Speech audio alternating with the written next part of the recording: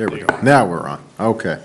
We will reconvene the regular scheduled board meeting for January 23rd, 2020. Pledge of Allegiance. Mason Ridgway, would you please lead us?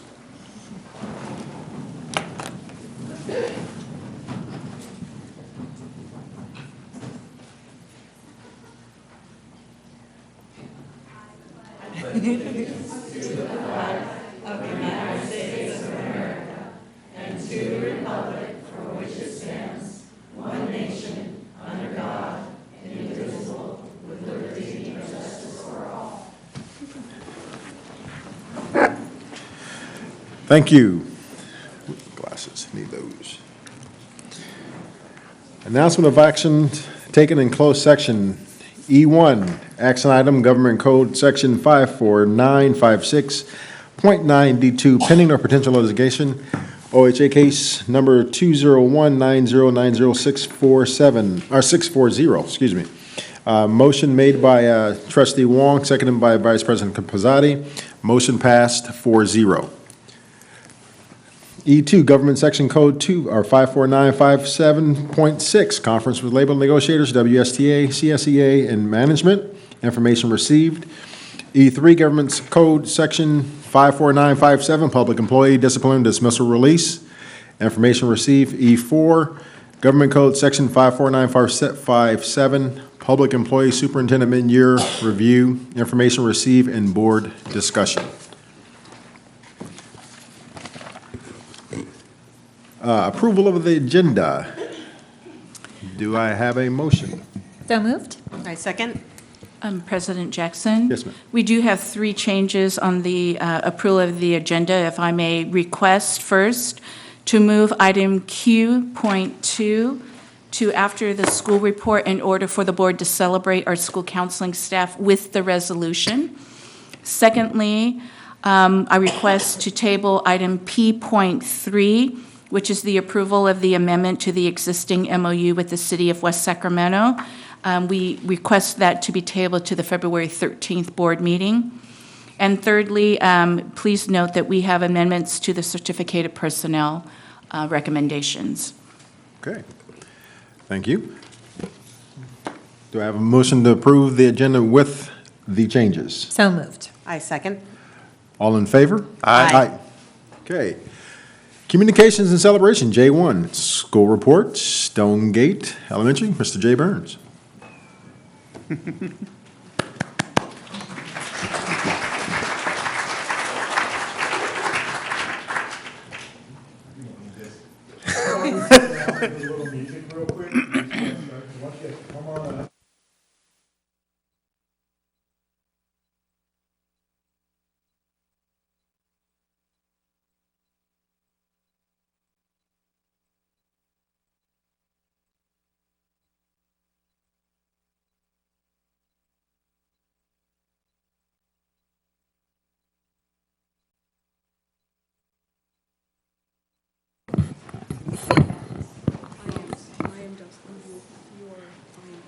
We are brass. Yes, we are brass. We are brass.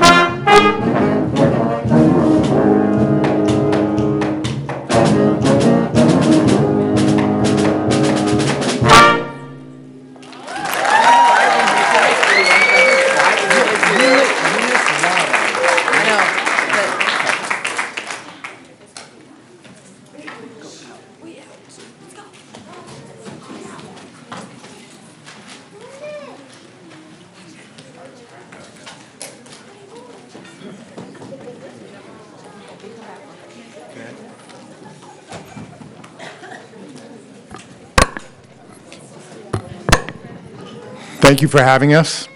Want to appreciate school board, Ms. Luna, all our superintendents, my bosses. Thanks for having us tonight. We wanted to have a song that would just know that Stonegate's in the house. Someone talked about competition between schools at the school board meeting. I said, it's not a competition. We know we're good. We know we have amazing kids. We have great teachers. We have some teachers here tonight. Wait, stand up and dance. Go, Valine. Go, Valine. No. So we want to thank you guys for having us tonight. I'm going to introduce our presenters in a minute. This is the amazing Mrs. Romero, the assistant principal. She tells me what to do. I do it. It's outstanding. So I'm Jay Burns. This is Ms. Romero, and we're proud administrators of Stonegate. I'd like to introduce our student presenters, Lori, Jolie, and Emily. You want to come on down? That student from Riverbank can stay over there. No. Okay, they're going to take you through the 5 habitats of Stonegate. I like to call them the 5 habitats. I don't know why. We're lions. And as they talk about our school, you'll see that Stonegate, we jump on it every day. You like that? We jump on it every day? Come on. And we get after it. We get after it. Within the lion habitat, you'll see the following. Who wants to get started? You want to take them through this? Mm-hmm. You want to take them through this part? You going to have fun? Yes. You going to enjoy it? Mm-hmm. All right, let's do it. Okay.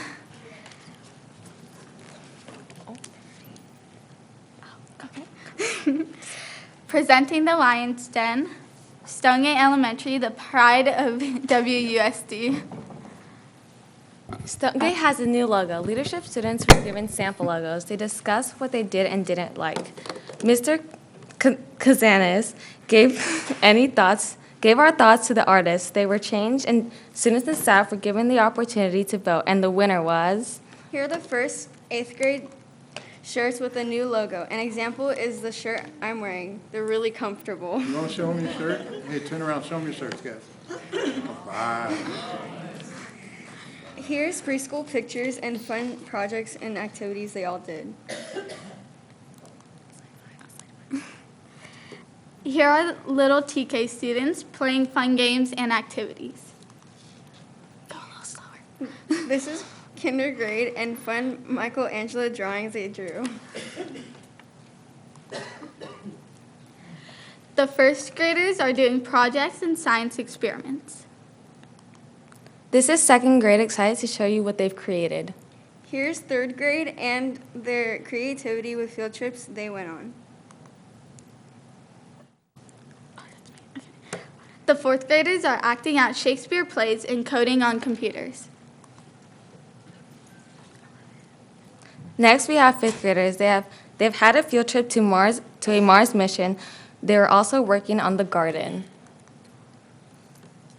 This is 6th grade AVID. They were doing team building activities to learn to work together. The 7th graders are showing class spirit while trying their hardest at the marshmallow challenge. 8th graders working hard, helping 6th graders, and making fun gingerbread cookies with lots of frosting. Spirit Week Middle School 2019, creative minds with creative costumes for dynamic duo. At the Harvest Festival, there is food and games for everyone to participate in, and there's a lot of sugar. Concert band is having fun while playing beautiful music. This year, the spelling bee winner was a 7th grader. In the spelling bee, everyone is allowed to participate.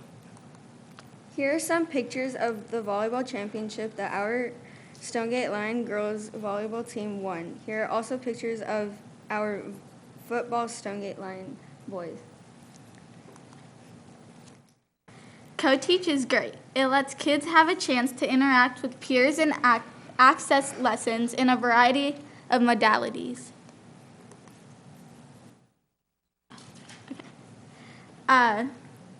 VAPA allows students to be creative and make beautiful art. I think that's it.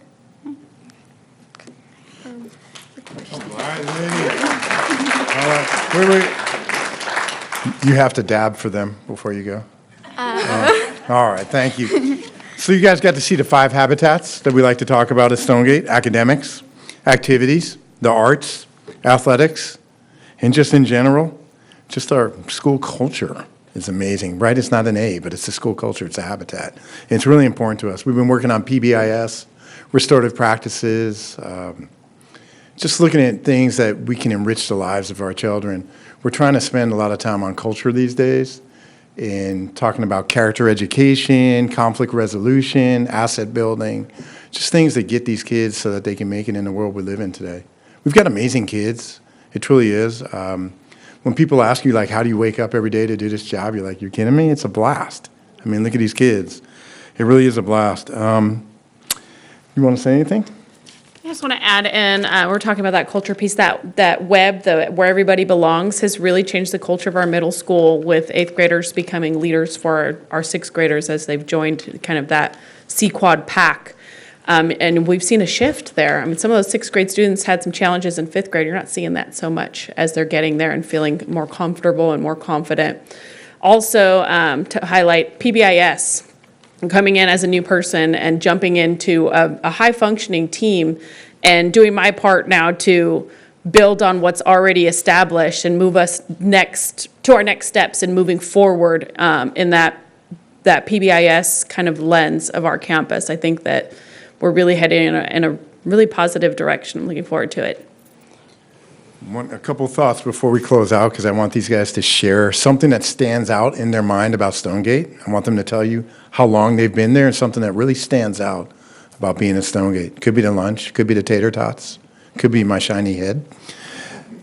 Something I want to share with you. Right, that's a good-looking haircut. Good looking. You guys are in. You guys are in.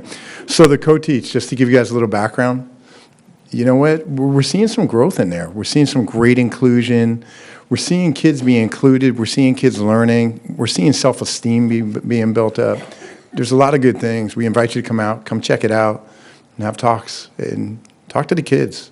That's really where the proof is. So come tell them something exciting about Stonegate that stands out to you. Come on. Something exciting about Stonegate is that I got to make a lot of friends, and it's like a great community to be in, and yeah. I think Stonegate has a lot of friendly staffs and students. I also think that when there's like school like spirit days, everyone is wearing their spirit. Okay. What are my plans for the future? My plans are to take as many AP classes as I can and start chasing my dream, which is to become a marine biologist, which my Stonegate teachers have already talked to me about. So, yeah. Good job, ladies. Good job. Good job. Thank you for having us. You guys come out. Come hang out at Stonegate. I'll give you free parking, maybe some extra tater tots. Thank you, guys.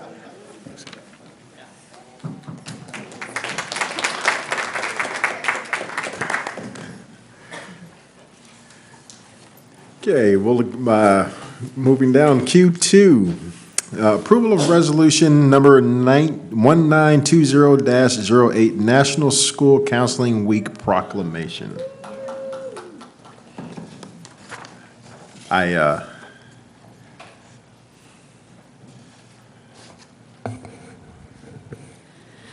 Good evening, President Jackson and Board of Trustees.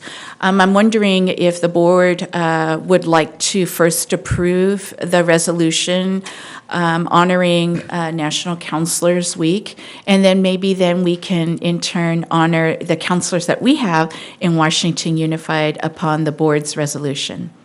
Okay. Yeah, I think we should do it. Sounds good to me. I'll read the resolution. National School Counseling Week proclamation, where school counselors are employed in public and private schools to help students reach their full potential, and whereas school counselors are actively committed to helping students explore their abilities, strengths, interests, and talents, as these traits relate to career awareness and development, and whereas school counselors help parents focus on ways to further the educational, personal, and social growth of their children, and whereas school counselors work with teachers and other educators to help students explore their potential and set realistic goals for themselves. And whereas school counselors seek to identify and utilize community resources that can enhance and complement comprehensive school counseling programs and to help students become productive members of society. And whereas comprehensive developmental school counseling programs are considered an integral part of the educational process that enables all students to achieve success in school. Therefore, I, President of the Washington Unified School District Board of Education, do hereby proclaim February 3rd through 7th, 2020 as National School Counseling Week.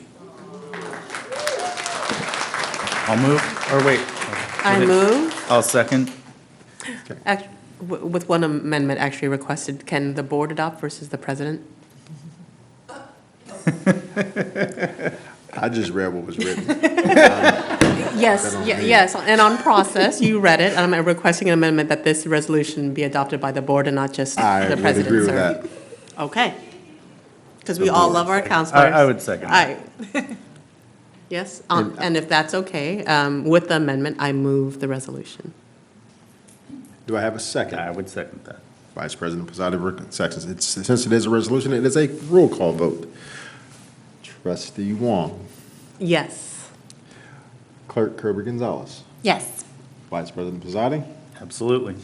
And I vote yes as well. Motion is passed unanimously.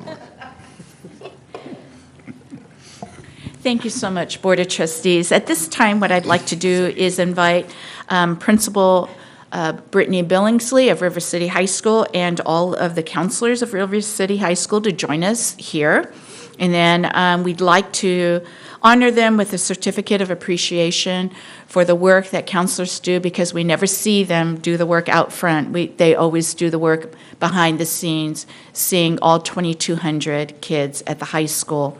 And so we want to take this moment to honor them. And so I'm going to have Principal Billingsley read their names, and then we'll take a nice picture together.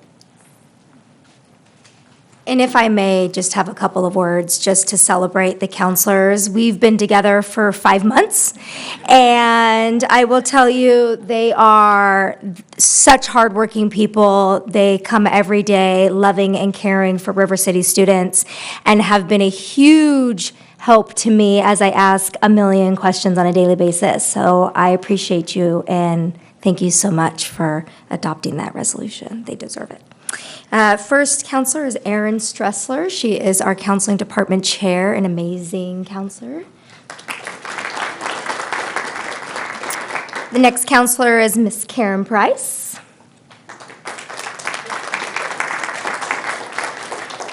And Kara Ozeroff.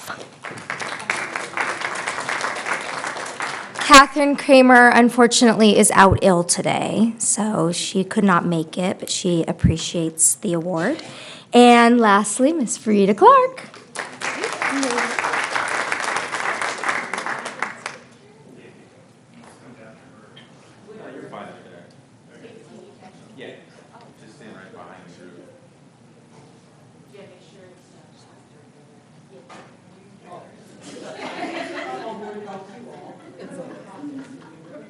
All right, on three. 1, 2, 3. Perfect. Thank you.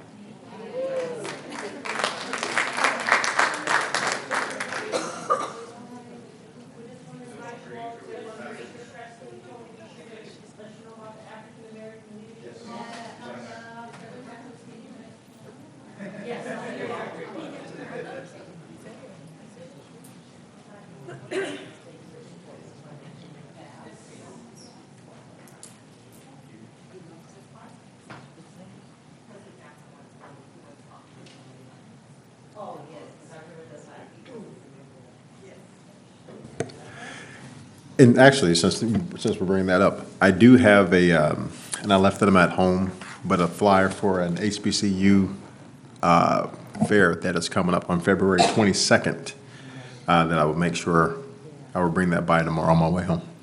In the fall, there was one at Sac State, and we had 23 kids attend from different races. It was very Yeah. diverse, so we can go again. Yes. Thank you. Thank you. And counselors, thank you for the work that you guys do.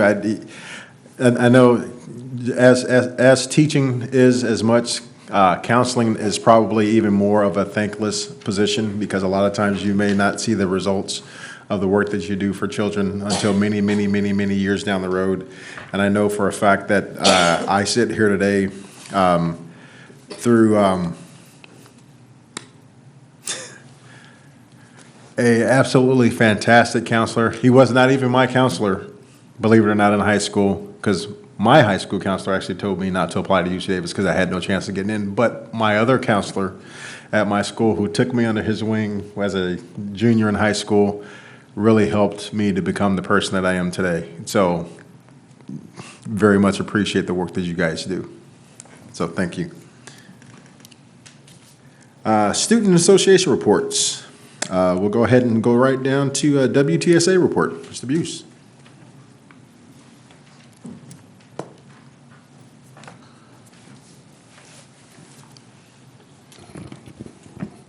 Good evening. I'm glad to see the counselors honored for their hard work and the things that they do for our students. I am also grateful. In my position, I have opportunities to meet at a district level and discuss very difficult, troubling matters at times. And I appreciate the seriousness with which these things are approached. Even when things are very difficult and there are delicate matters to be discussed, I can count on those who are working, particularly in the Human Resources Department, to deal with these things with due seriousness and honesty and straightforwardness. I really appreciate that, and we're able to talk about those delicate matters in a productive manner, and I really, to me, that's extremely important. As we are, let me get my notes here for just a second. We are also in kind of the early stages of the negotiation process. And we appreciate the conversations that have been held and the work that is done by our negotiating team.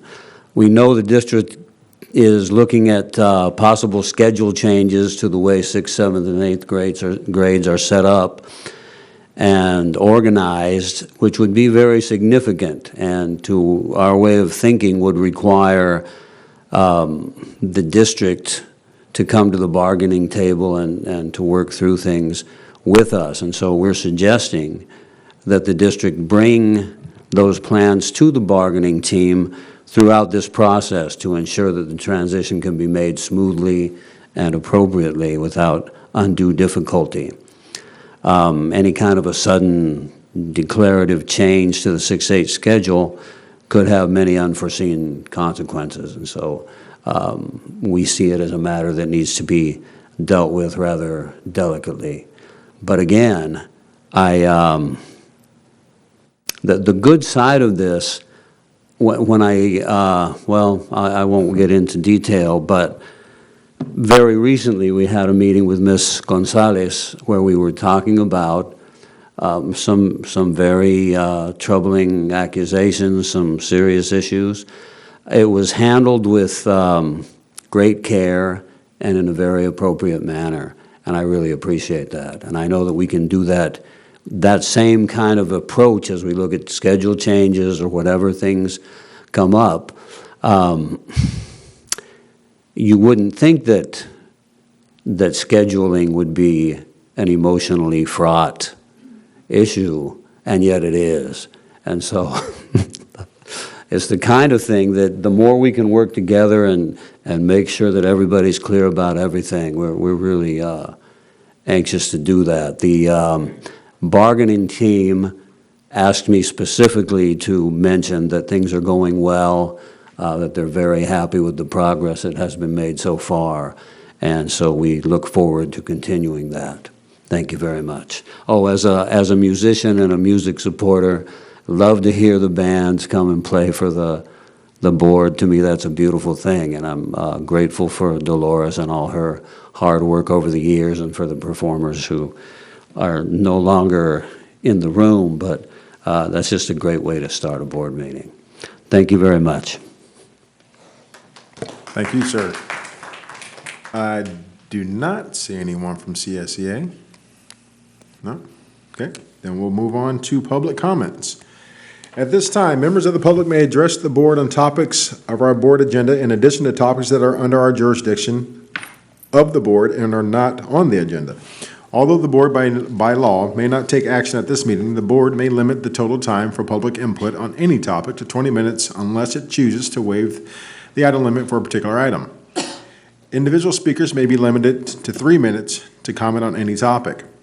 Public comments consisting of individual charges, complaints, or derogatory remarks about any district employee are requested to be submitted in writing to the administration in accordance with the district's complaint procedure.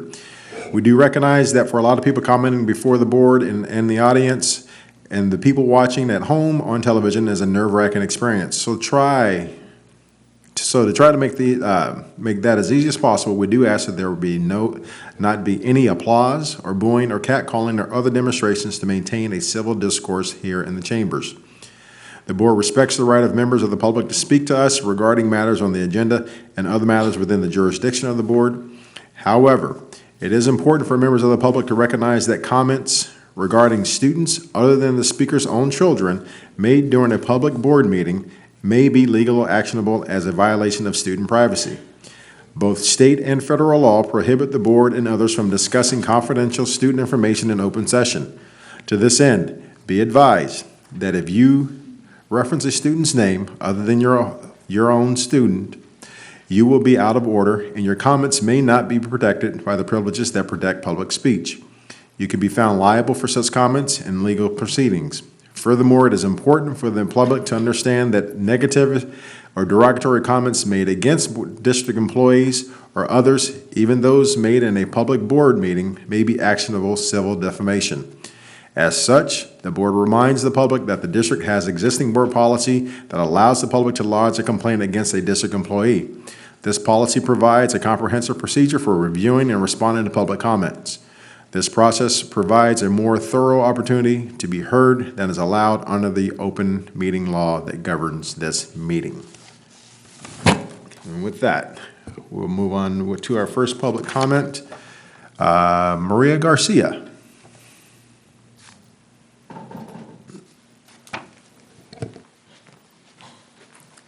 Good evening, everybody. My name is Jose Garcia. I'm going to speak first, just to kind of bring up some of the issues that we've talked about before, and then I'll let my wife do it in Spanish for this bilingual message here. We want to make sure that all our parents at home that don't understand or watching this tonight, that they understand what we're talking about. We would like to bring up and continue to bring up the critical issue of safety and discipline in our school campuses. We continue to get input from various classified and certificated staff, and they all agree that these issues are and should be top priority for our district. We love all the improvements to our facilities and all the different things that our schools that beautify our schools, and we love coming and seeing all the positive things that our schools are doing. But we definitely think that that safety at our schools is a priority. Let's see. And I think that also some of the planning and some of the improvement in infrastructure of our schools, like I said, have been great for our schools. But I think that we also should be spending a little bit more money on safety and discipline as well in the schools. Thank you. Hola, mi nombre es María García. Tengo viviendo en West Sacramento 21 años. Mi esposo tiene 40 años viviendo en West Sacramento. Creo que es un hermoso lugar para vivir aquí. Los maestros que tenemos en nuestras escuelas, excelentes, me encantan. Mis hijos han estado pues viviendo y creciendo dentro de las escuelas. Hemos estado en el PTC por muchos años, 6 años, más o menos. La seguridad de las escuelas me preocupa. La supervisión directa de los niños dentro y alrededor de las escuelas en el área de juego, la cafetería, gimnasio, cambios de clases. Basado en la observación, hay falta de disciplina dentro de nuestras escuelas. Es muy difícil manejar grupos grandes de niños con tan pocos adultos.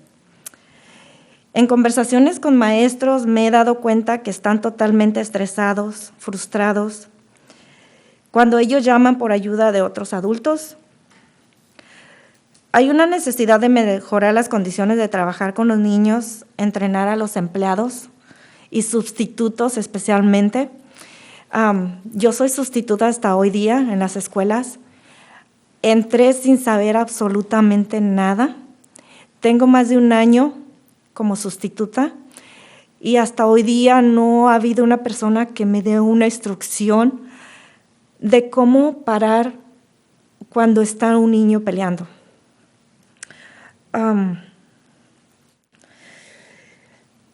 Yo lo que les pregunto y les he dicho a los maestros es de que me gustaría trabajar en equipo, que todos pudiéramos trabajar juntos para poder mejorar la situación de todos.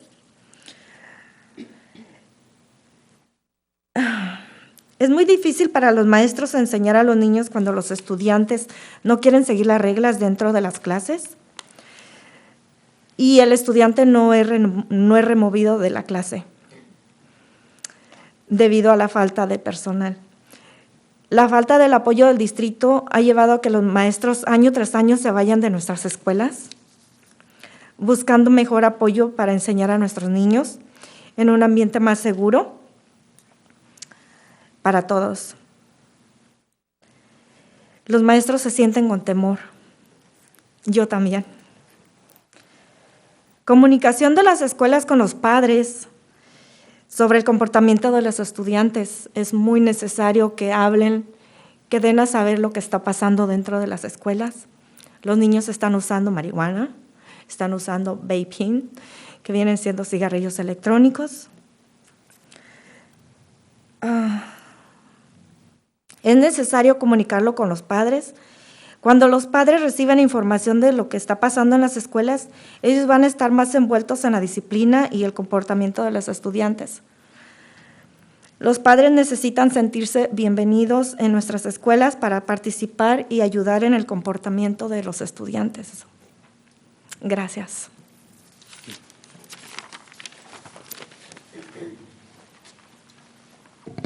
Ms. Danny Langford.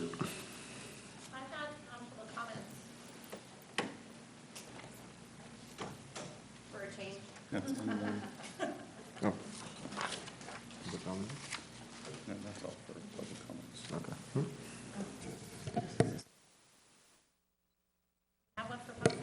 No, you're fine. Thank you.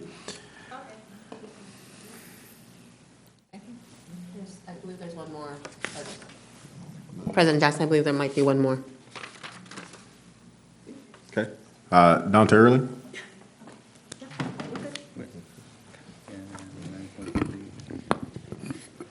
All right.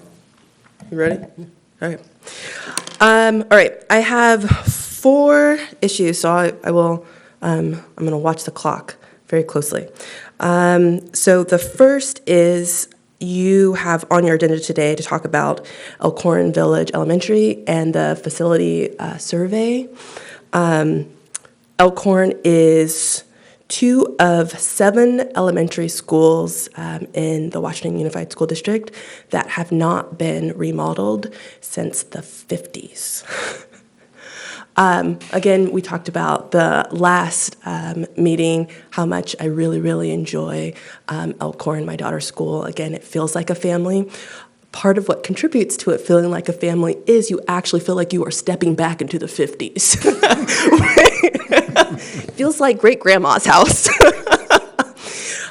I would encourage us to really consider the facility plan that you have in front of you. You will notice that the blue is the suggested things that should be updated and or remodeled, the entire campus is blue for a reason. And so that would be my first comment. Second, once we go through this process, you guys have done such a great job of making sure to get public comments, this to be a participatory process, which is based on equity. You now have a plan, a good plan. And so I would then urge the board to seriously consider voting on putting a bond on the ballot in order to move this forward. We now have a plan that, again, we as citizens in West Sacramento can vote on, like, yes, that's what the money's going to go for. Yes, we support that. That's item 2. Item 3 that I had to talk about was thinking back to when I saw you guys before in Kids Zone. Went back, thought some more. We talked in our parent meetings, and one of the things we heard the last meeting was there were open slots at some of these different facilities for Kids Zone. What I would ask the board to maybe ask the school district staff to look at, if you have open slots at some of these other schools, can we shift some of those open slots to Elkhorn, which again is struggling and has wait lists for years that we heard about. If there's a policy around not being able to move those slots, is that a local policy or is that a policy that CDE, the California Department of Education, has mandated? If it's not a state policy, if it's a local, that means it's within your power to change it. And I would strongly urge you to consider, if it's again a local policy, changing that so that, again, thinking about equity, that those slots where they're needed, they go. The last thing that we talked about last week, or I think 2 weeks ago, is this idea of a mixed payment model. And we said, this is what we're striving for. Potentially, we're working with CDE to move towards this. I would also ask the board to think about this not as an aspirational goal, but to actually have a work plan that you begin to see from staff where there's an actual date and you're working towards action items and objectives. Thank you. Thank you. Public hearing. There is no public hearing at this meeting. Excuse me.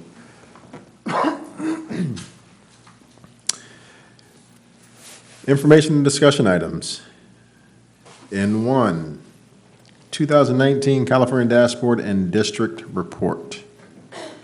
Superintendent Luna.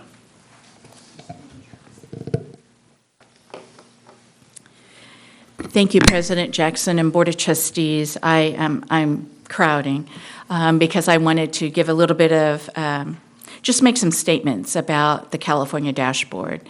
I would be remiss to say that, to not say what the dashboard represents. The dashboard represents a moment of time. It represents a moment of time according to what's going on the campus at that moment of time. So I'm saying that because what it is one piece of data to show how we're making progress. And we should be making progress.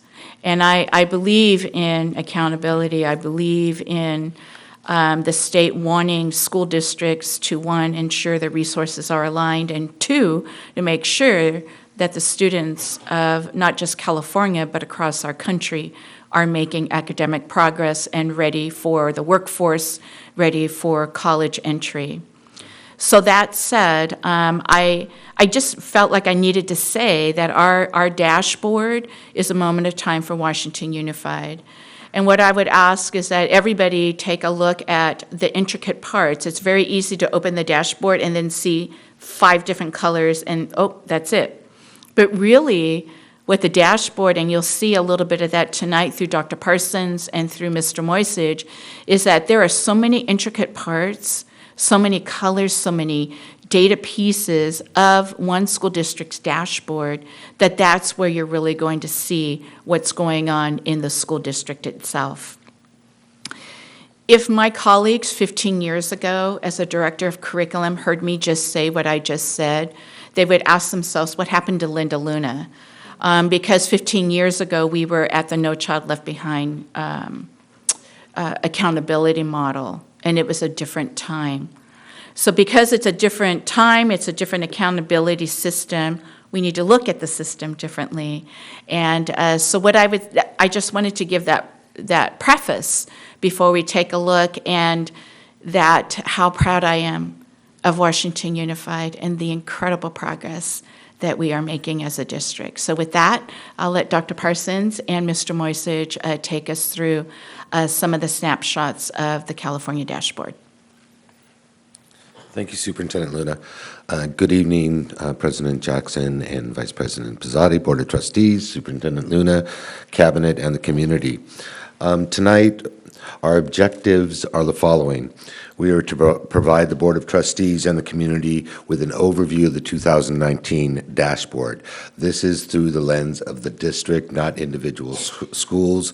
It was published last month in December, and so the community can go to the CDE website to look at it. Secondly, we are going to provide a quick regional comparison of the California dashboard so you know what's going on with the other districts neighboring Washington Unified. We're going to provide progress and highlights of the California dashboard. We're also going to provide areas of focus from the California dashboard, and that means things that we're really focused on that will be highlighted in our local control accountability plan for the next 3 years as well, because there are areas of growth for us. And fifth, we will provide information on the systems and structures that will support all students. And I just mentioned some highlights, and I wanted to just show the board 3 highlights that we are particularly proud of when we were looking at some of our data. Bridgeway Island, it's green in every category, which is a great accomplishment for Bridgeway Island. Elkhorn and Yolo are no longer have a majority of red and orange, so they have seen growth as well from the previous year. And thirdly, we have a 4% suspension rate, which declined 1.7%. And so we are in the green now with our suspension rate, so we're really proud of that. I'm going to turn it over to the Director of Curriculum Instruction, Mr. Moisage, to go through some of the data and some of the highlights for the schools. Could I have a clicker? Absolutely. All right, thank you. Good evening. So the first slide that I would like to share with you is a regional comparison. So these are our neighboring districts with all the categories of the dashboard, so you can kind of get a good look at it. We also have the state comparison there. As you can see, most groups are very similar. And I'm not going to go through each one of those individually, but we wanted to leave that for you to have a good comparison to where our district stands locally with the districts that are around us. The first category of the dashboard that I would like to speak about are the English language arts academic progress area.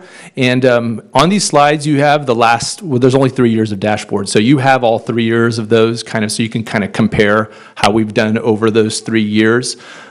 Some areas that we've made pretty good progress with is in the homeless youth area last year. What Superintendent Luna alluded to is about the colors. Sometimes if you look at the color of the dashboard, you kind of get caught up in that. And we just have to understand that the really important part is growth. And so we did make a 20-point gain in ELA with our homeless population. The white, Asian, and Filipino groups were all above standard. Some of the areas that we are really going to focus on that we are going to put together in our plans, so these are some things that you'll be seeing as the months proceed, going even into next year, are some being very intentional about our plans, working toward foster youth, which is a category that's in the red, and also our students with disabilities, which is a category that is in the orange. I want to note, though, I made a little mistake on this slide. We actually, the third year, we were actually 25 points below standard, so we've made 9 points growth over these 3 years.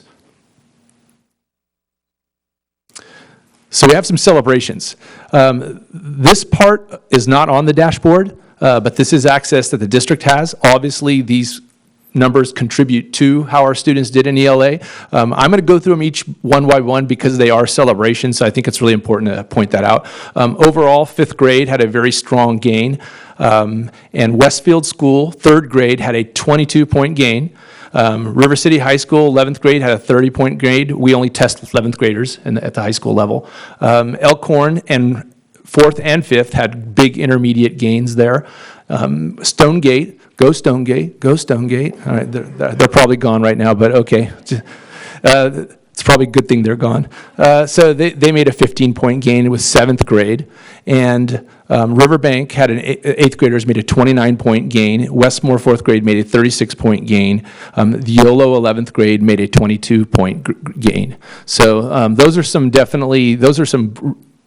great things, and we're definitely talking to administrators to make sure we can harness some of those best practices to keep it, so we can grow everywhere else as well.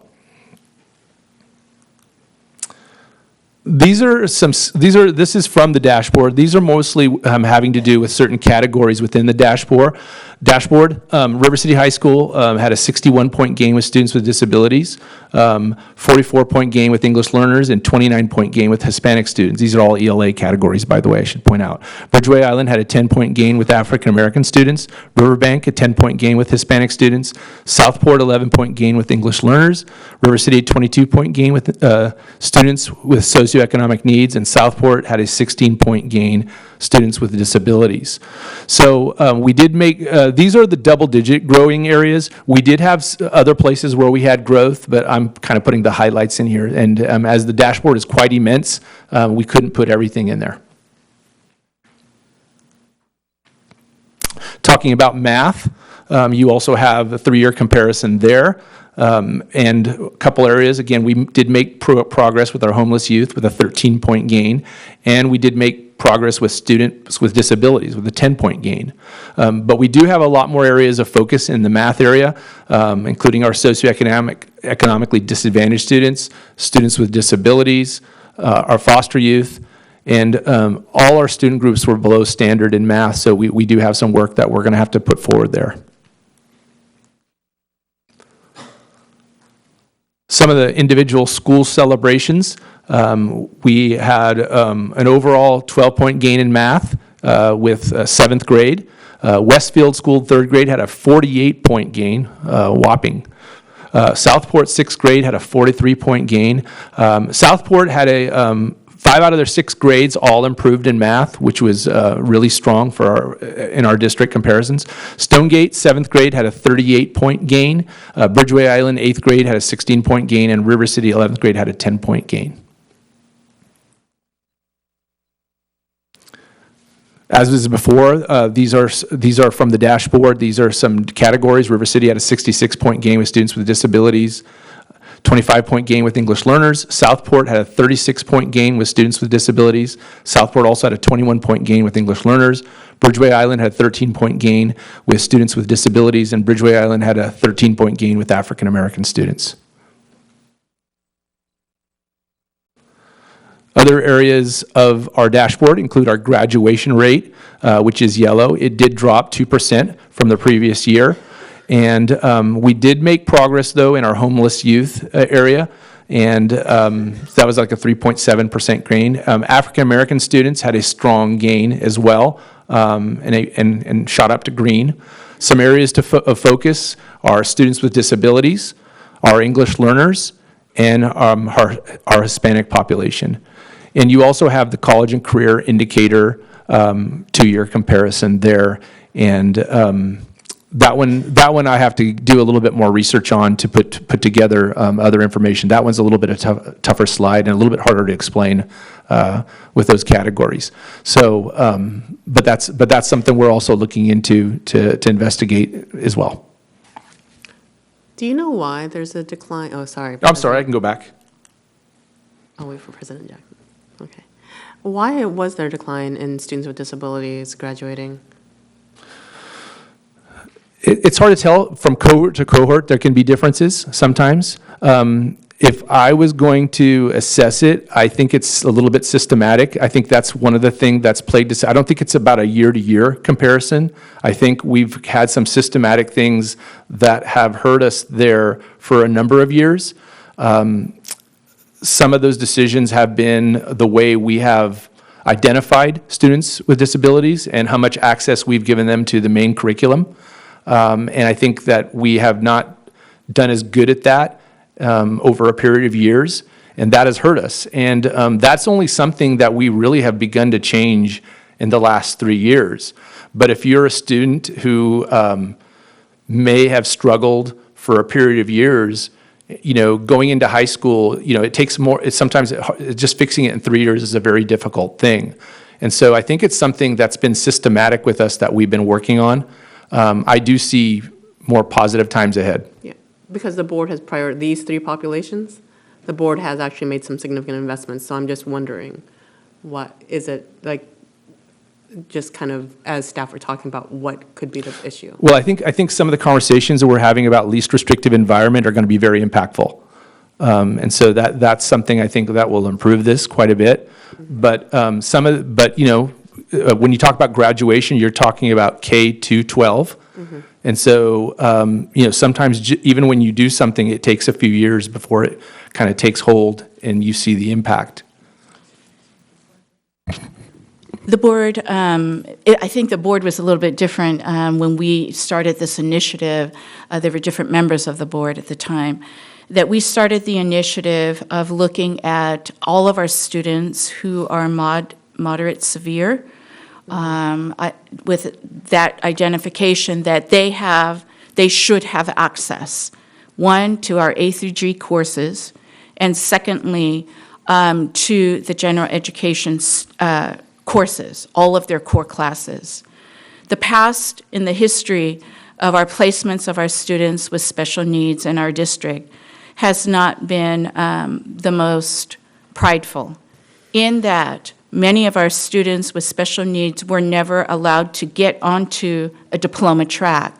That diploma track starts in the initial identification of disabilities, whether it's in kindergarten, whether it's in third grade, whether it's in fifth grade, or whether it's in seventh grade. That's one area.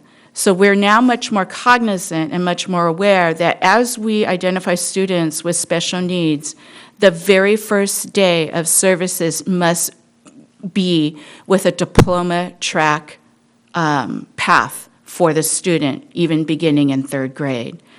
Secondly, if you recall the severe intervention programs that we had where students were taken out of classrooms for over 2 hours of their general education day, whether they were students with disabilities or whether they were students that were 2 or more grade levels below, whenever students are taken away from their core homeroom classes for their core instruction of English language arts for 2 hours, each year that we instituted that created a larger gap because students were never, ever going to be able to catch up to that grade level.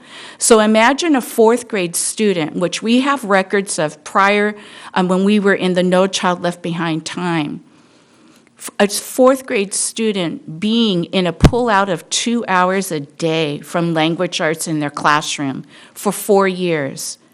And then we expected them to be in ninth grade at River City High School, never having core language arts for 4 years. We are still seeing some of those consequences, some of those outcomes, because when students, as they get into the graduation rate statistics, we're really looking at students of our past. We're not looking at today's students. And so I think those are the major transformations that our district has had that we have had to change and put in place on behalf of our students with disabilities specifically. Yeah, you didn't know about that, so yeah. Oh, I mean, it's something for years, ever since I've been on the board, going into my 4th year, we've talked about the reform both in English language arts and special ed, and so the numbers just kind of like, wow. To have it decline for those subpopulations, it's something to kind of think about, right, in terms of implementation. And it's something we're going to have to be very intentional about going forward as well. Probably our strongest indicator on the dashboard was our suspension area. And as you can see steady progress over the 3 years in those categories. A lot of progress there. Our Hispanic students decreased 2%. Now, 2% does not sound like a lot, but with these numbers, that's a pretty good effect. And Asian students were 1.2%, very low. Filipino as well. and all those areas decreased. Some areas of focus would be our homeless youth, which is considered red at 9.5%. Foster care is orange, and it's high. We rate it as high compared to the rest of the school district. However, you notice it did decrease 6.7%, so that's a good sign in itself. African American is in the yellow. It's high at 10.5%, but it also did decrease from last year, 3.9%. Next category is chronic absences. Again, you can see kind of on there, it's a pretty maintained level for over 3 years. And you can look at the areas that we've made some progress in that are very strong. Our Filipino, Asian, and homeless youth population. Homeless youth decreased almost 5%, which is a very strong decrease, which is what we want to see. We want to see a decrease here. And areas of focus are foster youth and students with disabilities, Hispanic students, and African American students, although that one did slightly decrease from the year before. And I did put the colors on there so you can kind of see where they're rated, even if they did decrease or increase. Well, in all these things, we have to approach all this with a growth mindset. The idea is to do our best and to improve. And I did put some different areas of things that we are some initiatives that are very important for our district. We've talked. We'll talk a little bit in our next presentation about depth of knowledge and rigor. We are just kicking off our positive behavior intervention supports, our PBIS. That's just kicking off right now. We think that's going to make a very big difference to our school climate. We did mention least restrictive environment, and we are doing much better with that across our district. And we've instituted last year professional learning time, so we're giving our teachers more time to plan and collaborate. And of course, our standards aligned learning, which you're going to learn a little bit more about in a few minutes. But all those things that I just mentioned there are relatively new things to Washington Unified School District that you as a board have been a part of starting. So we think all those things are going to have a good impact for our students and help us grow. Thank you. Oh, time for questions and comments. Go ahead. I'll let you go. That's it. Yeah, blue slips. Yeah. They're blue slips. Okay, Ms. Danny Langford. I'm good. My questions were answered. Thank Thank you.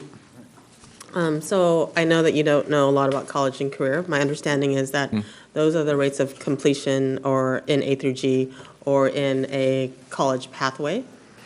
And there tends to be, it looks like there's a decline in our subgroups. Is there a reason for that? Have you unpacked that a little bit, whether or not? I think that's the key thing is we need to unpack that a lot more. And that is, there's some very technical terms there. And we are currently kind of investigating that through our data systems as well to look and see if we can kind of analytically analyze and look at some of this data to better identify it. So I think there's a lot of work to unpack there. Okay. Because you came before us last time to restructure our high school graduation requirements to align with their A through G. So seeing that because the indicator is aligned with A through G, either completion and or completion or enrollment in a pathway, it's just kind of, I'm assuming because you guys are secondary, you should know, you have some idea of why this might be. Absolutely. And as you know, the CCI is a composite of a lot of different areas. Primarily, by the way, it's SBAC being at proficient or above. Well, that's the old CST language, at standard in both ELA and math. As well as taking 2 AP tests with a 3 or above, and dual enrollment in CTE pathways. You mentioned A through G, and that is exactly why River City transitioned and why the board approved that. But remember, it's being grandfathered in, and so it's starting off with 9th grade this year. So you will start seeing an improvement because it's much more aligned to A through G. I just wanted to add also, I think, I think you will start seeing A through G rates increase at River City over the next few years. I think there's a few things that a few steps that we've taken in addition to what you did last year, which is approve the graduation requirements. But there's also some things within the system that we've done. We've talked about our building foundations class, and those students haven't graduated yet. So, I'm thinking that will have quite a bit of impact on this as well. Okay. Yeah, no, I mean, it's just one of the things that we want all our students to leave Washington Unified well prepared for college and or career. And we've actually been promoting college pathways for quite some time. So to see us a little bit decline in certain subgroups, it's a little bit, I'm curious. And I want to put some caution out to the board. We do think one of the reasons we think we need to unpack this further, as you take your own tours of the dashboard, including some of our neighboring districts, you'll notice that indicator is a fairly low indicator across the board, and so we think there's a lot more to look at here and investigate on our own end. It may be the way we're communicating some of this as well. And so we need to take a look at that. And so I'm very cautious about talking about it because I think it is a composite, and I don't think we've unpacked it enough technically. Helpful, thank you. Quickly. I just want to say there's a couple things that I just really wanted to highlight that I think are important. And as much as there are some negatives, I want to point out that our suspension rate has gone down, and that's huge. I mean, that's really huge. That is something that we've worked on, and it was something very intentional that we focused on, especially after seeing last year. Like last year, we had some declines, and it was kind of shocking to all of us to see that the district declined. And now we're seeing a ton of turnaround. And in many of the group areas, suspension rate was a key one, and I really liked seeing that. That is something that has been steadily improving. I just wanted to make sure that the attaboys to the district don't get lost in some of the things that we do see, because we're always going to pick apart and say, look, we really need to focus and bear down on this now, because I know that's something that I'm going to eventually get to. But I wanted to make sure I give you guys the attaboys for the hard work that you've done and drilling in and actually putting in the work to actually make overall as a district us go up in a little bit. So I just want to say Thank that you. quickly.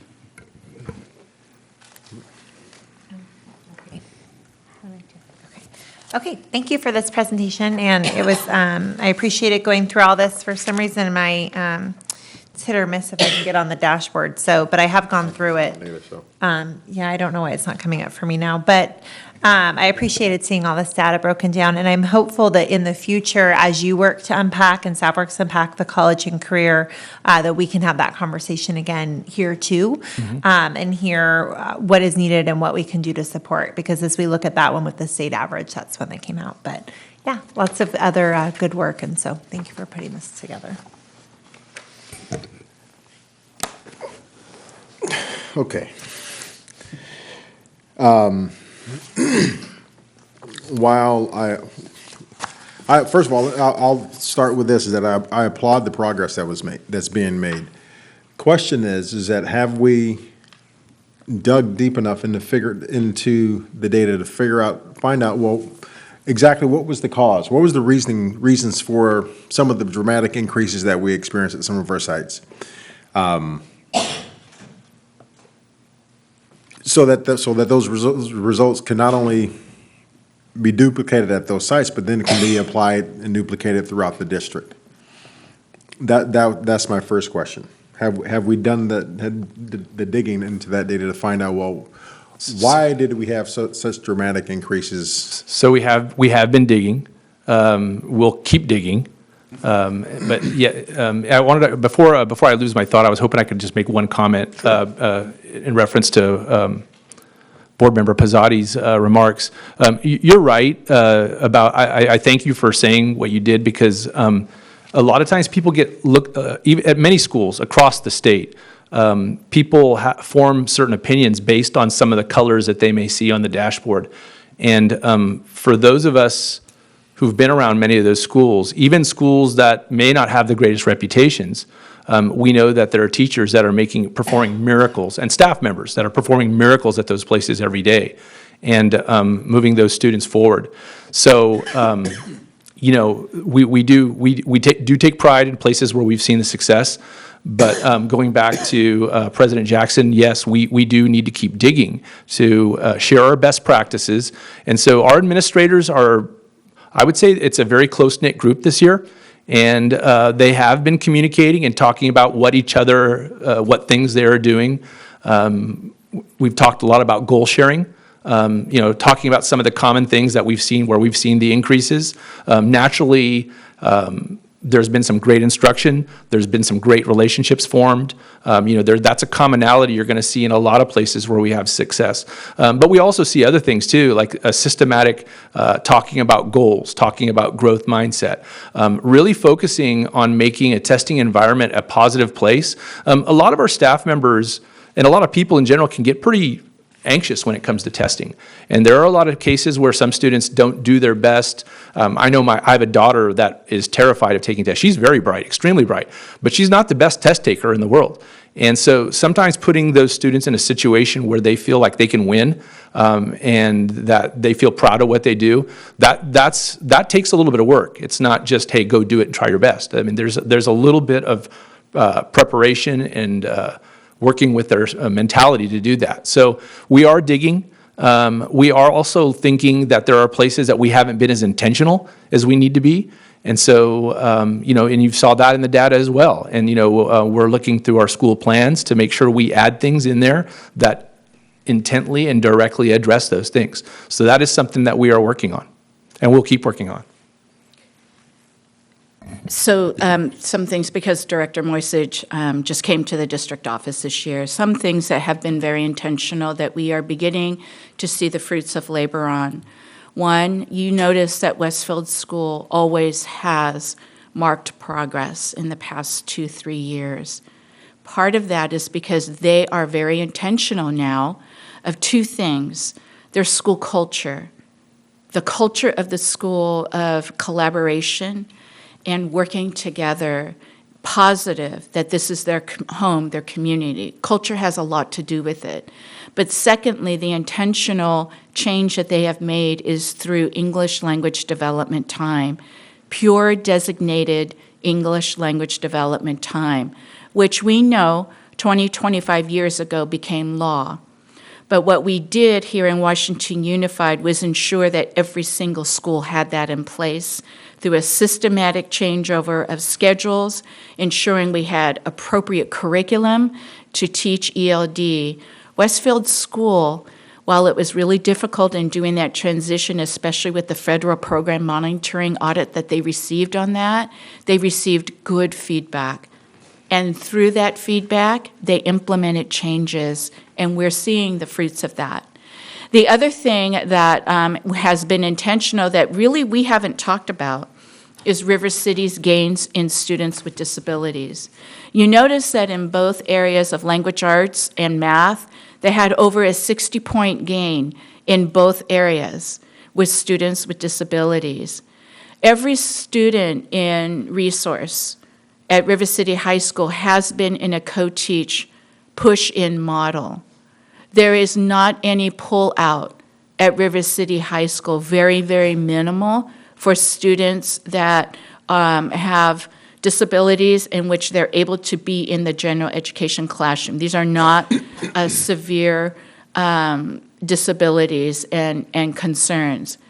River City has had this in place for a few years now. This is intentional. And what we're seeing, this is a huge data point for our district, because as we look at least restrictive environments, what we're seeing is that students do thrive in it. Students are able to meet the challenges of all the rest of our students if they're put into an environment that is supportive and with the appropriate staffing. So I think that's a huge data point. My eyes really popped out when I saw that. And we have to go back to what are our practices right now that we're able to see these outcomes and results, because it's not overnight. That means things have been worked on for the past couple years to get the outcomes of today. So I would say ELD and intentional push-in and some co-teaching there. Well, I'm glad you made those comments, because that's exactly what my thought process was in regards to some of to a lot of those things, is that if we're going to continue to see increases and make changes, it has to, we can't continue to do things in the same fashion, in the same manner that has been done in the past. It's been demonstrated already that that's not going to work. And so for me, it needs to be more of a systemic change in terms of how instruction is actually done in the classroom. How are we allowing our teachers to collaborate and to share information, either through informal observations of coworkers, and doing instructional rounds in the classrooms, things like that. So that way, if I'm a math teacher and I'm struggling because the kids, and the data shows the kids in my class aren't struggling, but it shows that my contemporary in the next room over that's teaching math, they're having more successes. We've got to do more to be able to give those teachers the opportunity to be able to go and sit in and observe those teachers to find out exactly what it is that they're doing in their classroom, so that I can take that back to mine and use it there. Co-teaching to be able to help our most neediest students has been proven time and time again to be a very effective model and a very effective way to build up and to bring up the test scores of our most neediest students in terms of students with learning disabilities. And it just doesn't help those students, it helps all students. So those are some things, I mean, so we've got to, it's time to become more intentional in the things that we're doing and more focused in how we're applying these techniques. There's techniques out there that we know work, but for some reason we've been extremely slow to adopt them in this district. And we've got to stop that, because we're hurting our kids. You know, because when Dr. Burns was here earlier and he was talking about the co-teaching that they're doing at Stonegate, absolutely, it works. But it shouldn't just be at Stonegate. It should be at Westfield. And the thing that stands out for me at Westfield, you talked about building relationships, is the class that they talked about when they were here at the last board meeting. Those kinds of things pay dividends over and over again that may or may not show up on the dashboard, but they do. They have strong, much greater effects in the classroom. So my point is that we've got to become more intentional in the things that we're doing and start utilizing the techniques that we know work. Co-teaching, inclusive practices. You know, those are the things that we know works, and that's going to help our most neediest students. Number one. And while it's good to see that our suspension rates in terms of foster youth, African Americans, and homeless students has gone down, the minimum that it has, the cynic in me questions, well, was that actually because of something that was actually done, or did we have those changes just because of the way that we coded things into the system?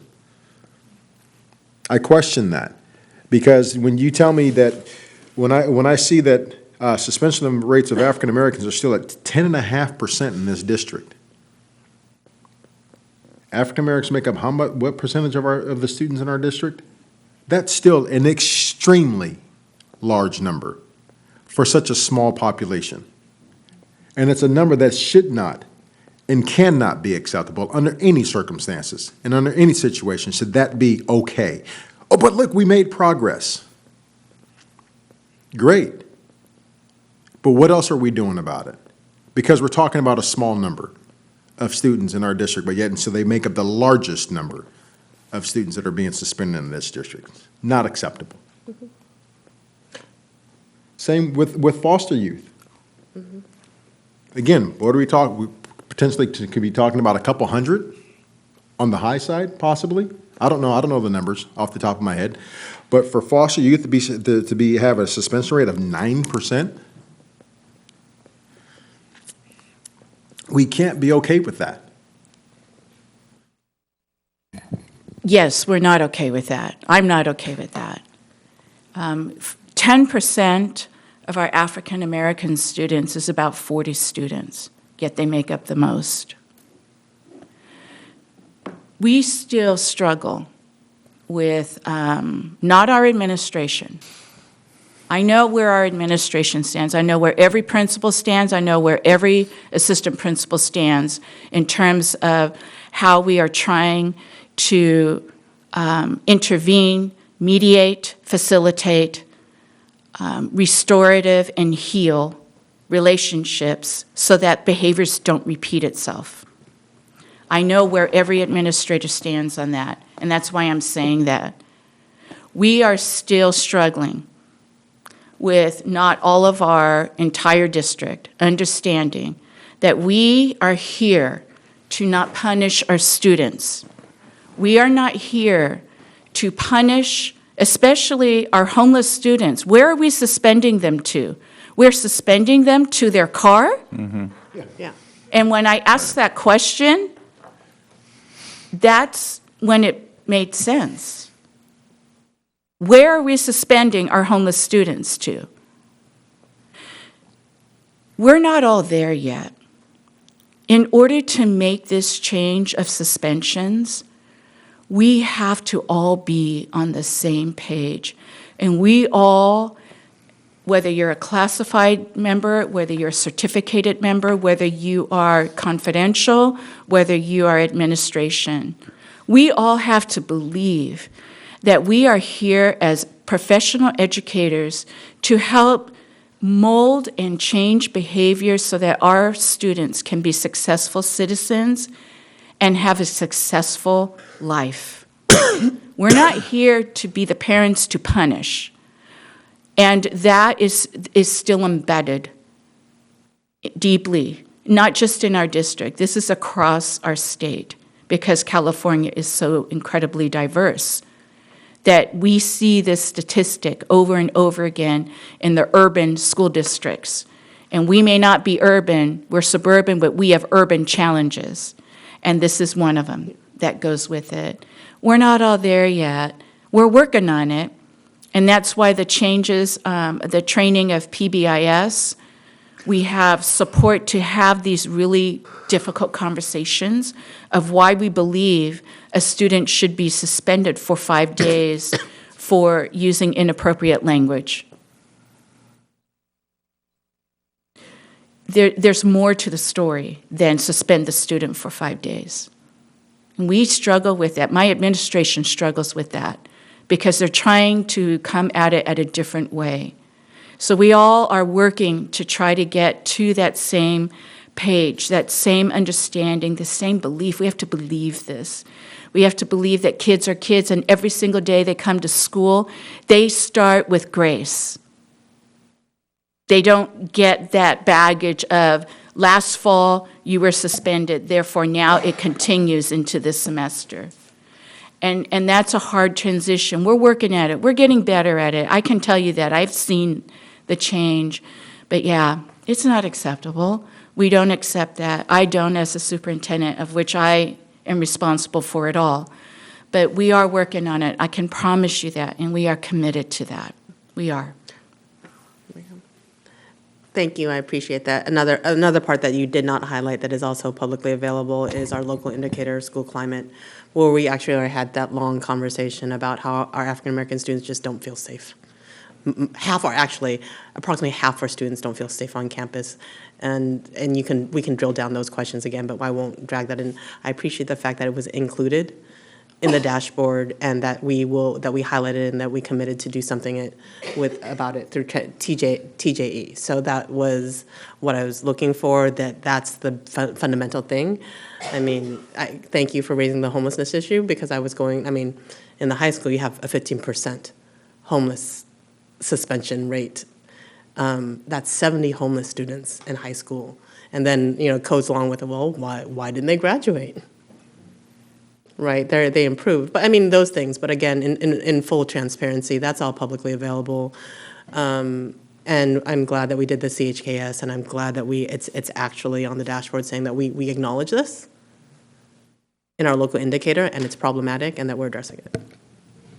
Yeah, and So I think we should, next time, those are the things I think would be helpful in saying, yes, we recognize, but this is also, because again, I'm just reading what we submitted to the public, that we have a commitment to closing that and addressing that. So that, I think that would be, in transparency, the numbers are, this is just a snapshot. It'd be helpful to actually have the conversation, what are we doing about it? I feel like President Jackson and I are saying, well, how did you unpack that? What are we doing? Versus, well, we'll have to do that in the future.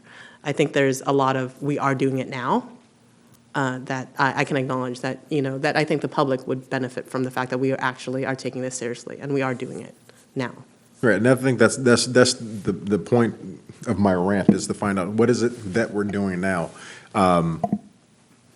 Because again, and I fully understand this, it's a snapshot in time. I get that. I completely understand that. But I also believe and know and wholeheartedly that we've got to become radical in our approach and how we're looking to change things, and not be comfortable with just chipping away at it, okay? Because I can make a prediction right now. I guarantee you that next year that the rates will be a lot lower, if for no other reason, just because of the change in the law.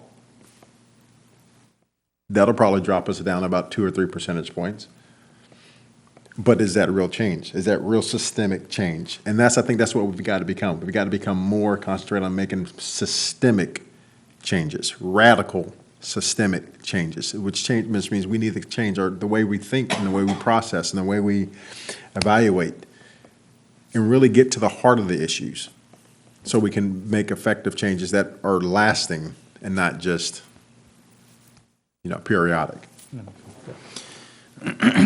And I'll just be the ray of sunshine here for a second. I did want to, point out that, I looked back at last year's Elkhorn. They've gone out of red and orange and now are almost completely into the yellow and into the orange for mathematics, which I think is something that is to be applauded. That is a giant leap forward. I did want to preface about next year's dashboard, as the third graders from the dual immersion program will be entering into that test. And I don't know how we're going to be able to, I hope you can do it somehow, but figure out a way to bifurcate those test scores to report to us. I know you don't like the word, but separate the test scores from the dual immersion class, because they're there from kindergarten through fifth as a group, as a whole, right? Because you can't expect somebody who's been learning in 2 different languages right away to figure out a test that is in 1 language, right? So I'm hopeful that we can, I think, at least find a way to report that to us, even though I have a feeling the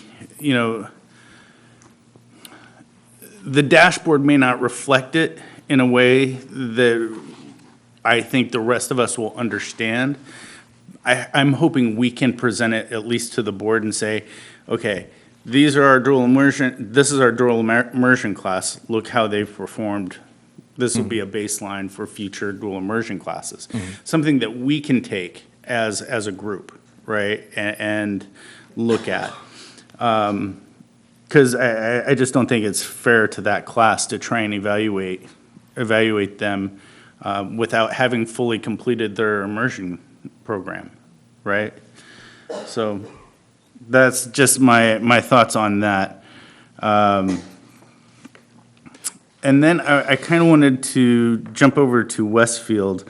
And I'd noticed, while we've been making progress at Westfield, last year, it seems like they made more progress.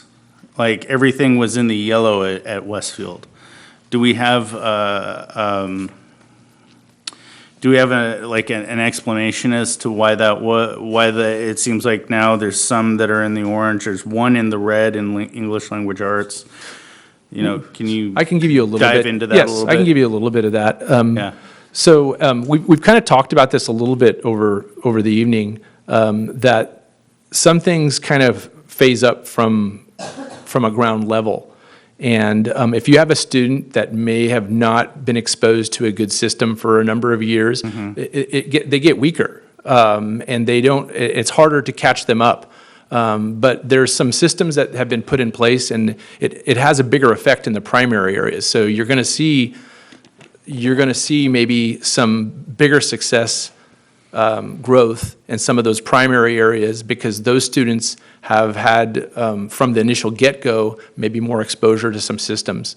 As I pointed out in my slides, at the last slide, there are a lot of new initiatives that the district has been working on to improve some of these areas of the dashboard, and they're very new. So some of them haven't quite hit home yet, but we think as we get better at them, as we keep working on them, as we dive deeper into them, we think we're going to make more progress. Because, so I think what you're seeing there may be some of the initial effects of some of the things, students that are more exposed to it at an early age compared to other students who weren't.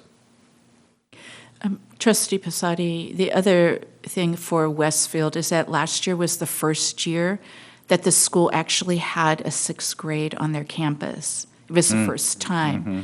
They've been a K-5 school for many years.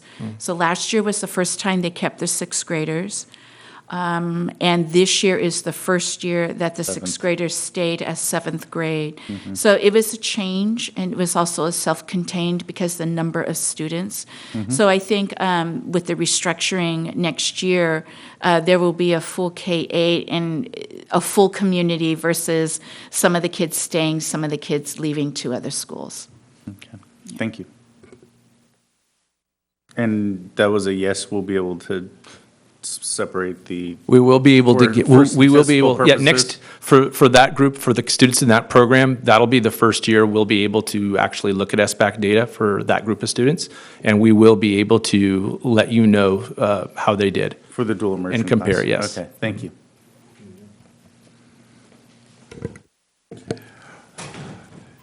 Thank you, Mr. Morsich. And again, I appreciate you taking my badgering over that data. Thank you. We're all coming from the same place. We want the district to grow and be the best it can. Absolutely. I understand. No questions about that whatsoever. Thank you very much for your report. Thank you. Okay, into program and that big word, curriculum review. Good evening again. Before I begin, I would like to acknowledge for the board that Emily Freeland, sitting right back there, she is one of our coaches who has been with us for 2.5 years, working with our teachers and administrators, and so she volunteered to come here tonight to answer any of the board's questions regarding rigorous curriculum design. So if there are any questions, I will bring her up. But the objectives for tonight is first to provide the Board of Trustees and our community with information on the journey that we've taken over the past 2.5 years with rigorous curriculum design work by our teachers. Secondly, to provide information of the shift from rigorous curriculum design to standards-aligned learning, because it's been a definite shift this year from the past 2 years. And third, to provide information on the next steps in our standards-aligned learning work. So I just wanted to take you back to 19. You can tell how old I am. Back to 2016-17. But we're told that Elkhorn was still in existence in 1960. And I wasn't here. As is. Yes, and actually my parents lived in West Sac back in 1980, so I do kind of remember that. And so when we got here 4 years ago, there was a lack of consistency with our curriculum instruction. It was not standards aligned to our Common Core standards. And so we looked at that and said, okay, we need to first focus on that because we were going to look at professional learning communities and support our teachers with collaboration until we realized there was not common data for students, for our teachers to look at.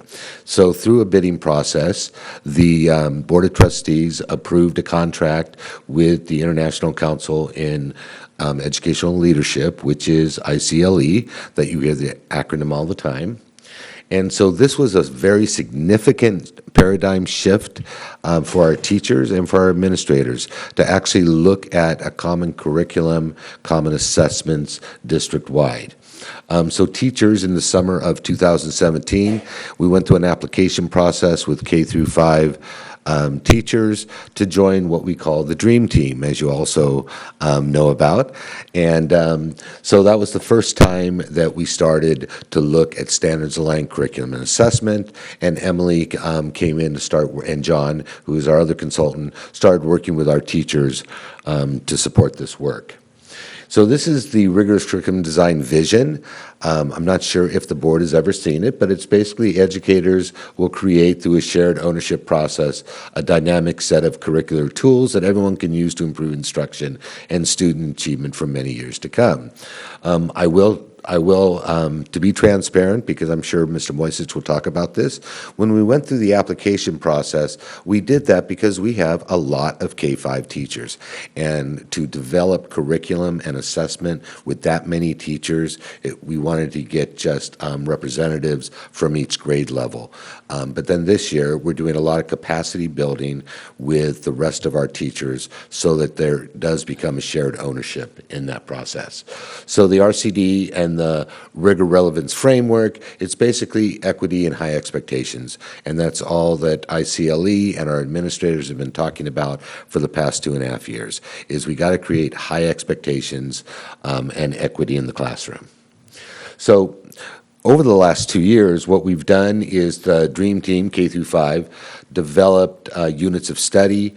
They developed the CAG, which is Curriculum at a Glance, and they developed pre- and post-assessments. 612 in ELA and Math did the same in 2018-19. The Dream Team members, some of them did pilot this work with students last year. And using the RCD model, this is what's so exciting, is now that we actually have a system of gathering data, so we can actually look at student growth over time. And so just briefly, I just wanted to talk about the RCD model and the unit framework, what your teachers have been doing for the past 2.5 years. Basically, they unwrap the standards so that every teacher knows exactly what all the standards are. But it's even more important to prioritize those standards. What are the actual essential skills that every student should know and be able to do by the end of the unit? And you see the P1, P2, P3, P4, those are performance tasks. So basically, they unpack the standards, they create the units of standards that are based off of the priority standards and create performance tasks. They start with a pre-test, and then they start the performance tasks. And the reason they do a pre-test is to measure the growth of the student, because all students learn differently. And so if you give a pre-test and you notice that some of your students are really good at that, well, that's the whole point of creating other opportunities for kids in the classroom to differentiate instruction for the higher learner and for students that need additional intervention. And so that's why we do the pre-test. We do the performance task and then the unit post-test. The thing that has been a challenge is that the post-test is a formative assessment. It is not summative, which means that when you give that post-test, if students aren't doing well, there is built into the CAG, the Curriculum at a Glance, a certain amount of time for reteaching.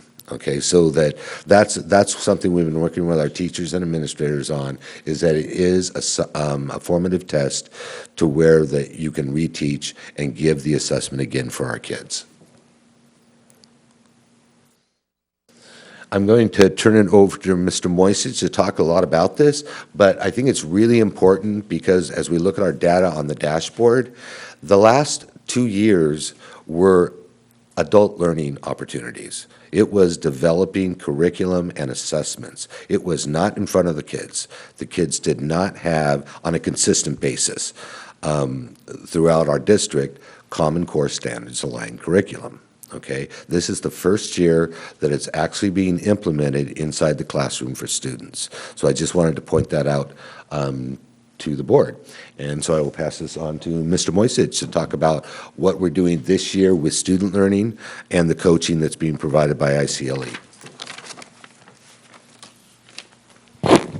Thank you. So, as Dr. Parsons alluded to, basically last year they were working on curriculum, designing the curriculum. So they did put some of this, they did pilot some of this in the classrooms, so they did get exposure into the classrooms, but just not across all grade levels, across all schools. So this is the first year that we've been attempting to work with that. So this year, it kind of moves from working on it, planning it, to actually teaching it and our students learning it. So one of the big advantages this year, coming into this school year compared to previous school years, is that our teachers across all grade levels at all sites had priority standards that they were going to focus on. So these were unpacked during these sessions of rigorous course design. So this year we come into it with priority standards, and most of our focus has been this year kind of working with the teachers around these units because they are new.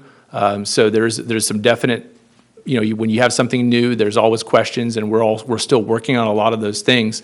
But a big focus has been on rigor and relevance.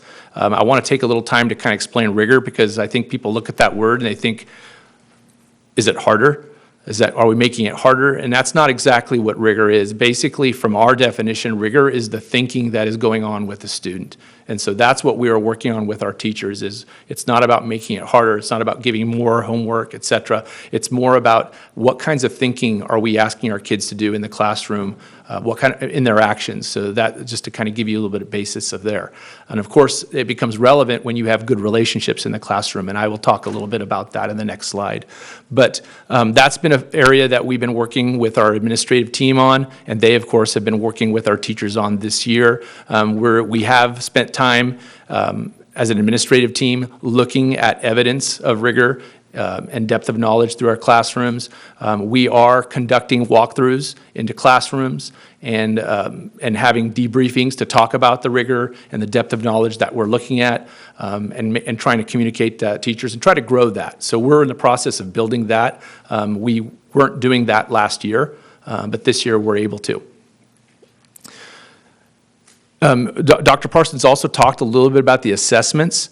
That's something that we have developed, and I'll show you some slides of what it kind of looks like. But the idea is that we can track progress over time of students, not just in one school year, but we could actually track students over time to see what kind of progress they're making. We don't have to wait for the SBAC test to see if they're meeting standards or not. We can actually look at that and have something to gauge that on right now. So we have not had those types of tools that were in wide use for a number of years. We've had access to them, but this is probably the first time in many, many years that we're actually kind of consistently doing it across the board in all grade levels.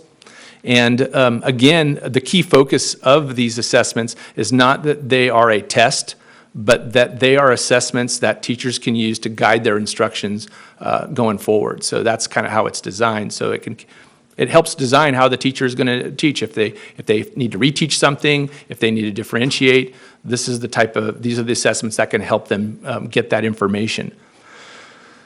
Of course, in this process, you can have great plans, but when you put it in front of some of your students, you find out some of your plans might have holes in them and some flaws.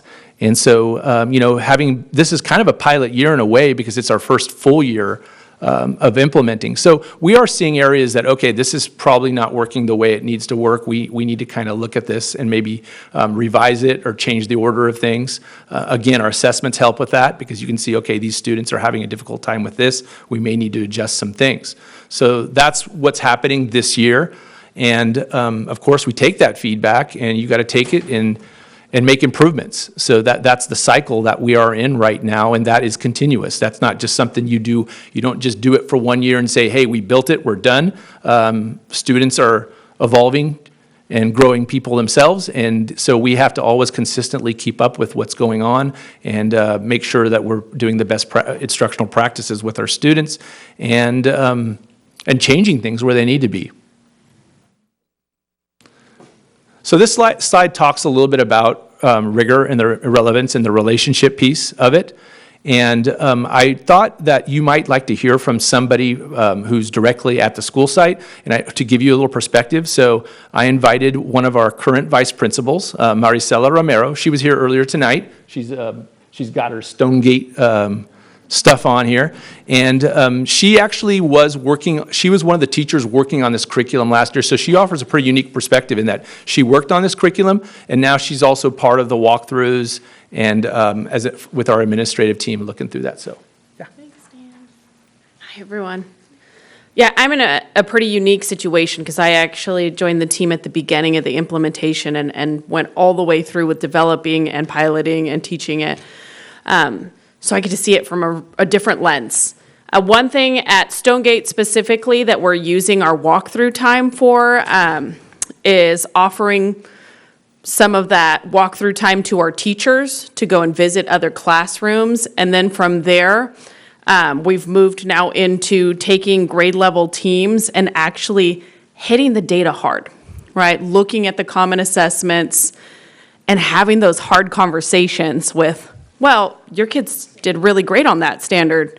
Why didn't mine? Well, this is what I was doing to reinforce that standard during that unit. There's been some fantastic conversation that's going on. I mean, those are the conversations that need to happen. So we've been using our time with John when he comes, our ICLE consultant, to kind of split that. We'll split the day, and half the day we can go visit, and then the other half is hitting a grade level team hard, picking apart those standards and looking at the data, like really looking at it. One of the best conversations so far, my 5th grade team, they said, man, we really hit this standard hard. I didn't understand why my students didn't do well. And I said, well, how was it assessed? And they said, oh, well, look at how those standards were asked in the assessment. Is that the way you discussed it with your students? And there was, some aha moments there that came through, and it was pretty fantastic. So we're full speed ahead as far as the SALs go and the RCD process at Stonegate. I'm really looking forward to and enjoying the things that we're doing. I know Trish is here. Are you going to share too, I assume? She's got her slide. Because she's... It's my turn. Are you talking about Bump It Up? No, you can go. Okay, good. So Trish has done some PD for our staff where specifically as we do these walkthroughs, we're looking at rigor and noticing, okay, that was cool, that was a great lesson, but what level was that? What DOK level are we at? Are we giving the kids an opportunity to get to DOK levels 3 and 4? And Trish ran a really great PD where she had everybody write down one thing that they are doing in the coming week, and then they had to pass it around their table and figure out, how do I get to the next quadrant or the next DOK level to raise that rigor? And are my kids getting the opportunity to hit that? So we had teachers really reflect and go back and make some tweaks and start really thinking about, am I giving my students those opportunities to hit DOK level 3 and 4? And it was really Can fun. I just ask for? He doesn't speak acronyms. I don't speak. Oh, I'm so sorry. That's my Educational acumen. I know all kinds Depth of of like, knowledge. Okay, there we go. Depth of Thank you. knowledge. Right. Level 1 being kind of that, gathering information to that level 4 of really critical thinking and synthesis. All these guys are educated. I'm so sorry. People watching at home probably appreciate that question. Good question. Can't be afraid to ask questions. This is a safe space. We're lowering the affective filter. That's a thing. Televised at home to the public. Okay. All right. Do you guys have any other questions for me? Okay, thanks, guys. So this is a glimpse of one of our assessments, so you can kind of look at it. We have quite a few reports I did not include a lot of them because a lot of them have student names and things like that. But I did kind of put some of the general ones up here for you to look at. But as you can see, you can see the colors and things like that. And we try to look past these colors, and we call this the donut.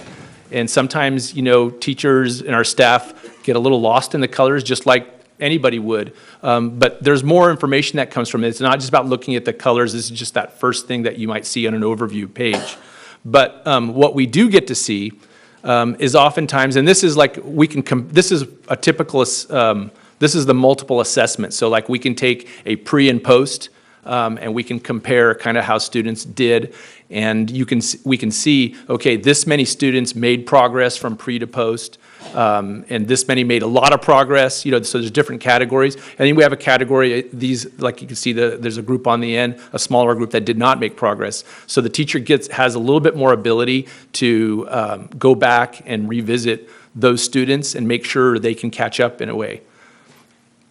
Real quick, are we doing, so when we, as we're doing the assessments, it's just not just the pre and post assessments, correct? There's also ongoing assessments throughout. Of course. So there's a lot of assessments that every day every teacher will do. I'm just speaking kind of to the units. Mm-hmm. These are the main general ones. So there's a pre and post that go with these units. Right. Now, and so then I'm sure built in with these also, there's obviously checking ways to check for understanding. And teachers are doing that, and a lot of those are their own lesson plans and how they engage their classroom. And so a lot of them do that on they have their own techniques and strategies that they'll use, and that happens on a daily basis. Okay. Exit tickets, right, and things like that. Those will, to check out the door before they go home to see how they did, and those types of things. Yes. Excellent. And so on this one, I'm sorry the graph is not very clear for you, but that gives us an idea of at the far end, there's like a light blue mark, and those are the actual standards. And so if you click that open, you would see the standard, the actual standard that we're assessing. And then you can see if our classroom or classes are making progress in that assessment. So that helps the teacher kind of identify a weak area specifically, not just, okay, these students didn't do well on assessments overall, but it can help identify what standards may not have been addressed maybe as well as they could have. And so that's the information that our teachers have now. We have not had this for a number of years. So this is, they started getting built last year. They were in use last year, but as I said, they're more comprehensively used this year. We still have gaps. And we still have, it's one of the most common things I hear is this question's not doing what it's supposed to be doing. So we deal with that, and we're in the process of continuously revising those, and that's just kind of the way the work goes. So talk a little bit about some next steps. I'm going to shoot through these kind of quickly, and they seem so easy when I say them, when I read them out loud, but it's actually a lot of hours for our staff to do these things. But through our PLCs, we're hoping to do a good job of identifying and revising the areas of need, not just in the curriculum, but our work with the students. How are our students doing? That's what PLCs do. You check on how the students are doing, and you make a plan from there on what you're going to and how you're going to react. We want to improve our curriculum and assessments and improve our instruction as we go. So it's all about identifying, revising, and then making improvements. We are wanting to help our teachers plan. There's a lot of planning that goes around in education, and a lot, even though we've put a lot of effort into building this curriculum, there still is a lot of planning that goes along all the way with it. So as I said, these are very quick when you say them in words, but this is actually hours and hours of time for our staff to go through. Professional development is still important. We're always looking to improve ourselves, and that is a part of this process as well. And coaching. So you heard a little bit, Marty alluded a little bit about walkthroughs and the coaching that goes around. You saw in one of my earlier slides tonight, we have instructional coaches this year that we've deployed to our school sites. And one of our coaches is also our partner from ICLE. You've met Emily. We also have John, who works at some different school sites. And they not only coach our teachers in the classroom, but they also coach our administrators on some of the processes on how this works. You do know we have a lot of new site leaders this year, so that plays a factor. And some of us were not intricately involved with building the curriculum. So there's a lot of pieces that we're still learning as administrators, and we're getting a lot of help with that. So I want to talk a little bit about the coaching piece. We know how important coaching is. From an admin point of view, sometimes it's easier to talk to a coach than your supervisor. And sometimes that's true for our teachers too. Sometimes there's critical conversations that can happen and develop in a far different way with coaching than they can directly with your supervisor. And although we like to think, we're all about relationships in our district, but coaching does make a difference, and it's something that is, again, even though I'm sure there's been periods of time in our district's history where we've done it or attempted it, this is the first year that I can recall that we're really systematically trying to implement it. And I think that makes a big difference. So I brought a couple of people to talk with you. Fortunately, it was Stonegate's night tonight, so I took advantage of that and brought some and used some of their staff. So I do have one of our instructional coaches for Stonegate, and she was a classroom teacher last year and also involved in implementing and building these units. So Trish, would you come up here, please? Yes, I would. Thank you. I was inviting them all to come up here initially when I started, but they chose to kind of take it from the back seat and just come up here. All right. Hi, everybody. I do have a really unique perspective. Like Mari, I've been involved from the beginning. And I think when you were talking earlier, Mr. Jackson, about systemic change, this is it. For me, this is our shot. And I know that for me, going through this process as a teacher, it was really transformational. And the whole process was about me learning to have rigor for all students and no excuses. And that's on me, the teacher. And I think that that's a huge mindset shift for teachers, which is part of the reason I jumped on the coaching gig this year, was to try to help bring that to more people in our district. But I think that we really need the support of the ICLE coaches to help continue that work, because we have so many teachers in our district right now who this is their very first year, and this is their very first time. And so they're feeling very overwhelmed. And as teachers, we always want to think that we did the very best thing possible for our kids. And sometimes it's really hard to be objective and critical of ourselves and of our colleagues. And when John and Emily come, they bring that really unique, objective perspective. And they can question, and they can nudge, and they can push us in ways to where we're building new culture and new systems that will certainly last once they're gone, but we need them with us to build that and push us into that next level you were talking about, which I agree with you, we really, really need. So that's our job this year as coaches, is to try to extend that, and I've seen it work really well. Mari talked earlier about some of the meetings we've had with teachers, and they come into the room and they're sort of like, okay, we're going to be here today and we're going to talk about data, but what they really leave with is a total mindset shift, in just that shift from, okay, I'm ready to go back, I'm ready to do daily checks, I'm ready to be on it, I'm ready to be there for my students, do whatever it takes to have rigorous learning for all of our kids and to make sure they all succeed. You're good. So that's really, I think, real change, research says takes 3 to 5 years. And this is year 3 for me. It's year 1 for most of our teachers.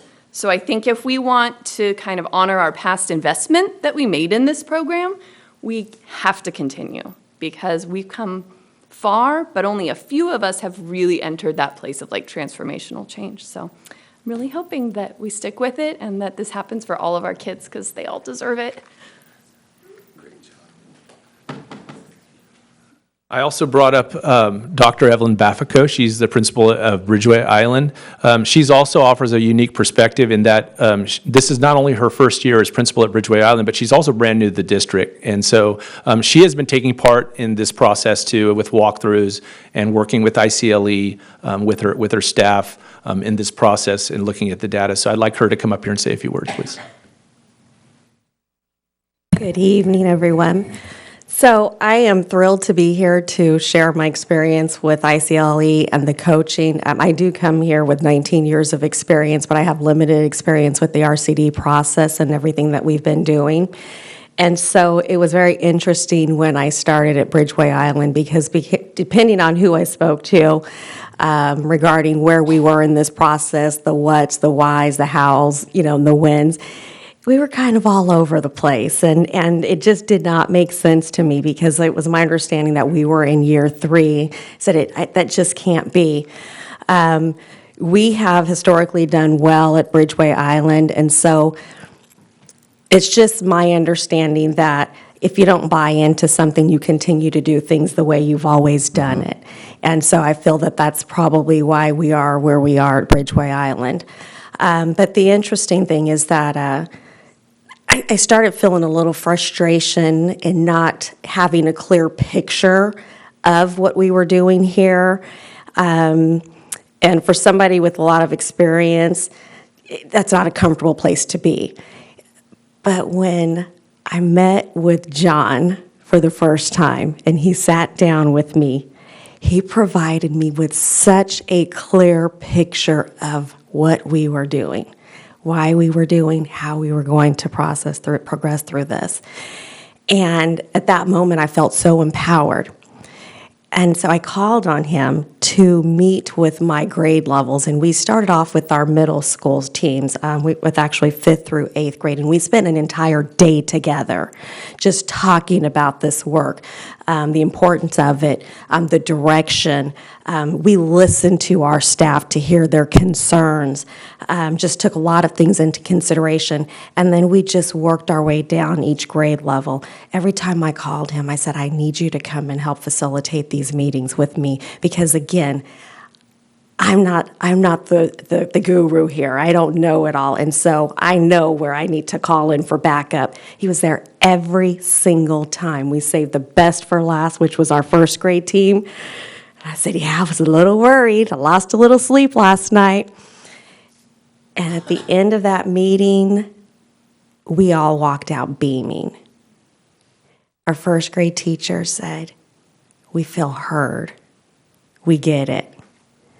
We're ready to do this work, as did our 2nd, our 3rd grade, our 4th grade, 5th, 6th, 7th, 8th. And so we are in such a good place now where our teachers are ready to embark upon this journey with us. Our next steps are February. I sent out an email following that meeting. I got absolutely no sleep because I was on top of the world that we were finally in a good place and that we all had a clear understanding. That my teacher said, I feel so much better. My shoulders are relaxed now. I emailed my teacher leaders and I invited them to conduct instructional rounds with us. And John and Monique Judge, our coach, will be walking through classroom, conducting instructional rounds with a team of 8 teachers. We are going to spend the entire day conducting rounds and then coming back and having discussions about our next steps. And so we will be working together to talk about, identify our professional development needs. We will go in and identify those teacher leaders who can help facilitate the professional development, because I'm telling you, and this was evidence at our last PD, you get those teacher leaders in there and you are going to make a huge difference because our teachers will listen to each other. We're going to design our entire professional development calendar for the next school year. And we will continue to meet with this group of teachers, and they're excited about it. There wasn't a single person who said, I don't have time, I don't want to do it. It was, I'm honored, I'm excited, I can't wait. Are you going to make sure that I have a sub? We got you. We're just, it's like day one, but we have direction now. We're excited and we are building that momentum. And so I just came here tonight to say, I know they're at the end of their contract, but we need another 3 years. This is truly our year one.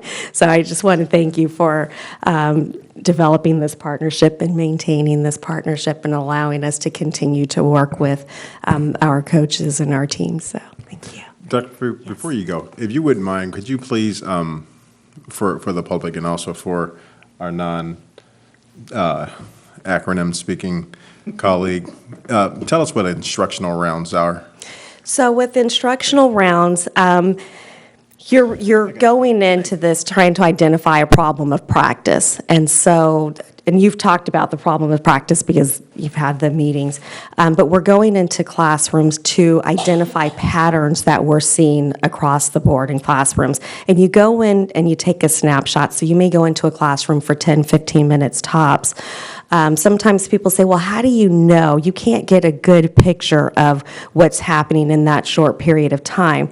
However, if you go into enough classrooms and you see that same picture, then you're identifying the patterns, which then will identify the needs of your staff and your students. Based on that, you come back together as a team and you start to develop plans for meeting the needs of those students, of those teachers. And so that's what we will be doing going into the classroom. We will be looking at rigor.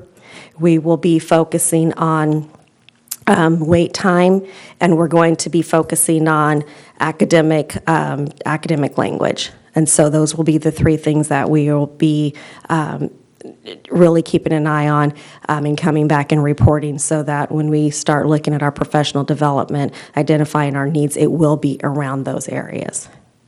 So it's a very powerful practice.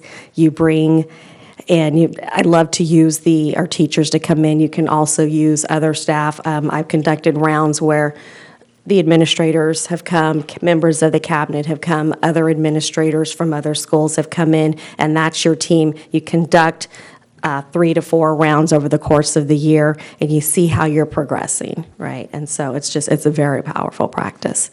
So I'm very excited. Thank you for explaining that, Dr. B. No problem. You're invited February 6th if you want to come to our rounds. Thank you.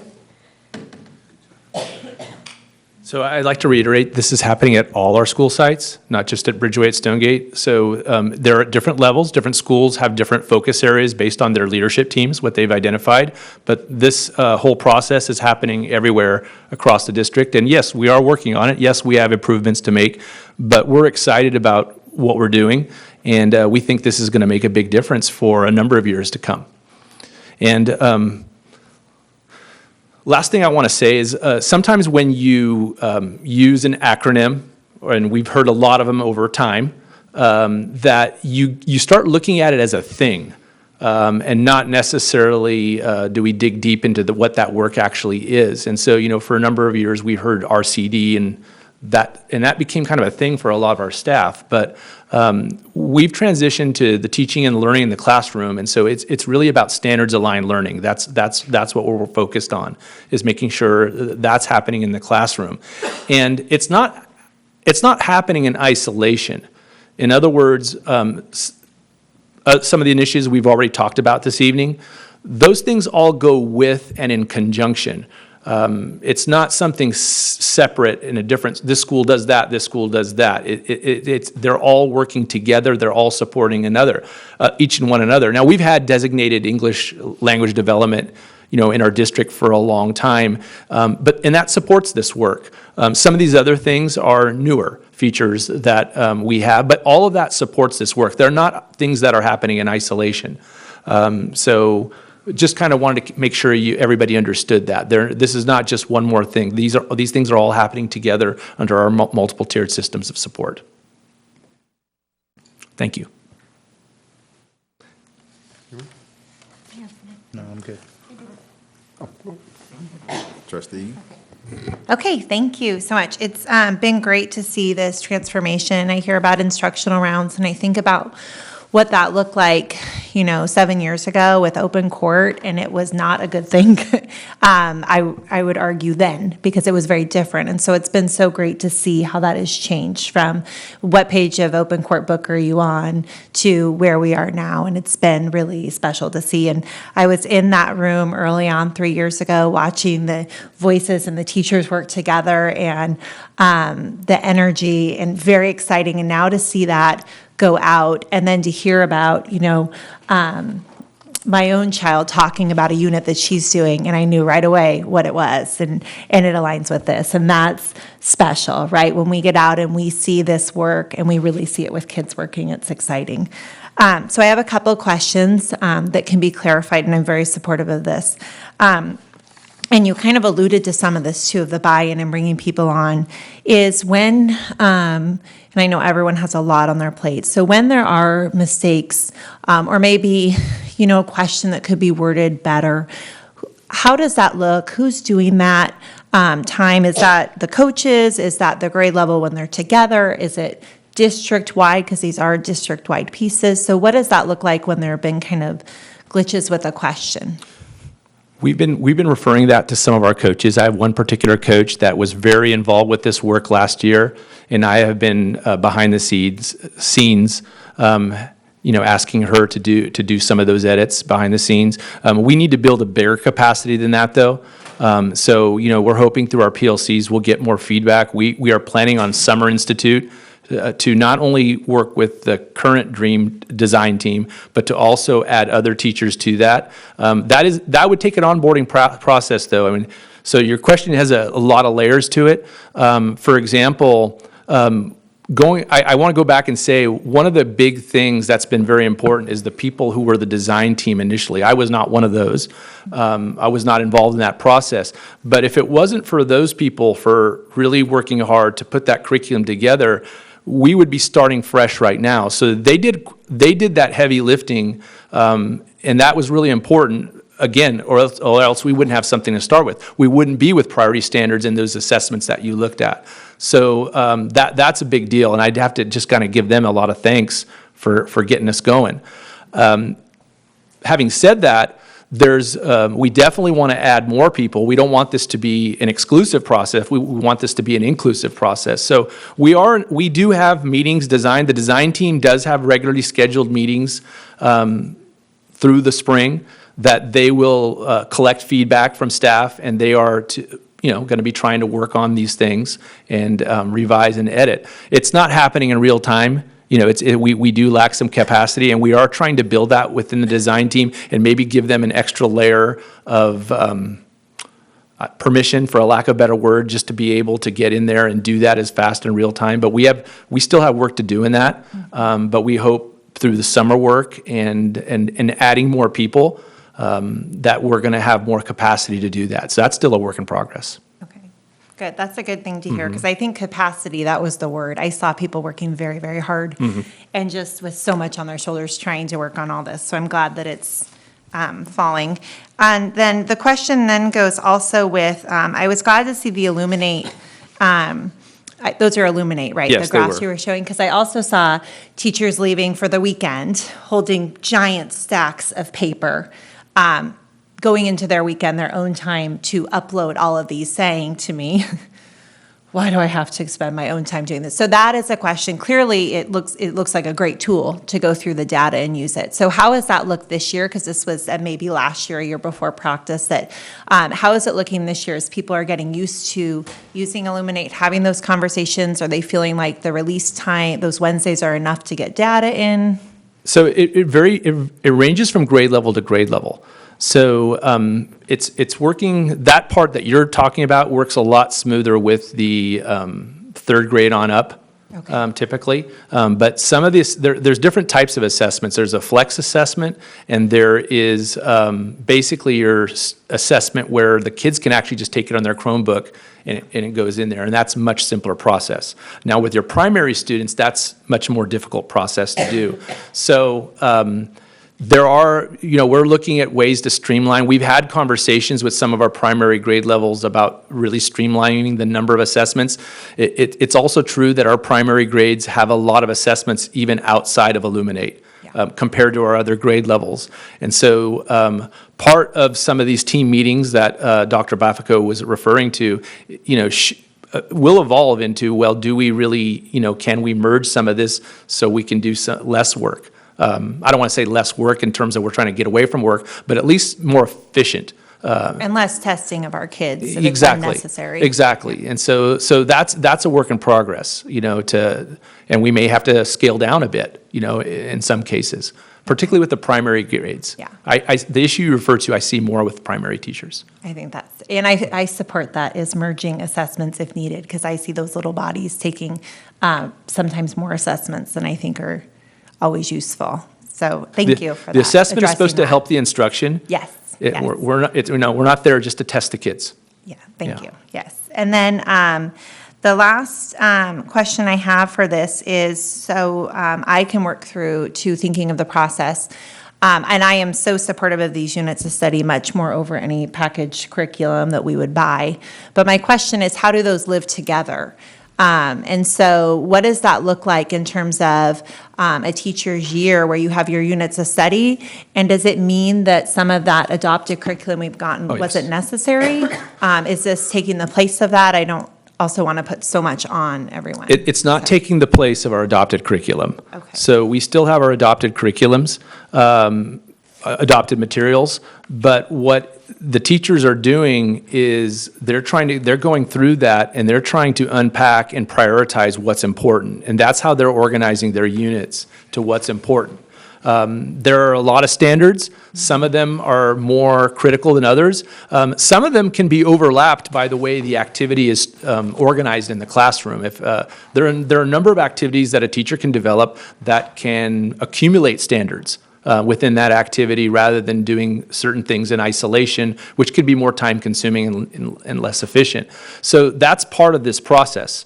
And our teachers are learning all the time, because I hear them talk about it, that, oh, well, yeah, that's not working out, we're going to have to change that. And, that has always been the case. Teachers have always, as they've used their materials, have, had to gauge whether or not how successful it was, what could be better. That's not new. That's within this process as well, but it's still using our adopted materials. Those are the foundations that we use to teach our units of study. Okay, great. Thank you very much. Nothing? Yep. Thank you very much, sir. That's Appreciate it? I don't have anything. Okay, all right. I know it kind of shocked me after the last one, but no. Yeah, thank you. All right. Okay, let's, N3, for discussion facilities master plan with committee update by Vice President Pizzati, who should be back in a second. Oh, here he comes. And Trustee Wong. You're up, Kobe. Oh, me? Yeah.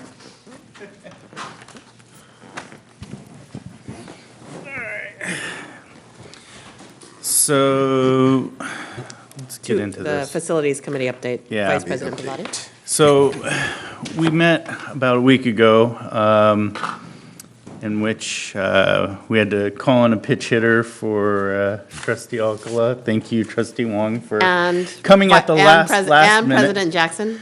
Yeah, and me, 'cause I couldn't make it. And Clerk. I do appreciate that. It was kind of going to be a committee of one for, so anyway, as we went through the facilities master plan, I think, Ms. Early, you kind of hit the nail right on the head. Elkhorn, you just look at it and it's entirely blue, and that's right. It's absolutely 100% right. There's a reason why that is. And in some of the areas in which our children with the most need, or they're sitting in schools that also have the most need. And that's not, I think, a fair place to be for this district. So I think the one thing that we came to the conclusion was, as you looked at the facilities master plan, the plan spells out a course of action. And it sort of spells out what we've established as our priorities as a community. And as we go forward about this, we need to start thinking first and foremost, these are all well and good, but what good are they without money? And without money to do anything about it. So that was when we started to kind of really dovetail into the bond conversation. And we can get into that in a little bit. I'm going to back us up a little bit here in terms of the entire committee report. I think that there was a robust discussion about how we identified the 5 program areas, and because I was the backup to the backup to the backup, I kept saying, I'm not sure when I'm going to come back. I'm not sure that you're let gonna me back say up all to the the backup. things. Let me say all the things, because I was like last in line and Well, no, I think you're back up to the backup. of a backup. Yeah, backup. So, in any case, so to be clear, we when we set out on this journey to create an overall plan for the district, there were 5 areas that we identified. Campus equity being that where is the most need, and how what I said in the meeting is, what campus needs the most love, right? Visual and performing arts was a priority. Future ready classrooms was important to folks. Positive school, campus and climate and exterior enhancements, and early childhood education. We would be remiss in not actually highlighting that there was a question about early childhood education given some funding opportunities. I think there was other committee members brought up a lot of really good information and why. I don't know if you want to share, because that was a passionate topic of yours, Vice President Pizzotti. Ultimately, we landed on, we intentionally went down this path of equity, and equity as our primary things, because we can't do everything in this plan all at once. Right. And where we landed, and this is up for board discussion, is, happy to talk to my colleagues about if that's still where we are, because there was really a robust discussion and a desire, it felt like, from you, Vice President Pizzotti, to talk a little bit more about early childhood education. But we kept going back to, well, what does this look like? And so I think we ended the meeting with a strong desire to promote equity. Right. And I do have, a very big concern about making sure that we have space at campuses for early childhood education, making sure we have facilities at campuses including playgrounds that have the right areas around them, the right fencing, the right bathroom situations for the classrooms. But most importantly,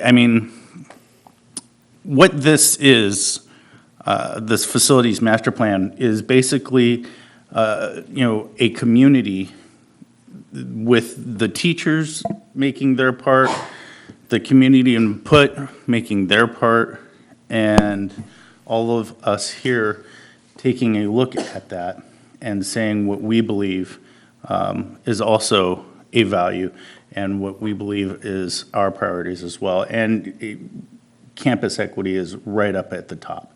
And that has kind of been our vision as a board, too. So I was glad to see that VAPA did make a priority in virtually every site. But whether or not we can do that as a immediate 5-year, 10-year, 15-year plan is something that we all need to decide, what we're going to do with our money. And the priorities, first of all, have to be, and I'm going to go back to this, is this doesn't do us anything without the money. And so, you might want to jump back into that as to what you think. I think we've all read the facilities master plan and what the executive summary said in terms of what can we afford, what can we do. But the next steps would be, looking at,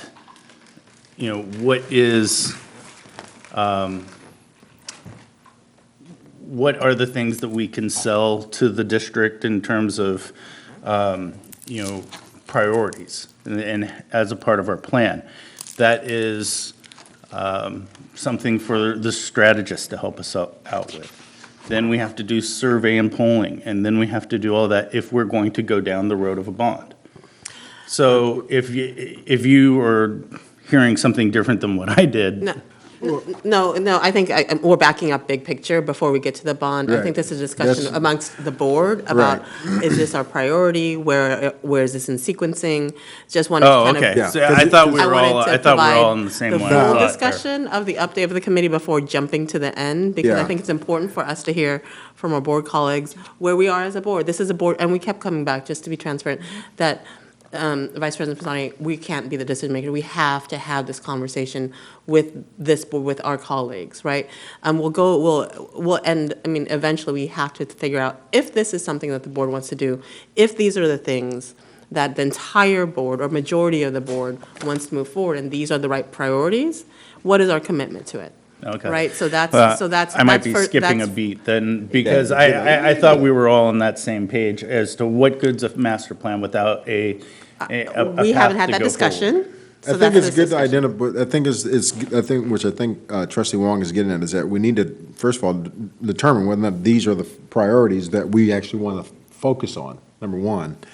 And then if those are the priorities, I think it's important to kind of get a clearer understanding of, well, why were these the priorities that were created?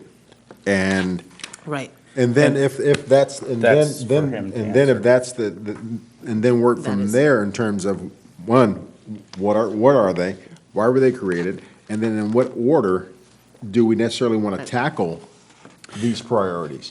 And so to go back to your first comment, I think, to me, the number one priority, in my opinion, is the number one priority in terms of campus equity, because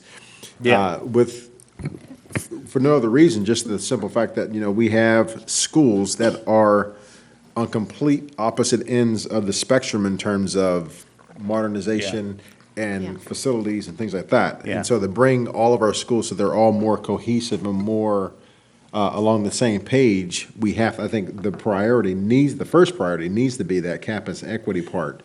Right. No, I totally agree with you. And I thought we were all under the understanding that we've completed the survey, we've done the community input portion to develop the master plan. That's what my understanding what the master plan was.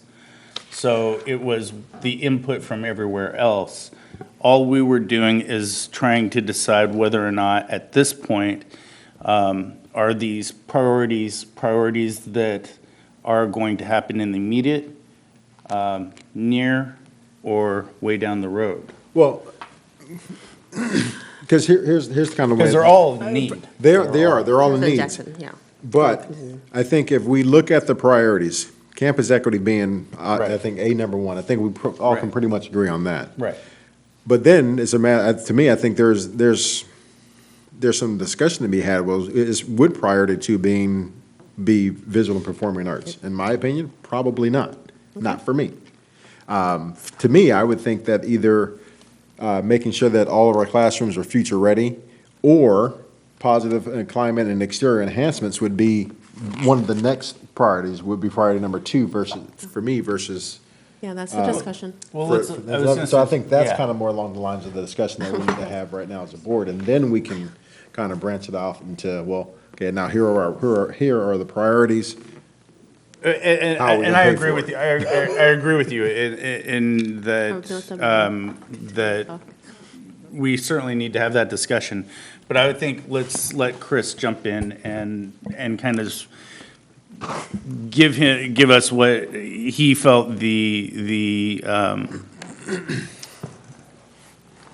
I guess the reason for conducting the master plan, in terms of the community input, the survey. It was to establish what our community as a whole feels are our priorities, right? If that's my understanding. My understanding was that it was actually for multiple reasons. Certainly, the inclusivity of the process and the number of data points that we collected, and the cross-section that it developed, community, families, staff, as well as a professional evaluation of the facilities and the demographics of the district, putting that all together in one place certainly was it. But I would go back to, I actually wasn't employed here when I started on this. the polling that was being done prior to me arriving here to test out the viability of a bond, since we were burning through Measure V fairly rapidly. That's the current bond that's on the issuance. And in speaking with superintendent and listening to the polls, one of the concerns, and I believe I told the board and superintendent did, that actually the polling was very positive. However, there were some things that needed to be addressed. One was the perception and the reality of our financial situation at the time. Although we've gotten some of those ducks in better row, there's still more work to be done. The other issue was a plan that took into account all of the things that are currently in this plan, so that instead of bonds being used and subject to the vagaries of who is elected or who is sitting in my seat or superintendent's seat, that there is something for the board that they can look at to address and get an idea of what that cross-section of input data actually would bring to the district, rather than just thinking we knew what it was, or different people interpreting what they believe it was from what they hear in their community or their part of the community. So those were the different reasons that we conducted the facilities master plan.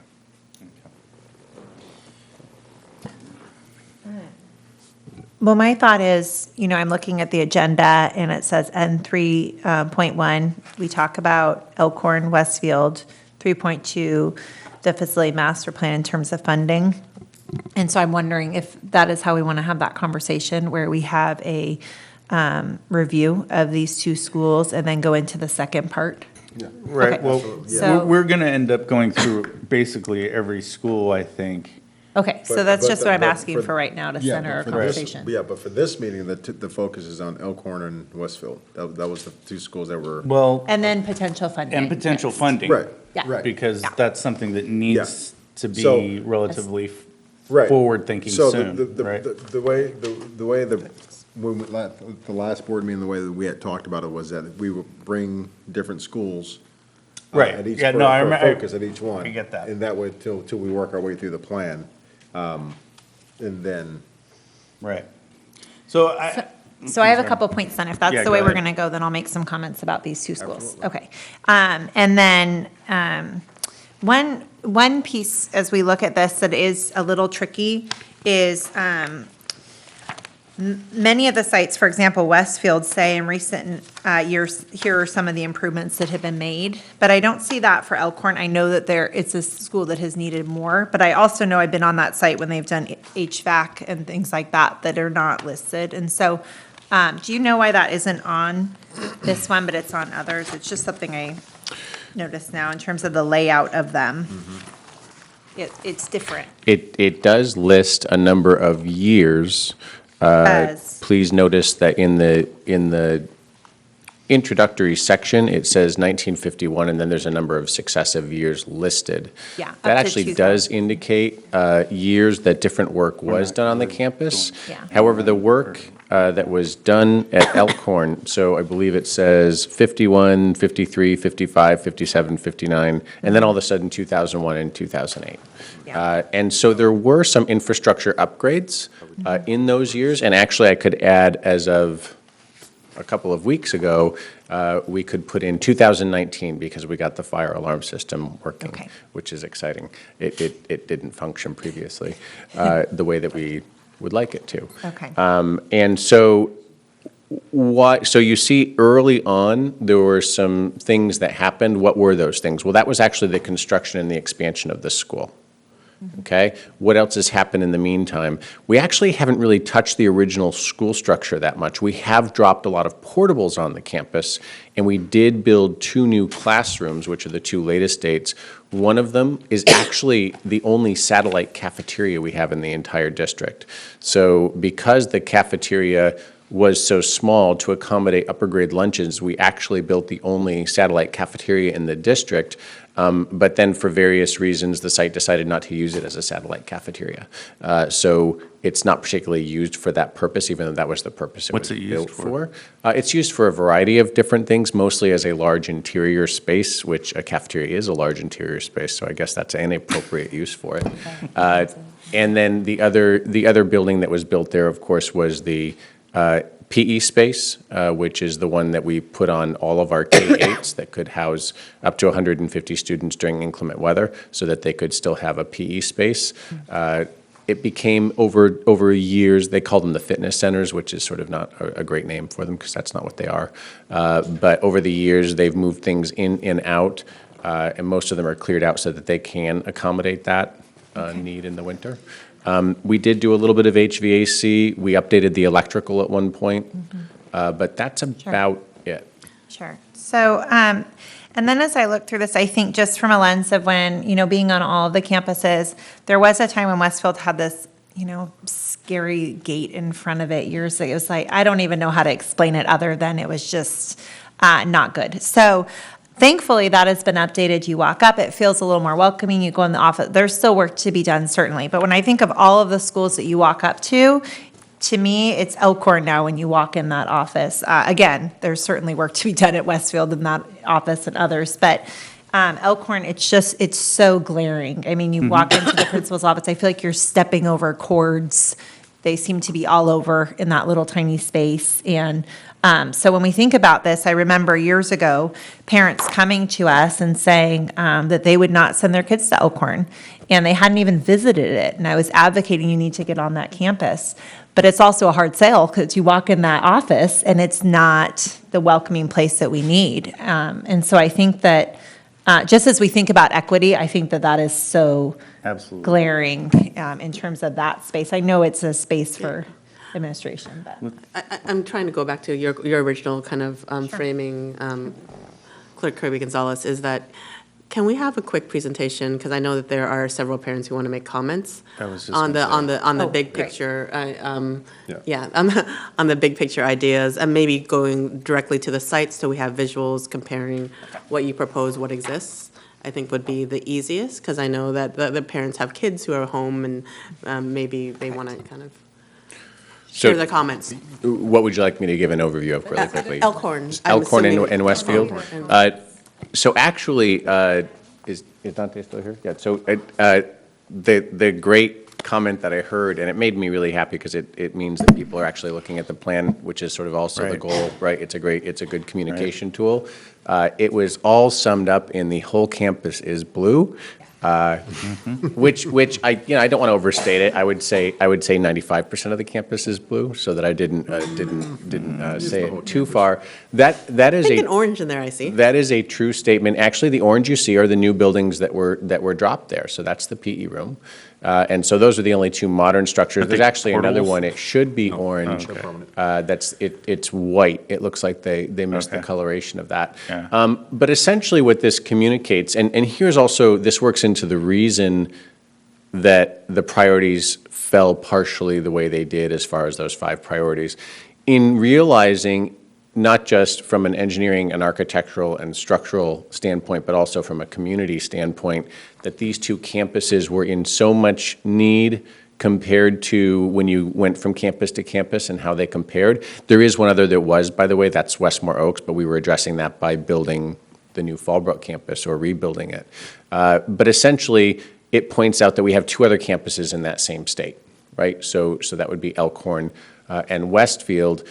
But here's the interesting thing. So what this is not just modernizing everything that's existing, it's rebuilding everything else that's there, adding more green space, resurfacing. It's basically a rebuild and a modernization of the entire campus. And that's true for Westfield as well. Now, there are some really nice aspects to these campuses, like Fallbrook, that we would like to keep. So we don't do brick-facing schools anymore. That's a really expensive way to do it. These are all brick-faced schools. We'd like to preserve that, but we can modernize.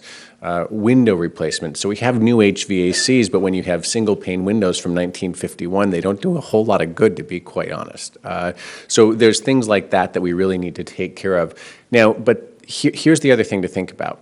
with a whole campus being blue because it stands out so much as having suffered from a lack of attention, I guess is a better way of putting it. There were other priorities in the district at that time, that all of the other priorities, except for those that are standalone, are actually taken care of in that same process. So for example, in everything being blue, future-ready classrooms isn't an issue because we certainly wouldn't redo the classrooms and not make them ready for modern day, right? So that's actually incorporated in here as a part of the equity because we would not bring it up to a standard of 10 years ago and then do it again. We would bring it up to a higher standard. And so what that would mean is that these newer classrooms, and if you visited Bright, you get a kind of idea. It's not exactly how a K-8 would look, but you get an idea of where the classrooms would be brought to, which would actually be ahead, therefore, of where our classrooms were that we just put in 10 years ago. And that's why it's a little bit more equity. It's not equal. It's actually bringing that higher level up to schools that have been left to languish for some time. So in doing the equity, you actually are addressing in some of these schools some of the other priorities as well, but that also shifted priorities because you're addressing it for 2 of the 7 schools, and so then you look at, well, what are the biggest impact items for all of the schools after that? VAPA was number 2, not because it was any wish of the facilities committee, it was a definite and clear wish from our staff and community after this, after the equity of Westfield and Elkhorn. So just to give a little clarity to that bigger question, that's the reason that those started falling into place once we looked at equity for, and I keep saying 2 campuses, but it's really 3, because remember Fallbrook is really, it's just that we're getting to address Fallbrook with the existing Measure V funds. Perfect. I think that's actually an excellent point for us to go for the public comment. Can I have Sasha Quintero? Sasha, come on. Quintero. I know. Okay. My fat tongue got in the way.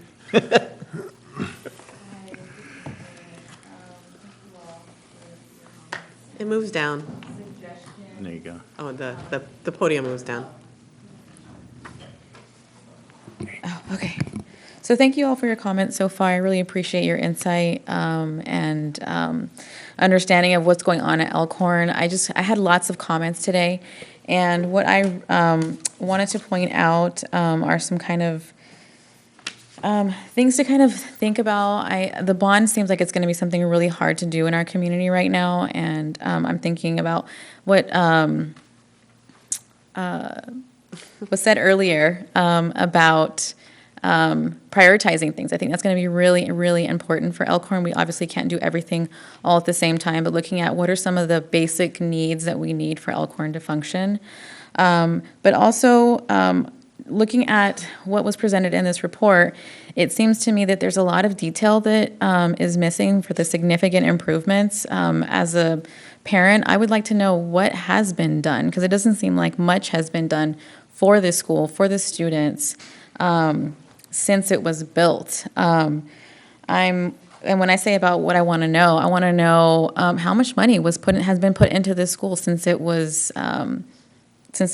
first started, and those significant improvements. Are we talking about $20 million since 1970? Are we talking about $10 million? That would really let us know whether we know it's dire already, but that would let us know that this is an even more urgent priority. Other schools, we've put money into them, and they're more advanced and they're newer and all of that. But Elkhorn, if we look at the status of the school, and we also look at that we haven't invested in that school for 30 years, that should tell us what we should do and how we should prioritize things. I also want to mention that there are 23 portables. You all know that from the report. The lifespan for the portables is about 10 years. Those are super expired, or is it more than that? But in any case, they're probably expired. And they're being utilized as permanent classrooms right now for all the kids. And I understand that there are lack of resources, but I also wanted to point that out.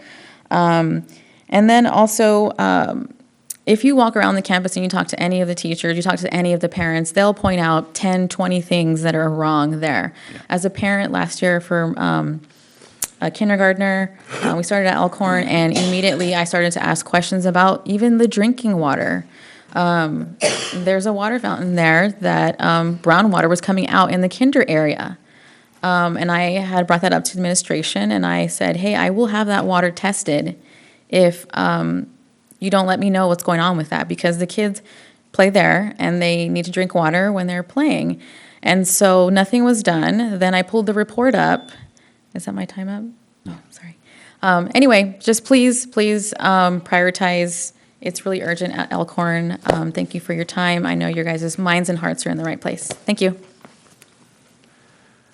Daniel Langford. Can she have my time to finish talking what she was talking about? Sure. If you want to. All right, cool.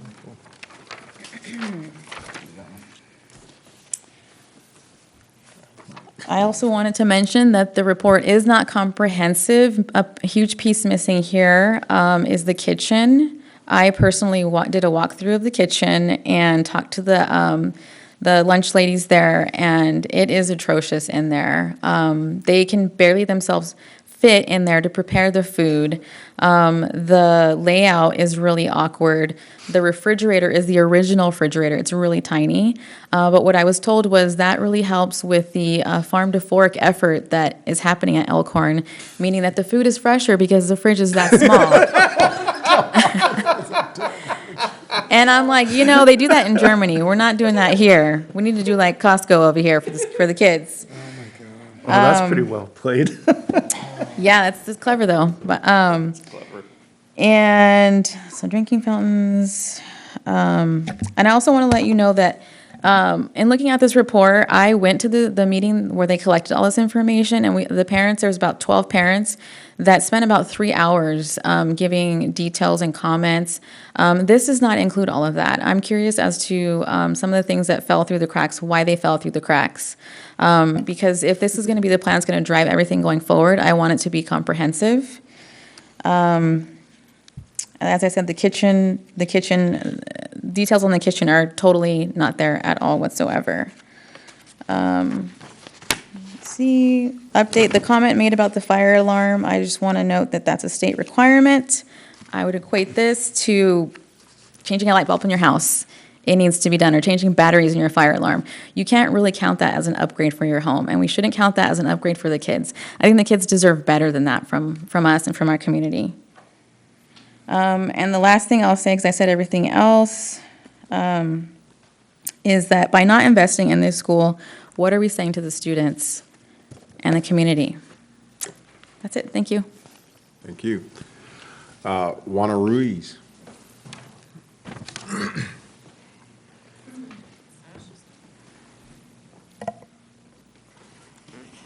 Good evening. Initially, I was not going to speak, but I felt the need to come up and voice.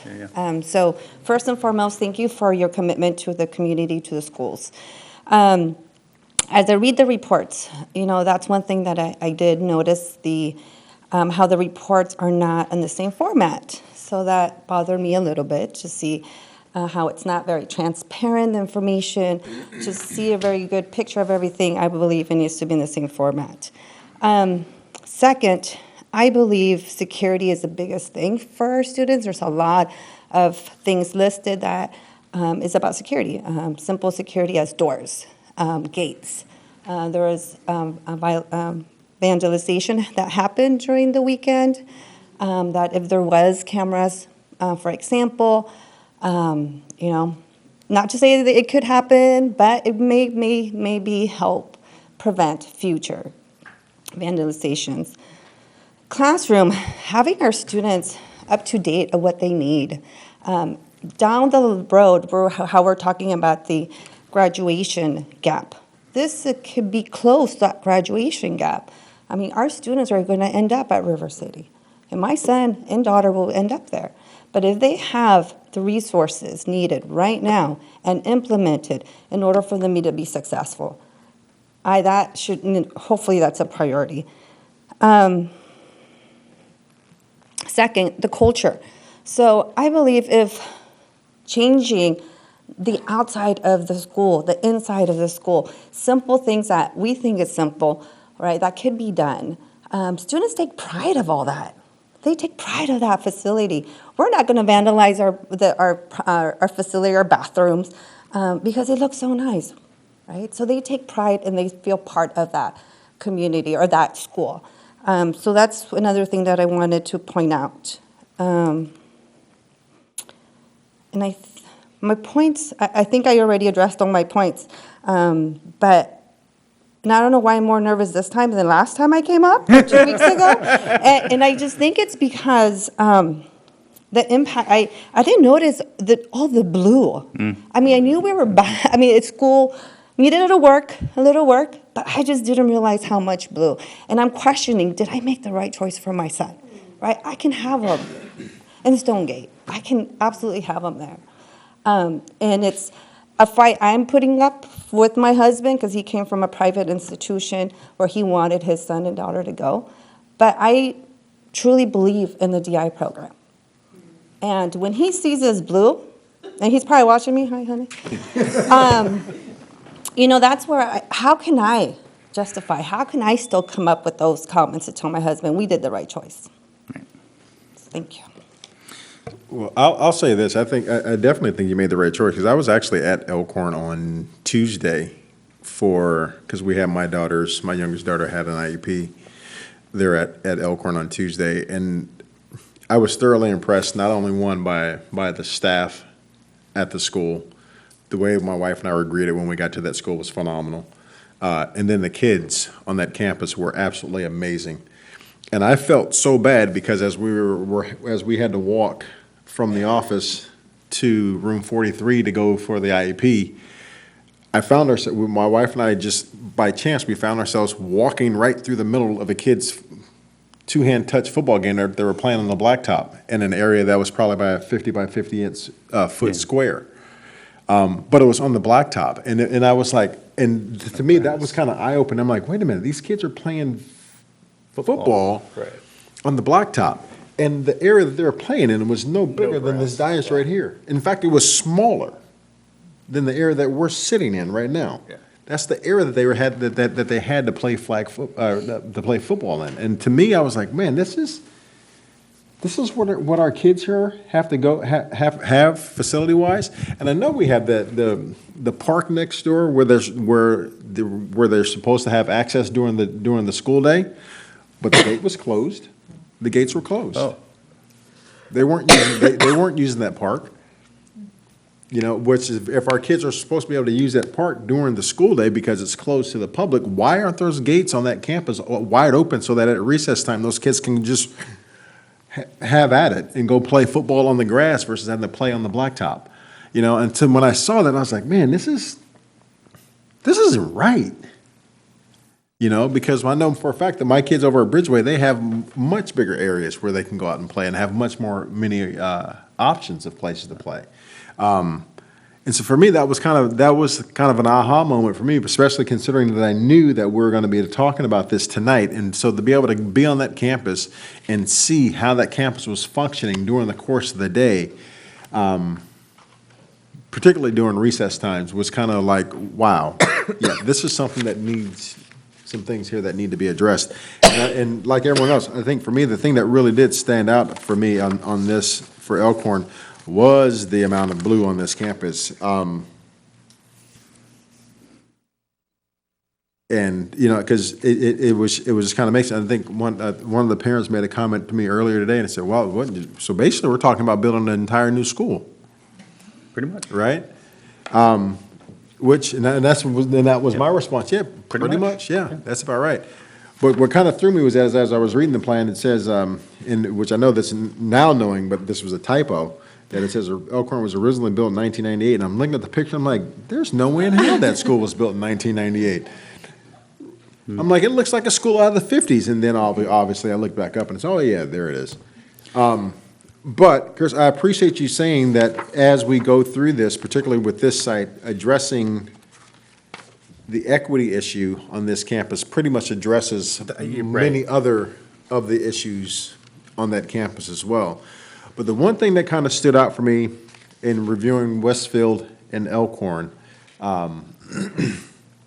And then going back and kind of skimming through the other facilities, there's a lot of commonalities as far as some of the things that we needed at each school, which got me to thinking. And just so you know, I was showing our Vice President Pizzati the page of notes that I took on this, getting ready for this today, is that it kind of made me wonder, well, would it be cheaper to go with the more traditional middle school model where we're not having to put in a VAPA, doing VAPA on how many different elementary campuses that we have, and because it seems like there's a lot of duplication of efforts to be putting certain things on multiple sites versus reconsolidating and having things on one site. And again, I'm just kind of throwing that out there. I don't know what would be most cost effective. I think when I am reviewing these plans and I see a VAPA room at all the sites, I think I'm seeing a classroom where our visual and performing arts teachers actually have a classroom versus the stage. I don't think it's an actual performance kind of center. It's actually just a space for them to actually teach. Because right now we are sharing, and then as you know, the band is on stages. And things like that. I don't think it's an actual performing center or anything like that. Okay. And I just wanted to make a quick comment to Ms. Quintero and Ms. Ruiz's points. The lion's share of the things that you're talking about would be covered in our first priority of campus equity. That's basically been, I think, the board's kind of overall direction in the first place is we've got to make sure we have equity at our campuses. And, I do appreciate your thoughts and concerns and the points that you guys both have raised. But this is going to get back to a comment that we're going to make down the road. We can't do any of this without some kind of future funding, so. Yeah, I agree with the parents from Elkhorn, very thoughtful questions in terms of I actually appreciate Sasha's question of how much money has been poured into this school versus that school over time, right? We built new on the south side, right? Yeah. And those are really up to date. So we poured a lot of money. When the communities were built, They're still 20 years old, they built the but new schools. They weren't built in 1950s, right? So over the course of it, it's, I think we, being at large board at this moment is that we have to look at all the schools and our responsibilities, and hopefully that will continue on. And I would be remiss in not having brought up in the facilities committee is well, is this community ready? And are we ready to have the conversation? We're going to pour more money into these schools because equity is our number one, and give a little bit of love to the South Side schools, but really we're pouring most of whatever money we may be committing to North Side schools. Right? That was a question I brought up, and it was a good one, and everybody was yes, at least in the facilities meeting. And I said, because Vice President Pizzati and I are here doesn't necessarily mean that we can't speak for the entire board. So that's what I came back to, this is the conversation for the board. Are we still there?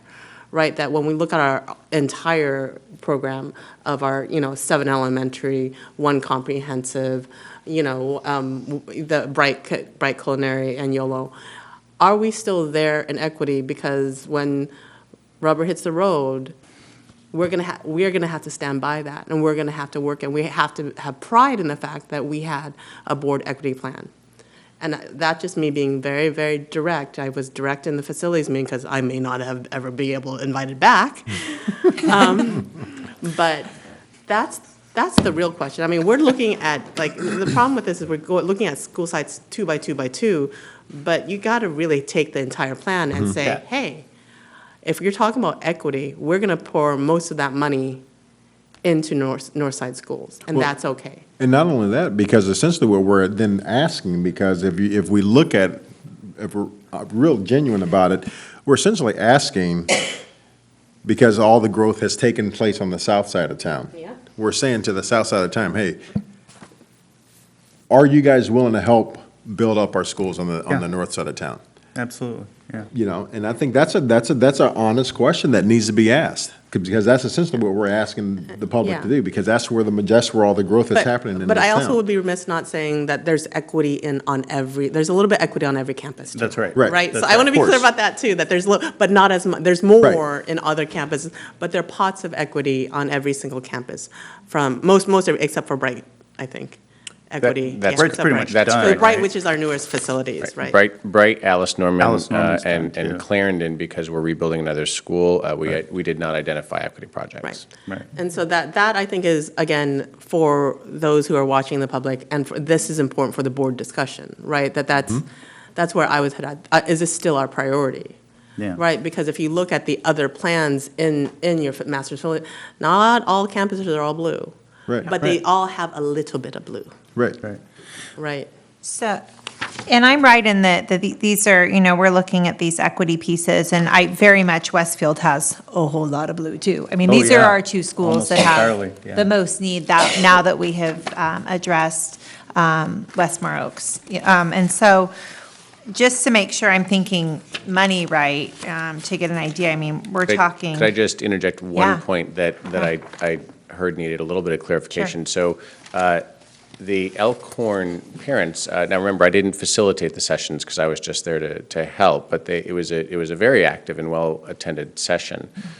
Remember, this is just the executive summary. I know it's a very long executive summary, but all of that data, if people want to delve into it, is linked, and it is all online down to the individual Post-it note, if anybody wants to go through that. So this is just the executive summary of all that accumulated data. All the data together, it was over 2,000 pages long. We didn't want to just. And you'll notice on that there's really no future-ready classrooms on Westfield's proposals. Just, sorry, Sarah, go ahead. So thinking about how this is a summary then, I think those top 5 priorities, since it's not on this piece, and then kind of a snapshot of some of the things that have happened as you went through with us earlier is helpful, maybe for later the committee to look at too, because that is not here, those top 5 priorities that are in others. From stakeholders. From stakeholders, yeah. And Yeah, so, that's right. and then this is one thing just to put out there for my colleagues here too, is, and thinking about what our families have said, is letting them revisit these plans. If there are principal cafes, hey, let's talk about what came out of this. And I know that there were some educators that said to me, hey, we saw this plan on like the staff room, and what is that? Well, that's the meeting you should have gone to give some input. But it wasn't done during staff meetings sometimes. So I think revisiting during a staff meeting, as we think about these lenses, I mean, we step on campuses, we see them, but we're not living in these spaces the same way to know. I think that would be helpful for our committee maybe, is to ask school sites, hey, make some marks on this too, to give us a little bit of feedback in terms of what you see. But I just have to say how grateful I am to serve on a board that talks about these equity pieces. I teach in a classroom very much like Elkhorn or Westfield, with ceiling tiles falling and animals in my room that should not be. And, it's not ideal. And to hear a board, which I do, talk about brand new shiny campuses, and it's hard. And so it's very sensitive conversation when you know that your school site is not at the same level as others. And so I think that this is just very important, and I'm really proud to be on a board where that's what we talk about. Really grateful for parents that come and use that same language of equity, and who really hold us and push us to that, and for staff that does too, so. And also for a point of discussion, because this is an iterative process, because we will get to the money discussion that Vice President Prezati is chomping at the bit to get to. Let's go. Is that these are not permanent. You can move things, and there's still time. If we were to break ground, there's so much more time to actually. So actually, there is no design in these plans, right? Zero. Right. So we'll be talking about Fallbrook campus later tonight.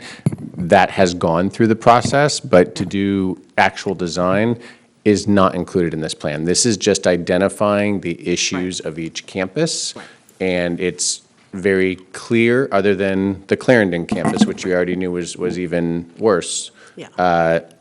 It's very clear about the shortcomings of Elkhorn and Westfield. I just want to be clear for folks in the audience and at home, it's like, this is actually just a straight equity facilities look, because Yes. design and art, we had to pay for that. Yeah, Right, no, design and this all of is- that, we have to pay for all those This processes. is just a right? color coding. Right. So that you can clearly view where the priorities would strike. So for example, the kitchen, I'm also the head of nutrition services. And we are Believe into farm to fork model? We at are, Elkhorn? well, we are super clear. So actually at the Fallbrook campus, for example, we are rebuilding a kitchen. Right. That is a priority of mine. One of the things that superintendent's probably going to be reporting to you out later this year is, because of the way that I've been working with nutrition services to redesign meal delivery, our meals are up almost 40% for free and reduced lunch in the past 2 years, which is huge, right? That's more kids being fed. This kitchen, the Westfield kitchen, are not functional. They've been made functional by dedicated employees that show up there every day and make it work. But that's not necessarily what we aspire to, right? Just making it work. So, but they certainly aren't excluded, and they would have my head if they thought that I didn't include them. So yes, they are definitely included. That's why it's all blue. My mother, who was a lunch lady, would also have. Would appreciate that comment. Something else we have in common. So, yes. Well, I think it's, to kind of piggyback on what Trustee Wong was just talking about, is that I think it needs to be said. Well, is this the direction that we would like to continue to go as a board in terms of campus equity, knowing full well that, hey, whatever steps we take this point forward, that the bulk of the work and the bulk of the heavy lifting needs to take place on the north side of town? Yeah. And are we okay with that? Absolutely.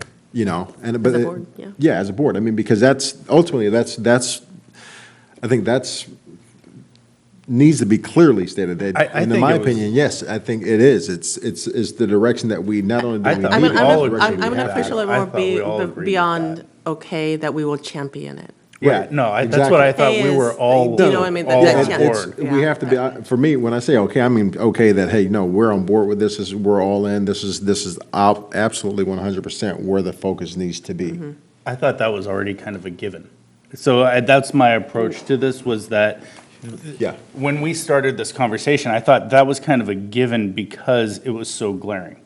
And we needed to be able to say, okay, this is already spelled out. Look at all the need here versus elsewhere. Right. We have to address this. Right, and, but I don't want it to be taken as a given, I want it to be expressed, that, hey, no, Okay. this is the clear-cut direction that we need to take. As a board and as a district, we need to make sure that we're putting the focus, in terms of improving this district, the focus now needs, focus needs to shift, and the priority needs to be our schools on the north side of town. Amen. Because we've made those investments in programmatically, DI and other things, right, that we need to kind of now bring that to, we did it first with Westmore. That was eye-opening, right? Oh, So we did yeah. it with, so I'm not saying that we haven't been doing it with the funds that were available to us. We made that first decision, but this is going to take a bigger effort. Right. So President Jackson, I don't mean to be talking from over here, so happy to move forward whenever you want to. I don't know. I think we're at a point where we need to now discuss. I mean, if we're done discussing our priorities and facilities, if we're ready to move on to, well, how much does it cost really Right, to well, get here? and- 3.2? Right, in And I lies don't know my. if you want Chris to walk through that. I would, actually, but before we get to that, Chris, I do have one question for you, because I was going through, as I was flipping through this again, I was looking at the enrollment projections for Westfield and Elkhorn, that this year's enrollment projection, and because I'm just kind of curious as to where we are in terms of the projections versus the reality, because this year, Elkhorn was projected at 622. Where do we end up at CBEDS, at Elkhorn and Westfield? Pretty right on. Pretty, okay. Yeah. So there's actually an interesting relationship there. Because Westfield was K through 5, and we were looking at adding, we thought we didn't have enough space. And actually, that was a conversation Superintendent and I had when I got here, because I came back, I said, we not only have space for 6th, but for 7th and 8th at Westfield. Now, it's just no one had done a proper analysis in a while, quite frankly. And now the adverse effect of that was, so then they could maintain a complete community like other K-8 schools were, but they traditionally sent those kids over to Elkhorn. So you're actually seeing a relationship where some of the loss at Elkhorn over the past 2 years and going forward next year is because those students are staying at Westfield. Gotcha. Okay, so that's also why you see the Westfield population slowly increasing, is it's about increasing about the number that Elkhorn is losing. Okay. And then question number 2, as we move into the second phase of this discussion, are there any costs, or two questions. One, are there any costs that with either one of these 2 sites that would be reimbursable from the state, from the state? I will answer that in the second part of the Okay, That's good. what we discussed. All right, and then, so then the other part of that would be, where's my last one? There was another one on there. Told you I got a page of notes over here about that. Well, and for me, it's probably probably the biggest elephant in the room is moving forward. Can we afford, as a district, can we afford that? Afford to put a bond? Second phase of the conversation. Yeah, I'm moving into the second phase of the conversation. I'm moving in that direction. But yes is the answer. Yeah, oh, wait, to make my comments. After you present. Yeah. Take those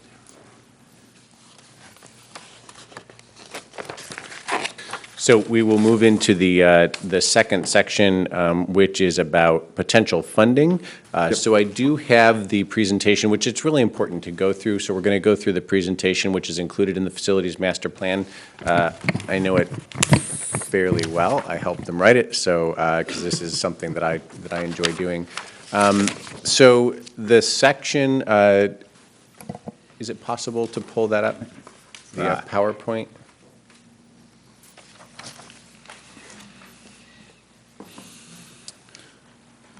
So the financial section goes through the various sources of funding available to traditionally construct schools or to work on schools. Right here. And those same sources of funding, by the way, are used for things that we might not see, like those infrastructure things that have been done, but it's all the same sources of funding. Essentially what that section very quickly concludes is that it goes through all the different types of potential funding, and it says the only funding that we have available, especially since we've taken out so much non-voter approved debt, which means debt that we pay from our annual budget, is to be able to go for bond.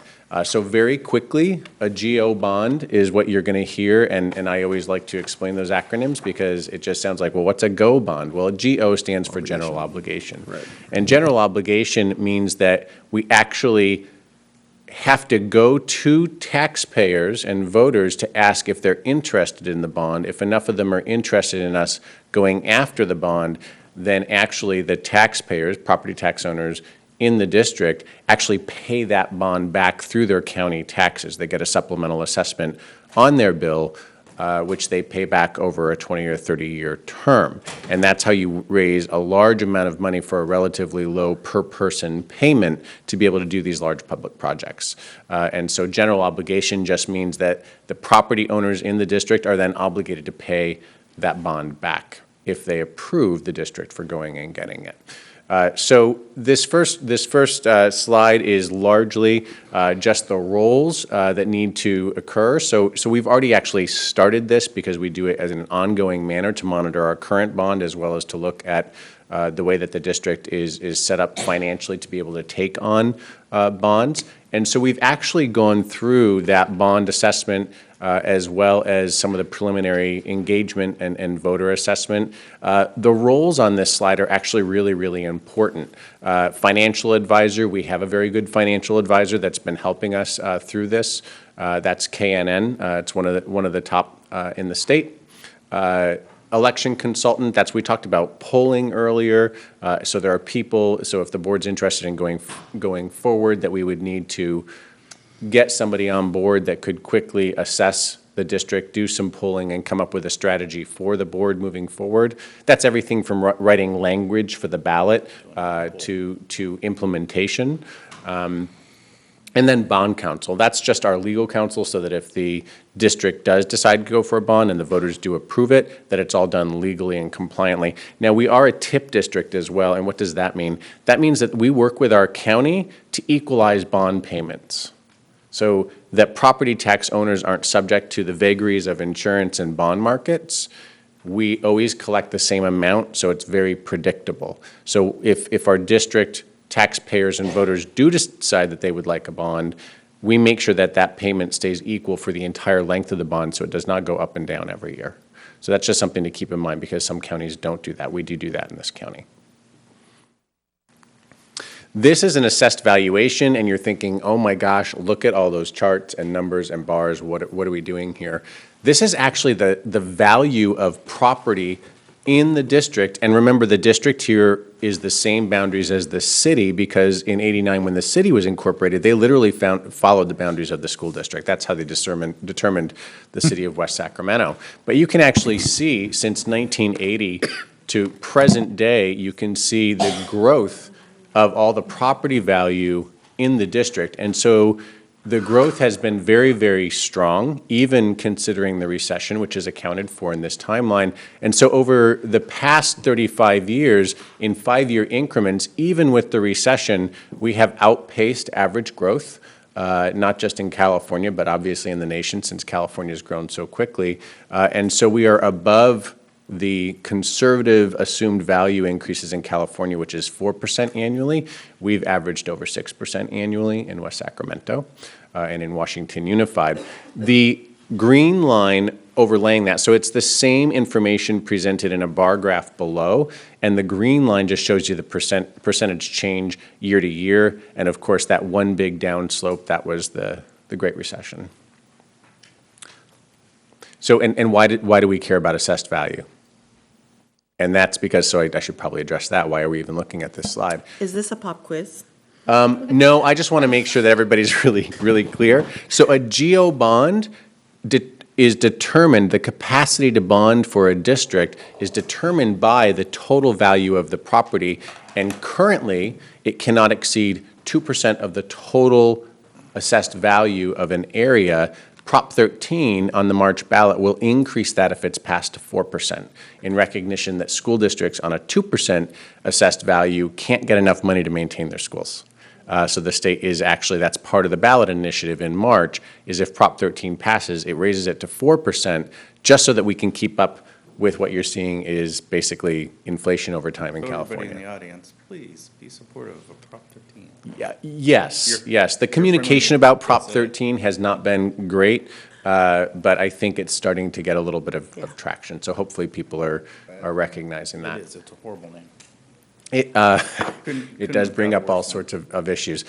This is a bond summary. So this is an illustration. No one think that this is somehow written in stone somewhere. So this is something that we worked on with KNN, just to say, well, what's possible given that history of assessed value and giving the current GO bonds that we already have on the district tax roll. So what would be the maximum authorization? So what that tells us is, given an assumed passing of Prop 13, that essentially over the next 30 years that we could bond for up to $141 million and still be under that assessed value threshold. Okay, so in this scenario, it says, well, what if you wanted to get that maximum amount? What would that do? So there's different ways of doing bonds, and this is a good place to address that. So some people would say, well, go and get a new bond authorization every 3 or 4 years. So every 3 or 4 years, go out and get another vote. So, and what are the benefits of that? Well, you can do it incrementally. You can test every 3, 4, 5 years public perception, right? And you can always do something different, meaning you can change the bond language every 5 years. okay? That's one approach. Another approach is no, go for a larger bond authorization, knowing that you aren't allowed to authorize it all at once. So in this illustration, it's saying, okay, if you go for a large authorization, you could do it in 3 series issues, or actually you can do it in 4, or you can do it in 5. So for example, in the last district that I did bond in, we went every 3 years, and we got a little bit more of the authorization. We didn't put a new ballot initiative on for voters every 3 years. We asked for a larger one up front, and then you just go and authorize the amount of money you need to complete whatever the project is that you're working on. So you don't authorize it all at once. So it's like having a line of credit. I have a $1,000 line of credit, but I only need $150 this month. I need $150 next month, and so you draw on it over time. So the 2 different scenarios are a larger authorization that you draw on slowly over time versus a small authorization you have to keep going back out and go to the voters every couple of years. Okay? So in this situation, it's describing what one large bond authorization would yield with a 30-year repayment schedule. And then here's how a bond is paid for, that fourth line, a tax rate per 1,000 AV. This is assessed value. This is what the property taxpayers pay. So, and this is an ad valorem tax, which I hate when we get into Latin terms in mathematics because people go, okay, I'm glazing over already. All that means is that for every $100,000 that your house is worth when you purchase it, you pay X number of dollars. So the maximum amount that a school district can ask for is $60 per $100,000 of assessed value. So if you have a house that you bought for $300,000, then your contribution to the bond authorization, if we did a maximum bond authorization, would be $180 a year until that bond is paid off. So that's an easy, if it was $200,000, then it's $120 a year. If it's $400,000, then it's $240 a year. But it gives you a quick mathematical way of saying, well, how much would that cost me in my bill every year to pay? Okay? Some of the other stuff in here is a little bit wonky. What are interest rates currently? So for bonds, they're about 4%. And this assumes that we can afford this based on a 3 to 4% annual property value growth in the district, but I just showed you that we've been averaging over 6%. So that's a very conservative assumption to make sure that we're never in over our heads financially. And what is our bonding capacity? So based on the 1819 assessed value and a 4% assumption, we have a capacity as of 1819 of $93 million, right? So why did we start out with a scenario of 129 to 141? Because if you do a larger long term, then you can get that line of credit, but you can only borrow up to whatever the assessed value maximum is. And so what you're doing, since it's a 30-year authorization, is you're saying, well, 10 years from now, we'll be able to draw more out of there instead of continuing to go back to the voters again and again, because you're basically projecting that your assessed value is going to continue to increase faster than your conservative assumption, and so you have a line of credit to keep doing the work that you're trying to do. Okay. I know that got a little wonky. I hope everybody's still awake. I got it. All right. So what are some scenarios? All this does is show you a moderate versus a more conservative projection. So we used 4% in these assumptions, even though we've been growing at greater than 6% a year, and it then shows you what's a more conservative assumption at 3% if we wanted to be a little bit even more conservative than what we worked up. And so what this tells you is that if at 4% growth, we asked, because a GO bond, you can't go higher than that $60 per $100,000 of assessed value. If we asked taxpayers and voters for that, it would yield $141 million over the life of the authorization to the district for its facilities. And then it tells you a $45 tax rate and a $30 tax rate. What's magical about the numbers 30, 45, and 60? Nothing. 60 is the maximum, right? So I was just trying to illustrate in some different increments there. The median tax over on the right just tells you what the median property tax payer in the district would owe based on the averaged average house value in the district. So that's, for the purpose of this illustration, was about approximately 300,000, is that right? So it's, the actual average is 265,000 because it's a district-wide average. So that says that if we got the maximum of $60, that homeowner, the average homeowner in the district would pay $159 a year. Sorry, it's late and my math is off. I- And you said some Latin, so I forgot. Right, as soon as you go into the Latin, we all forget. I agree. And then this is a timeline, and the reason that I included this and that I asked for the discussion to occur tonight is that even though we've started some of these pieces, this just illustrates how long we need just to get everything ready to even put a bond on the ballot. And so Proposition 13 is in March. The next time that we would be able to go to ballot would be in November. Now, you can do a special ballot, but that's very difficult, and frankly, people don't come out. It's more expensive as well, yep. And so we know we have a presidential election in November, and so that would be the logical time that we would look for after the March ballot. And so these are all the things that would have to occur before that would happen, all right? So that's just so that everybody has a timeline that they can all use that's a common timeline. And of course, November 3rd is the election. Do you want to, wait, go back. Yep. For the public, can you walk through the timeline so we're very clear?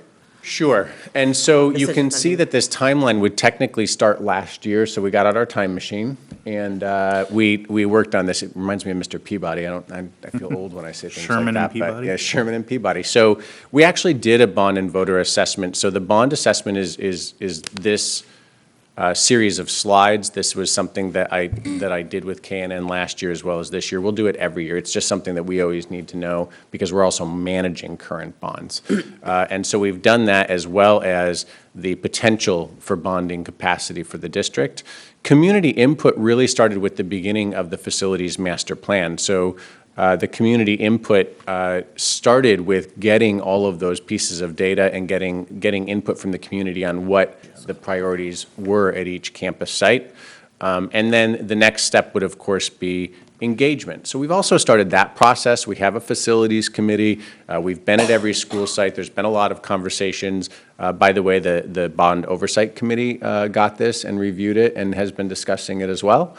And so that's started. Of course, the next active phase of that engagement would be if the board decides that they do want to put a bond on the November ballot to actually go out and engage with their constituents to have these conversations so that everybody had a common understanding of all the things you're talking about tonight, as well as the process of paying it back and the actual cost of that. And then determining election language and ballot language and making sure that it's prepared for the ballot in November. While I don't speak acronyms very well, I do speak campaigns and political timelines. So this is something that definitely makes sense, and I guess that's kind of why I was just kind of skipping to the end of the discussion, was that this is a pretty clear, we don't have a whole lot of time to start making some conclusions on what we want to do. And that was my reasons for jumping. Yeah, public comments. Yeah.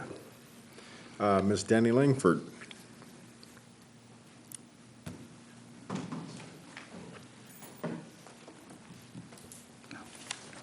Good evening. So honestly, I have huge concerns about you going out for a bond without completely going through the master plan and having a defined, clear definition of what you want to attack. I know that you want to focus on the North, equity and all that, but you have to lay it out. And the reason I say this, I've been a part of passing the bonds. I helped pass the high school bond. And as a reference, people feel betrayed on things that happened with that bond. They still feel that sting because I talk to a lot of people. We were promised a comprehensive high school. We built to an SLC concept, which made the price go way up. So what was promised in the bond language, and I have it at home, I can show it to you, was a comprehensive high school. And that is not what we got. Had we built a comprehensive high school, we would have had the theater. That's right. And that's what people are concerned about when you start talking bonds. You make a promise, and I realize This administration, this board was not a part of all that. I get that. Trust me, I was there at every freaking meeting for 5 straight years. So it's concerning because people are going to freak. And if we spend this money now to get the consultants and all of that, before you guys have a plan, are we spending money that we might not be using, that will go to waste? I love how you talk when people are at the microphone. We have currently 3 bonds that we're paying on, as you all know, on our tax bills. People are concerned about that. Do we have a need? Absolutely. But I'm concerned if you just jump the gun, because 2020 is coming, and we have a bunch of taxes that are also going to be on that same presidential election that are going to confuse people and are going to stress people out over finances. Because we all know in California, we're taxed for everything. You know, we're taxed if we blow our nose or whatever. It is what it is. So please be realistic about it. Don't just jump it because we've got a deadline to meet or something. Wait until you have a plan, set out, planned. Thank you. Okay, before we move along, we are rapidly approaching the witching hour of 10 o'clock. I'll Actually, we move just to hit it. extend beyond We have a 10 o'clock. motion by Vice President Pizzati to extend the meeting past 10 o'clock. I have a 6 a.m. flight. Hey, we don't need I you. can We got a second it. quorum. We got a quorum. Was that a second? I'll second That's it. And if You guys you have need to majority go, we will vote. give you grace. Need to bounce. We got you. You call for the vote. So seconded by Clerk Kirby Gonzalez.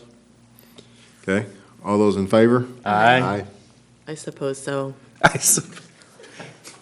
We'll make it quick, as we possibly can. Thank you, President Take Jackson, it but we're because- only halfway through the agenda. Last couple are pretty quick. Ms. Notherly, you're up next. All right, no pressure. I'll make it like super quick.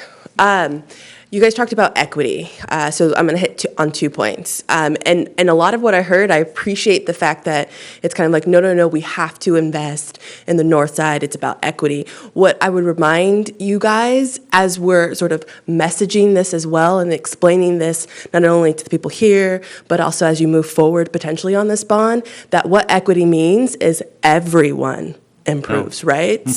That is what it means, right?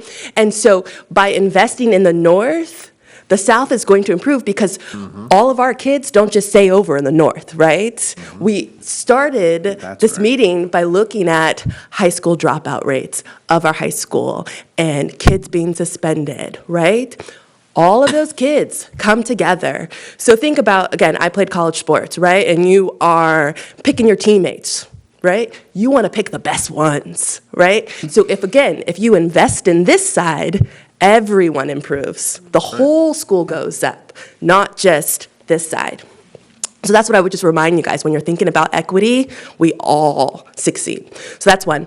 And thinking about the bond and the comment that we just heard about, okay, so, we don't want to just jump right in. I would urge us to think about sort of a parallel track in which you're continuing to go through the plan that you've already posted, you have public comments, you're having the facilities meeting and investing in additional time, but also, again, working towards knowing that there's this potential that you are going to need to be on the 2020 ballot in November.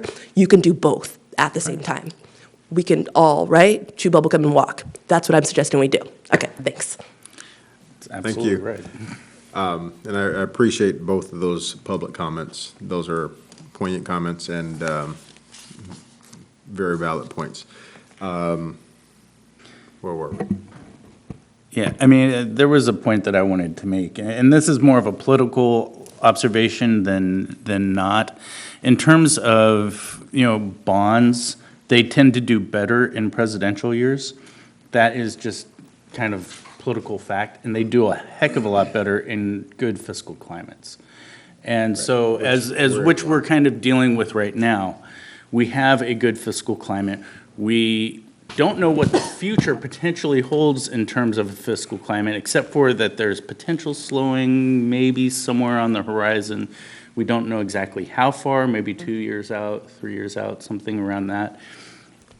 Getting something authorized in this election cycle would be, I think, more ideal than in a future election cycle and 2 years down the road. And I think to Ms. Hurley's point is Dr. Walker, sorry, she didn't write it on that on the card. That we can do both. We can have a parallel path and kind of walk and chew gum at the same time. I think that's something that we've, really kind of established as, something that is, our district has a lot of needs, especially in the north area. And there's been a lack of investment there for ever so long. We really do need to start making investments where there is the most need. Right, and I think it's also important to point out too, is that this isn't a zero-sum game, right? It's just because we're talking about investing on one side of town doesn't mean that the other part that the other parts of town are gonna lose out somehow. And those kids those schools aren't gonna be taken care of, because that's not how it works, right? So I think it's important to understand that. And I think as we kind of go through this process, and if we move forward with this and decide, hey, that we want to go, because, and Chris, correct me if I'm wrong, but just because if we move forward and say, hey, we want to go for a bond authorization, it doesn't necessarily, just because we get the authorization, does not necessarily mean that don't have necessarily to draw on that right away, correct? No, you actually, you shouldn't and you can't, right? So we do something called a burn rate, right? So you never want money just sitting there, right? So as you draw on it, or you basically sell the bonds as your projects come online. Gotcha. And so that there's a need. Just to clarify, the other thing is just because we put it on the ballot doesn't mean it passes. And this is always really controversial when I talk to boards. That in and of itself isn't an issue to me. It doesn't mean that it shouldn't necessarily be tried. And I'm not advocating one way or the other, because actually I'm not allowed to. One of the things that has been asked, though, that I do need the board and the community to understand, is that for facilities and maintenance in this district, it's been operating on a little bit of a Band-Aid approach for a while. We are doing our darndest with what we have, but I have been asked, as whether it's the downspouts at a school or this little thing, that little thing, well, just go fix it. We have borrowed everything that the district can borrow to take care of these things. So even though I'm really creative and I really try to push the envelope with my crews, I have nowhere else to take it from. So I just want to be clear with that of, Chris, what's the option when we don't do this? Really, I don't have one to give you. So like when I had to go and repair the roof from storm damage at YOLO, that comes out of the general fund. We have no other place to take it from at this point. So I just want to make that clear, not because I'm advocating one way or the other, but people ask me that all the time, and I know because I manage finance, they think I print it in the office. I don't. And so I just want to make that clear, that when we have these needs, and this plan identifies a lot of needs, that is the only avenue that we have available to us right now because of past decisions, and we have to manage those decisions and do the best we can. Now, I would point out that even if you did the maximum authorization, we still would have to set priorities, because even the maximum authorization would only pay for 2 or 3 of these priorities. There is no way the district can afford to do all 5. Right. Okay, so just a couple of points. Thanks. Thank you, President Jackson. So a couple of things is that even if it passed, we actually don't get to break ground for another few years, right? So let's be honest, because between design and all that, even if it passed, we couldn't really build until like 2 years later, right, is my understanding. So if you push it down the line, you're looking at a 2022 ballot, which means you're not going to break ground until 2024. Right, and the cost Right, go up. and the cost will go up. Unless we have a recession, it'll go down, but everything else will go down too.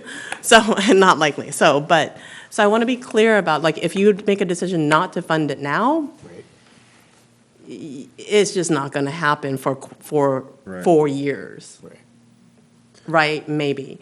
I also want to say that this isn't haphazard. I feel like we've been having this conversation for over 2 years. Yeah. Right before President Jackson was even on the board, that we were having these conversations. So I want to be clear that we've been having this, and we've tasked Chris with this because at that time we didn't want to be hasty, right? We created this overall plan, invested in this. That's why you presented us over and over and over again the COP, the MOEs. You know those acronyms? I got it. Okay. So all the borrowing, we've borrowed to the max, and you said that, I feel like, at least 6 times, right, that we could hit over and over and over again over the course of the discussion. So I feel that we've been very transparent with our funds about, listen, we're piecemealing stuff together. We had the discussion again when we said Westmore Oaks is in dire need. So we brought in we were intentional. We got in more money for modernization for Bright that freed up Measure V dollars, right? That we didn't know that was happening. And that happened because we had great staff to fill those, so that those opportunities are there too. So we open up those opportunities. So again, I don't believe in these years that I've been on the board. We've been talking about this, I feel, almost since for at least over 2 years. We've been direct and transparent about what happened to our funds, right? We responded to the community. We paused and we said, let's do the community output. Let's do a master plan with the board priorities of equity, which we did. Now the question is, do you want to go for the money so that we can maybe break down in 2022? Or are you kicking the can down the road again for an empty promise of the investments we already made? Because and it may not pass, right? But the truth is, then why are we having these conversations if we are not ready to say, at least by 2022, we want to break ground on some of this stuff, right? And it's just it's an authorization. It is actually not, spending out, we're going to still plan. We still need to plan, design, all of that. That's why we would break ground in 2022. Right, so this is not, I think that there's, in transparency of those at home or in the audience, is that people think, this is the plan. It's not. I'm going to go back to what I asked Chris earlier. This is just the assessment of need, right, from a programmatic equity lens. The design process will be much longer, hopefully. I mean, we rushed it on Fallbrook a little bit, but hopefully that doesn't happen again. Right, that there'll be more time for us to actually build if this is successful, right? Another thing I pointed out is that Dr. Early West is correct that all boats will rise, and that's why I made the point that there's equity on every single campus. So if we prioritize the equity investments first, everybody will get something, right? Except Bright, because that's our newest facility, right? And so I just want to, again, reiterate that's why I say these things intentionally, because everybody has some sort of equity investment in their plans, right? In my perspective is where you started with the dashboard, we need to be transformative. We need to lead, right? We need to kind of be very clear about who and how we want to lead in equity, right? And a school built in the 1950s, you create an HVAC system with single pane windows where our kids are freezing. Come on, what are you doing? We're wasting money, quite frankly. But you slap on some solar panels and you think that that's going to help? I'm sorry, I don't mean to be, I'm tired and I'm pithy. I apologize. But the truth is, like, you have solar panels that you're still paying off in single pane windows. You put a new HVAC system, but all that money is literally being evaporated outside those windows. Yeah. So if you're not at least even like updating the windows, like, what are we doing here? And that costs a lot of money. So there is, to me, some urgency to say, or a commitment. That's why also at the beginning of this conversation, are we going to lead? Are we committed to this? And how committed we are to this? Because quite frankly, we can't, on this dais, advocate right now for it. We're all going to have to work to get this passed. Right? Yeah. Like, it's just passing and just saying, hey, do the work, do the leg. There is other work outside of this time. Yeah. We're all going to have to work. And that's a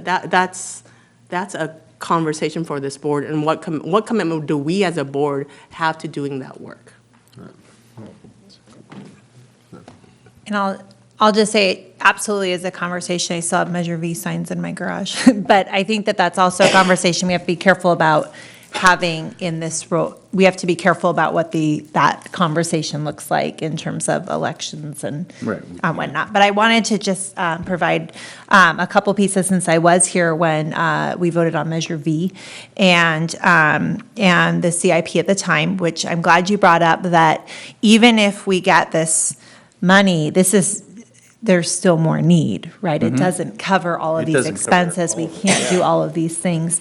And I do think, just looking at a state, just to make the point of an equity conversation, I think it's unfair that facility funds fall on districts, especially when we have all Title I schools. I mean, I just think as a state setup, the way that facilities work is an equity issue. But, and brings extra challenges. But when we did Measure V, I believe it was $39. It was low. It was a $50 million bond. And so the idea was it was very clear that that was not going to be enough. That was a first step to show the voters to get the goodwill, because there were some issues with high schools and others, and we needed to do a really good job with that money and be very transparent with it. And we've had the oversight committee come in, and we've heard from them many times. And that did help with the Bright Career and College and Career Ready. It helped with Westmore Oaks move that they're going to be doing.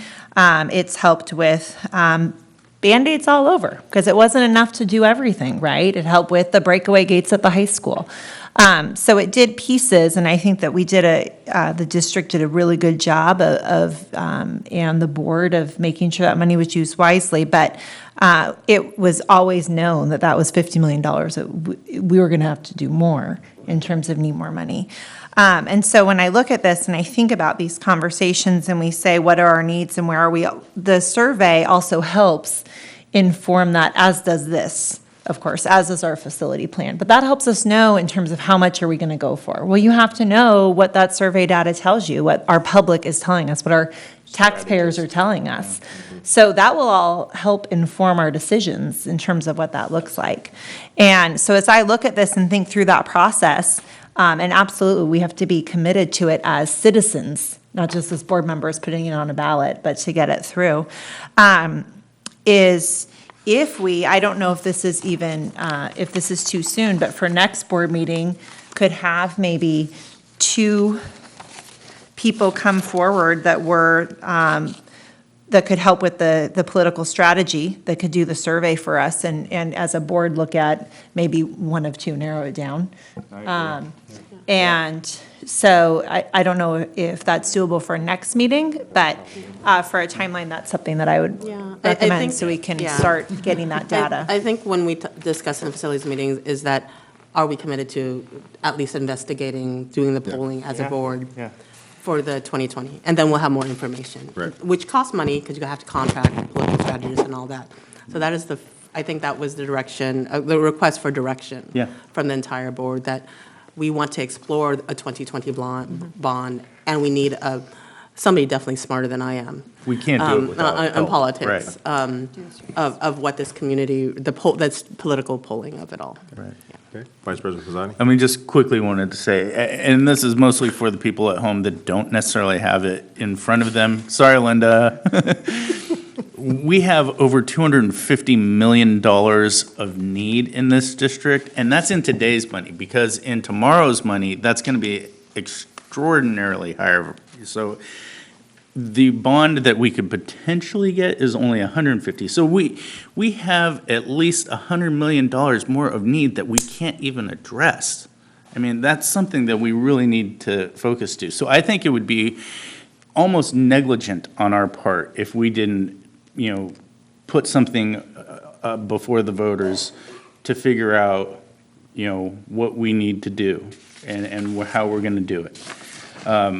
But that's just my personal opinion, and I'm just laying out there how I believe. But the bond itself or the strategist and the polling consultant, I agree with Clerk Kirby Gonzalez and Trustee Wong that we have to have a professional give us information. And they have to be able to do some polling, they have to be able to, help us prioritize, they have to help us identify what message works and what the community responds to. So, I mean, that's just the political campaigning of it all. Now, Chris, if you could, Superintendent Luna had a comment, I believe. I just have just a real quick question, because, so, we go, as we go through this, say everything is approved, and as growth in the community continues, because obviously with developments and stuff like that, as they start to come back online, as the economy continues to improve and whatever, do those developments and houses then also get incorporated into that, where they are then start paying into the bond as well? Yes, it's every place within the authorization area, which for us is the same as the city. Okay, and then one other question that I have for that is that, and I think you already addressed this, but I would just want to ask the question anyway. Are there any potential projects that we could do currently with our current financial situation the way that it is? Well, yeah, actually, later tonight, assuming that we do get to it, I will be sorry, my New York sense of humor is coming out. We will be looking at the lease back contract. So Fallbrook is ready to go. It's all been DSA approved as of this morning. Okay. And so Measure V, because we've gotten the CTE money back, and we are also in line, assuming that Prop 13 passes, to get a little bit more, Measure V will cover the Fallbrook. So there's actually a list of items that have been covered by Measure V. That $49 million authorization, we've done over $60 million worth of work with it. Okay, fantastic. Good. So, yeah, well, let's wait for comments and then we'll. She needs to say something. So if I may just maybe help to wrap this particular conversation into some direction for us. We are only one community. We are not two different communities. And I heard that clearly in 2015 when I came as your superintendent, that it was very clear there were two communities in one city. And the beauty of our community is that we have one comprehensive high school. And that is really beautiful. That is really wonderful and special about West Sacramento, because then we know that the path for every student is that they will all be together. Now, we do have alternative options, and that always has to be in place. And that actually could help in terms of our facilities. So what I would say is, in the experiences of facilities, in my hometown, we passed my last bond there, where we campaigned and worked on it hard for our incredibly impoverished schools, was $275 million for a very large urban city. And you can see the difference today. You can see it today. There's hope for impoverished neighborhoods that kids can go to a K-12 school knowing that get a glimpse of what college might look like. That's hope for our kids. In Millbrae, we also did bonds, but we went at it in a different way.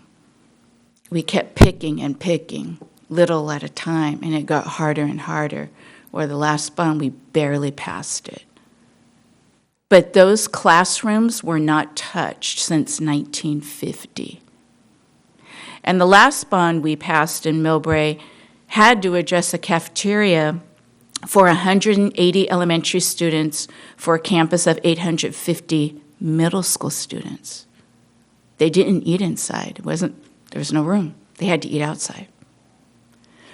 So we don't want to get into a position we're in right now in the future. Now, we may not be here in the future, but what we decide today is going to affect the future, whether we're here or not, or whether we live in West Sacramento or not. What we do today is going to affect the future of our district. And And that is a great question, Trustee Wong. It is about leading. And what I would say to the board is to take pause for a moment, to bring an expert in to guide you before you come to your final decision. None of us are experts in terms of whether or not a GO bond will pass for our community. But there are experts who do this work for a living and have very high percentage rates of success, and that's what we should be looking for. My recommendation to the board would be to take pause and bring in an expert, a political strategist, as it suggests from my financial advisor, and they will do their homework and help you. My request on that is that we have to choose someone who's honest, because we don't want a political strategist to give us hope and say, yes, you should go forward, when perhaps data will not be that clear. At the same time, without the data and without advocating for a bond, I'll just mention just true facts. Our schools need it. We cannot address any kind of upgrade to any facility without an outside resource, which is a GO bond. That is the only way California schools are built. That's the only way. Unless we live in the Bay Area, where in Palo Alto, a parent asked the superintendent, how much will it cost to build a brand new school? And the superintendent said $50 million, and the person wrote the check. We're not Palo Alto. But that's how they're getting a brand new school, is by a personal check. We need to become one community and come together in as one community.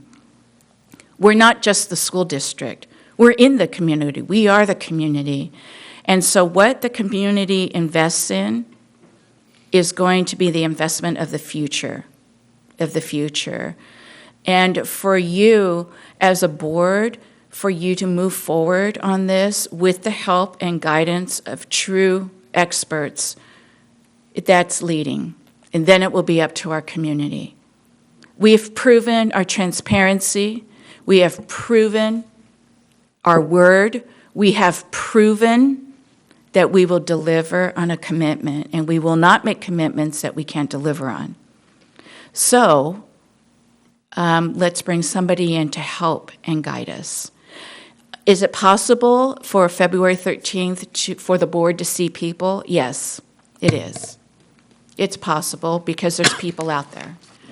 And so we just need direction from the board to bring this to you in February. And the parallel path it's a must. We can't stop talking about this.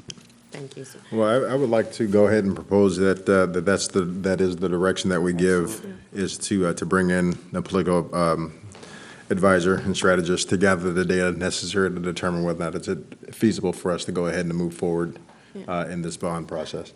I would request one thing of the consultant or whoever, or I'm assuming there might be a panel of folks, that they know West Sacramento intimately.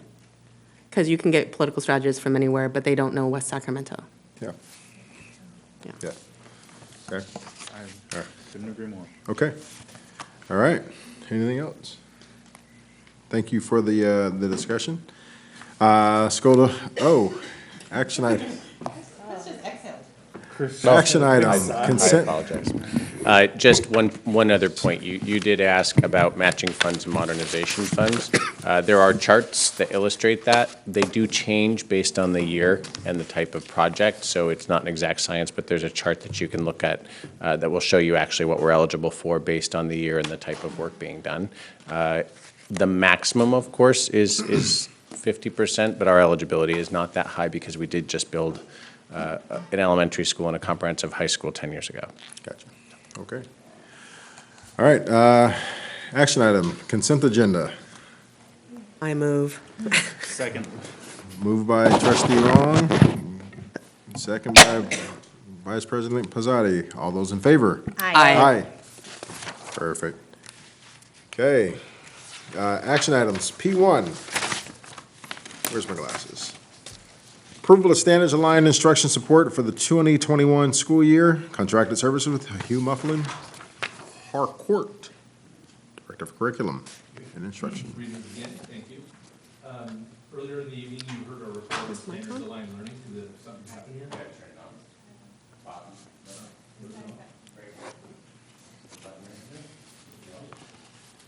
There we go.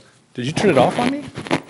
Is that what you did? I turned it off so that they didn't hear my comments that I was making. All right, messing under his breath. Facilities man, messing with the facilities, all right. Did you say it in Okay. Latin? Okay, thank you. Earlier in the evening, we talked a bit about our standards aligned learning that we're implementing in our district. And it was mentioned that we are getting some strong coaching. We feel like that will benefit this program. It will help our implementation. It will help our district grow. And we are asking you to approve the contract for at least 1 year. I know one of my colleagues asked for 3 years, but we're just asking for 1 year at this point. So we ask you to approve that, please. Thank you. Okay. So moved. So moved by Clerk Kerber Gonzalez, I second. second by Trustee Wong. All those in favor? Aye.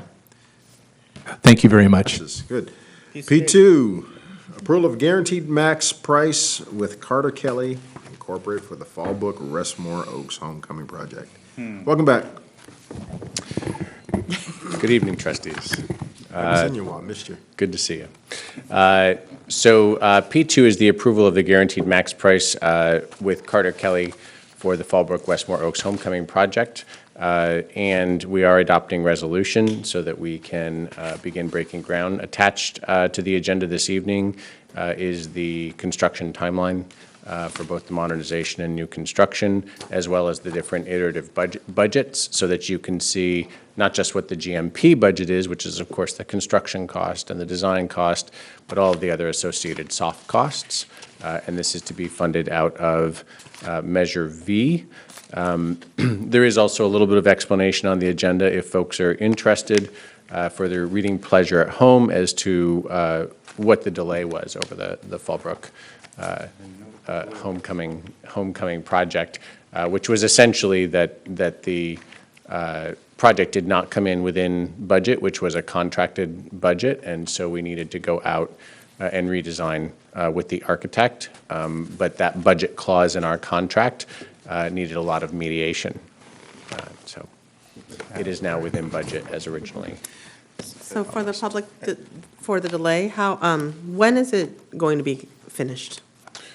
So there's Delay. two timelines that are attached to the agenda. It's in the same document, but essentially what it's calling out is that the modernization portion of the project will be completed in about the next 10 months, and that the new construction will be completed about 5 months after that.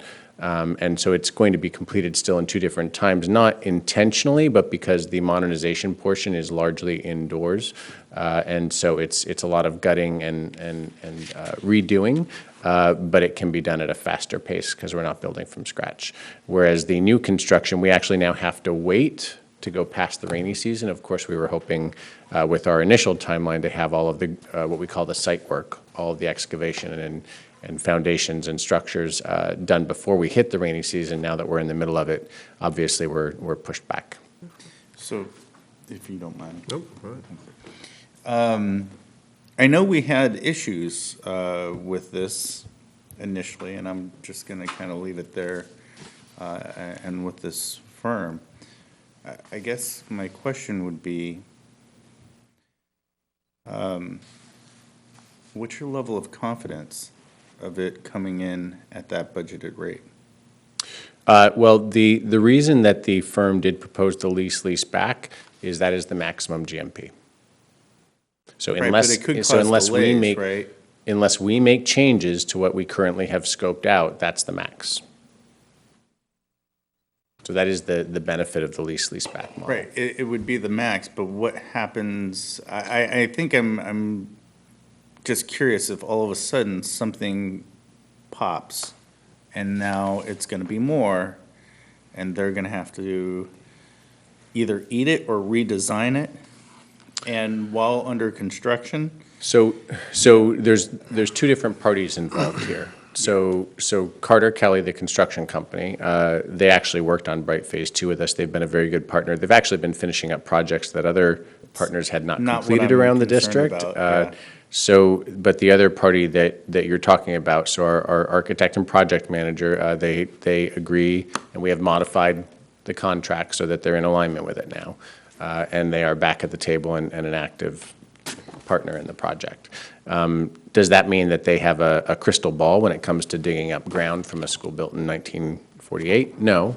But they do agree that the design is now within scope and that it can be completed. And Carter Kelly's on board with that as well. Right? Yes, so you see that the maximum construction budget here is the 18 million. Yeah. And then you do have some contingencies built in, which is why I attached the detailed budget so that you can see how much contingency is there, so that you know that's our leeway that's built into the project budget.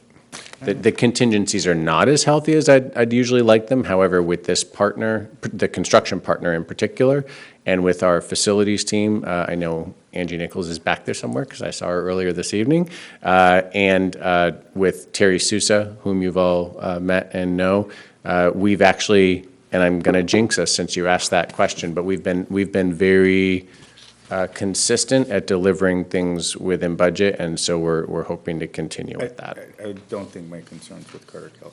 Yep. That's. I understand. Okay. Do you have a motion? I know it's Yeah, go ahead. late, but just briefly, unless it's late. Nope. I was up very late with kids with fever, so maybe I'm missing it. But did you say when we're putting our kids on this campus? No. Because, okay, when are we putting our kids on this I campus? did not. That was my question. So the timeline says when the campus is available. Remember, if the board will remember it's going back some time now, that we talked to the community, both the parents as well as the teachers, and they had asked to be moved all at once. What I have asked is that Angie and I Ms. Nichols and myself are going back to the campus to, if the board approves this tonight, to bring the new timelines and to make sure again that they still would like, even though we know that there will be enough campus finished in the current calendar year to move, for example, K through 4, that they still want to wait and move all together. Because they had a strong desire, the parents as well as the staff, to wait and move all together rather than moving in 2 phases. If they would like to still wait and move all together, I would ask that we accommodate that so that we not only accommodate their wishes, but that it says, listen, when people are happy, it's like building a house, right? So when you get more of your wishes accommodated, you tend to be happier with the outcome. And I think that that's important, particularly given that this is, even given the 2 schools we talked about tonight, the school that was in and is in the worst condition. But I'd like to accommodate the community and the staff and their wishes. So if the board is still willing to accommodate that, I'll go back and ask them if they still want to wait and move all together. If that's the case, then they will be moving after this next school year. Okay, yeah, I think that's a good conversation, and maybe now that they've had some time with administrators, and there are 2 administrative areas here, maybe their answer will change, maybe not, but I think that's a good we're conversation. open to that. Okay. And we're okay. open to that. We can accommodate either one. I really think that the teachers and the parents, it was interesting, I think, at the time, President Wong, and you were at the meeting, and maybe, did you go as well? President Jackson. Oh, is What I did. that President Jackson and myself were there. the 2 of you went? Sorry, it was a while ago. My brain's not doing too well. And it's 10:35. Yes, it's been a long day. So Steel the trap. the parents made the comment that especially since a lot of them had multiple children at the site, that even though the 2 pieces of property are catty-corner to one another, that it would create difficulty for some of them to try to do multiple drop-offs and pickups and accommodations at different sites. And that also had a big influence on the staff to say, oh yeah, well then we don't want to do that to our community. We'd rather move all together. But I will bring it back, and I am happy to accommodate with my staff whichever way they'd like to go. Great, thank you. Because there's also concerns about there being issues with, since the campus had already been split once and splitting it up again for a second time, there's also those concerns as well. So, Yep. Okay, we have a couple of public comment. Ms. Danny Langford.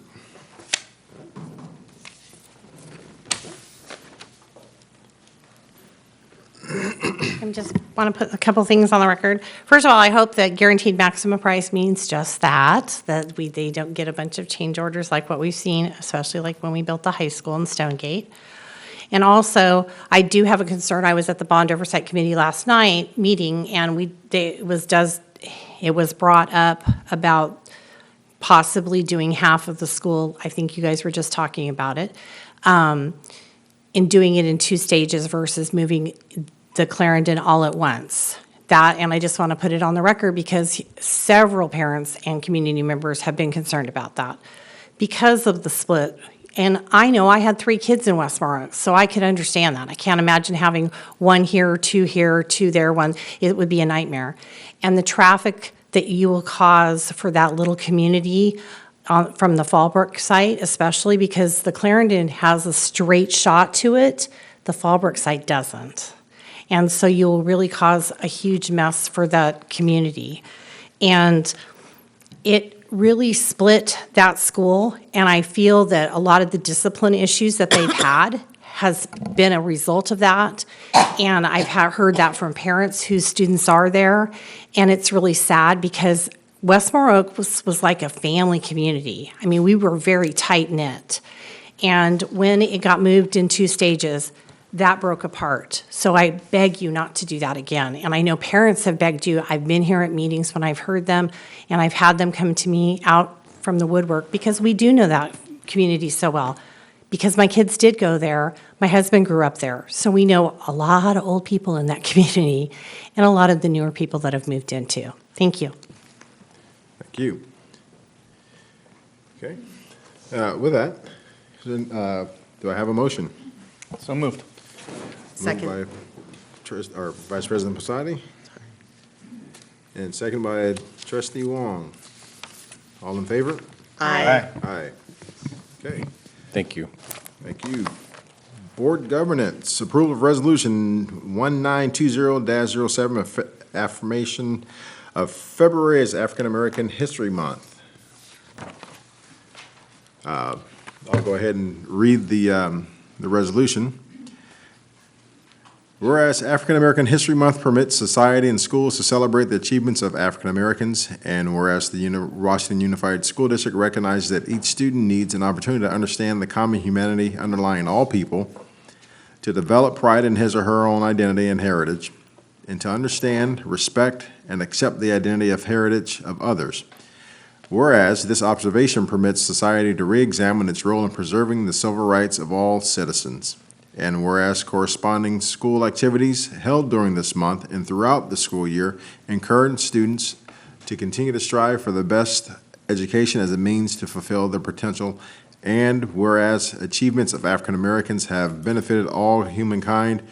And whereas the history, social science framework for California public schools, kindergarten through grade 12, states that the history curriculum of community, state, region, nation, and world must reflect the experiences of men and women and of different racial, religious, and ethnic groups, and must be integrated at every level. Therefore, be it resolved by the Governing Board of Washington Unified School District that February 2020 be designated African American History Month. I move. Moved by Second. Trustee Wong, and seconded by Vice President Posadi. So since it is a resolution, it's a roll call vote. Trustee Wong. Aye. Clerk Kirby Gonzalez. Aye. Vice President Posadi. Aye. And I vote aye as well. Resolution passes 4-0. Board and Superintendent comments. Start off Superintendent Luna. Oh, that's a different order. Oh, is it? It's up I to don't you. remember. I don't know. President Jackson, it's up to you, so. Yeah, let's start with Superintendent Luna, because I'm probably. You already gonna called vote on mine. Yeah, so, whatever. You're up. Thank you, President Jackson, Board of Trustees. I do only have a few slides this evening, so I just wanted to give a couple highlights. There are some great things going on outside of academics, but sure it helps our school culture and our community. So the first slide has to do with the month of December, but see, we missed a lot of our updates and just some time together. But we're represented in the community, and tonight you saw Stonegate's band. And we have Westmar Oaks and Southport bands that were represented in the community. I think this was the tree lighting event. The other thing that Westmar Oaks and Southport schools did was to go to Sly Park together. Oh, cool. And this has been a change from our past of Sly Park. One, it's available to all students across the schools. But two, now we're pairing students in schools together so that the best that we can, so that when they get to River City, they have some friends already from different schools. And that was a great suggestion from some parents, and the kids are having a great time. Kids are kids, and they just loved getting to know one another. We are still celebrating students at our Rotary in the breakfast Rotary and also the lunch Rotary. We also want to remind everybody that this Saturday is our open registration period for TK, kindergarten, preschool, and anything else you would like to join Washington Unified for. We also want to remind our families particularly that while we register our students for new grades next year, we want to remind them that this Saturday, ACES, Champions, and YMCA will also be at our elementary schools so that parents can begin to apply and enroll for after-school care. I'd like to take a moment to talk about a new practice, and I know that it has caused some concern or just a little bit of anxiety because we haven't heard anybody necessarily talk about it abroad. So I'm going to take a moment to do that because I know some of our parents are watching, and from here today on, we're going to start ramping up the communication on this. In 2 weeks, the district we would like to practice one of our drills that we would normally be practicing throughout the school year together as a district in a district-wide effort to, one, practice these safety plans that we all have and the board is approved and the CDE approves, but two, to make sure that we really do make good use of our plans and make good use meaning that they're meaningful. Because any time that we become lax or any time that we don't take our drills and our practices seriously, that's when we lose the effect of being prepared. So this is a district-wide emergency drill. Now, all of our schools do monthly drills, and they can vary from a fire drill, which is not necessarily a fire drill, it's an evacuation drill. We also do other drills, such as the earthquake drill. So we do the California Shakeout every year, where the entire district does the earthquake shakeout across the district. We're going to take an opportunity in the beginning of February to practice our school drill of a lockdown, a hard lockdown. Now, schools already practice this. The difference is that we're going to do it district-wide all at the same time so that we are making a concerted effort. The other thing that's different is we're going to let our parents know about it ahead of time. So we're doing that right now, and then we're going to communicate it out. The real difference is that it's very intentional. And what I mean by that is the purpose of the drill is to teach, practice, reflect, and then practice some more. So what I mean by teach is we already have these in our plans, but the question is how do we teach these drills to our students? So our students are with teachers and administrators throughout the day, and if we're not communicating with our students the importance of the drills and what we do actually during the drills, then there is a gap there. And we also want to teach our parents what these drills mean as well. So that's the premise of why we are going to do a district-wide drill. And so we want our parents to know about it, that we are doing a concerted effort to really keep safety a high priority and also be prepared. Now, the key to this is really the appropriate language, right? Kindergarten drill is different than a high school drill. And so we're trying to be as sensitive as possible, and we've actually really learned a lot already in just having discussions in this. Administration is having conversations with staff, either at staff meetings or whatever their collaboration time is together. And so what we've learned is maybe the younger grades, it means something different, and they don't quite understand, as a high school drill would be. So what we're going to be doing is purchasing this particular book. It's called I'm Not Scared, I'm Prepared. And in this particular book, it's really meant for younger students, TK students, kindergarten students, and first grade students. So we're going to purchase enough books for each TK, kinder, and first grade teacher to read aloud with their students prior to the drill in 2 weeks. This particular book talks about, in student-appropriate language, it talks about what we do when we are practicing in case of an emergency. In this particular book, it's about a stranger on the campus. So the kids will then read through this piece of this book that is kid-appropriate for their age, and then the teacher would be able to take that moment to then talk about what this drill would look like. We already do lockdown drills.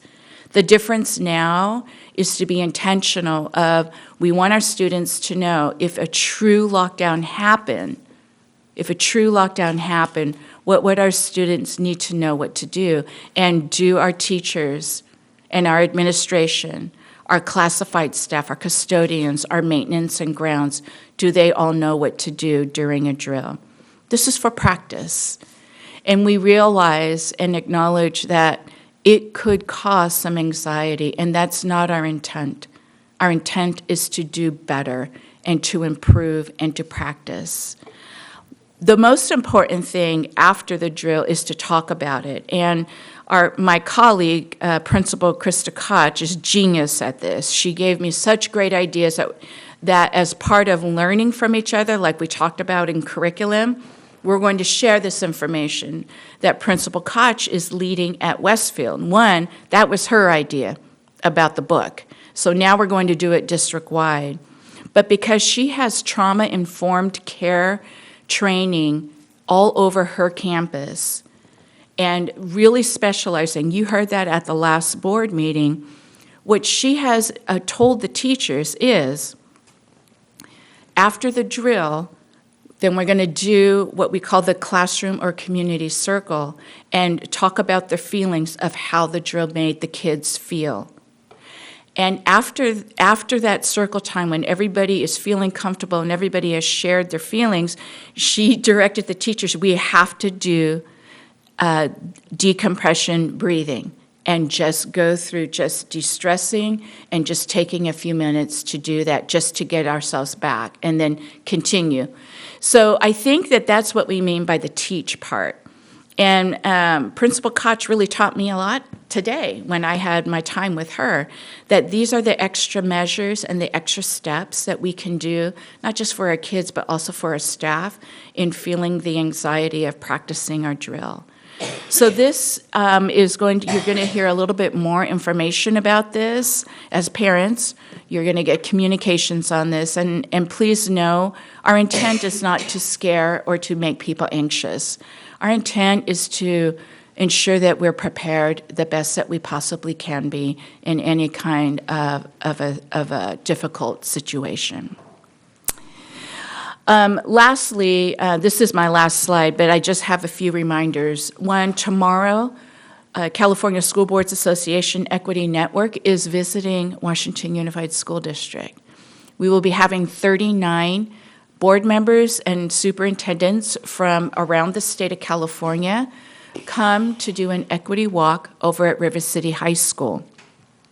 So this is part of our equity network that Clerk Kirby Gonzalez and Trustee Wong have been participating in for the past 2 years.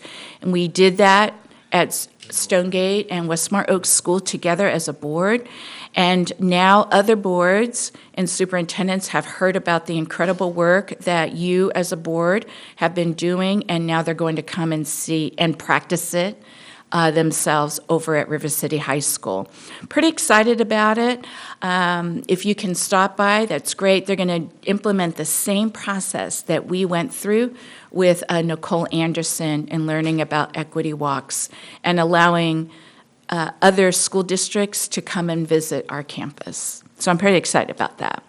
If you haven't received this, I want to make sure that you know, in our Southport Spotlight magazine, it's this particular magazine, our most recent, focuses and highlights two of our River City High School athletes. Now, these two students are sisters, senior and ninth grade students. And they are both athletes, they're both soccer players, and they're both, I think they're swimmers, competitive swimmers for River City High School. So it's a beautiful, beautiful spotlight on our students. So I want to make sure that you knew about that so that you could have copies of that. And lastly, I just want to reiterate that you could hear, I mean, I don't know who's going to be speaking when Educational Services brings teachers or coaches to come and speak, but you can hear it from our own employees. There's really great transformation happening in our district. And by no means should the board ever feel disconnected from that, because it's your direction and your guidance and your leadership that allows us to do the work that we're doing. So I will end with that note unless we have other questions or comments that I can help clarify.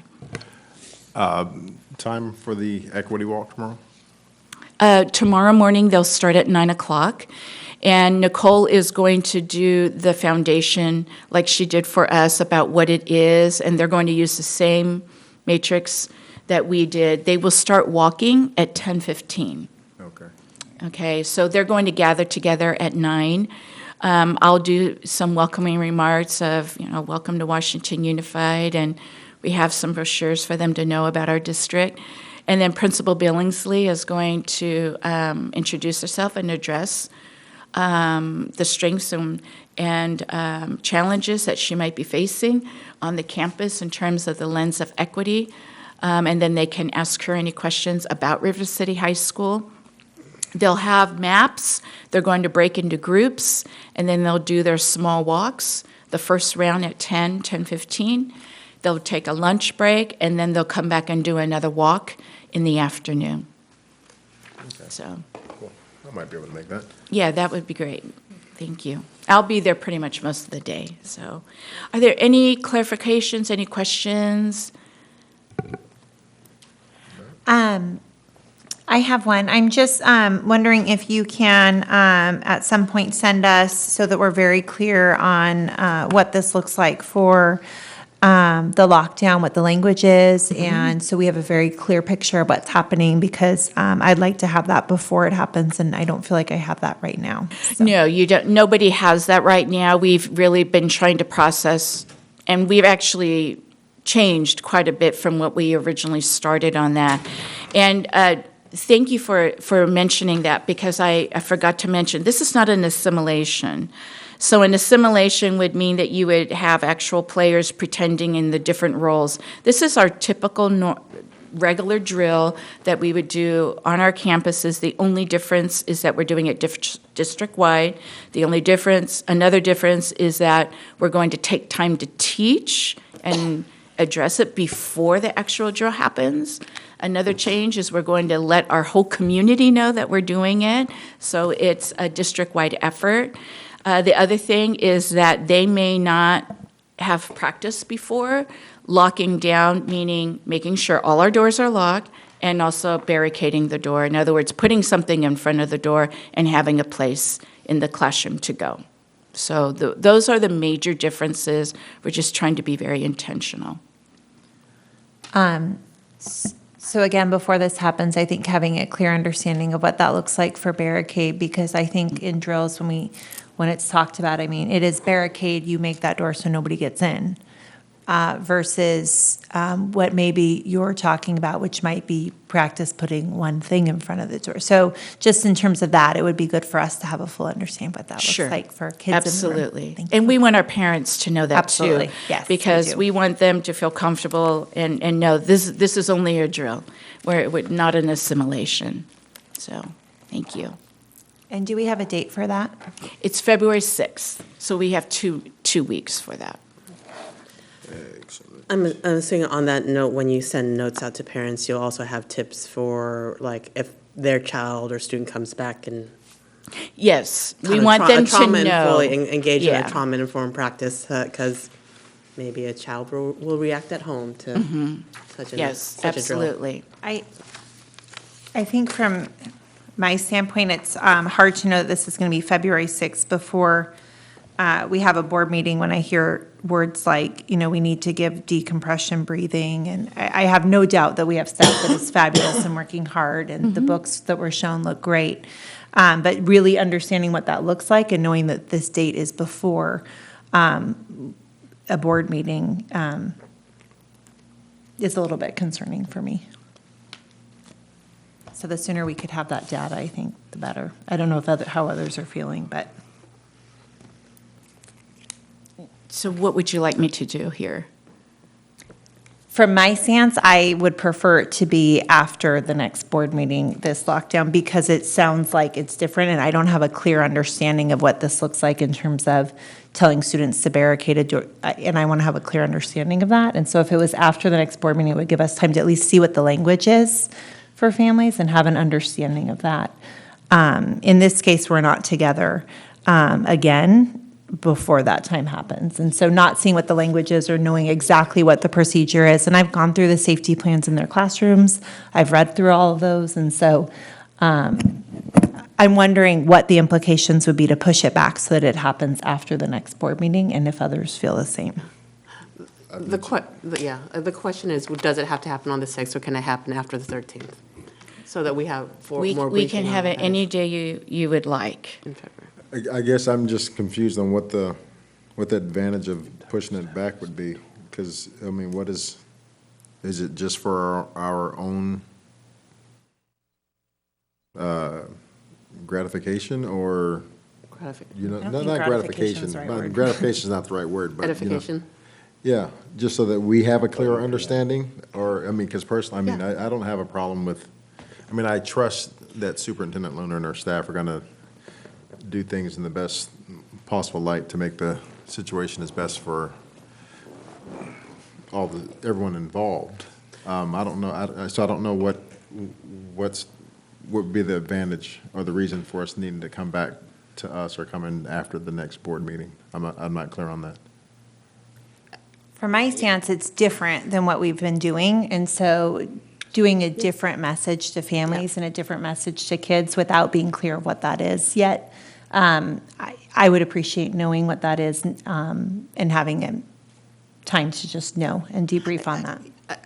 Yes, for my own edification, so to complete my knowledge and comfortability around it, I think that makes some sense in terms of just what do the words say, because our constituents will ask us, our parents will ask us lots of good different questions for us to have a clear understanding what's in that letter and what to expect. It's not saying that we're not going to do it, but just have a clearer picture of when we all do get questions, right, and concerns from parents, and so just to be able to be on the same page of what the district message is before that happens, I think. I mean, we could either do it via email, but I think that if you're, so I'm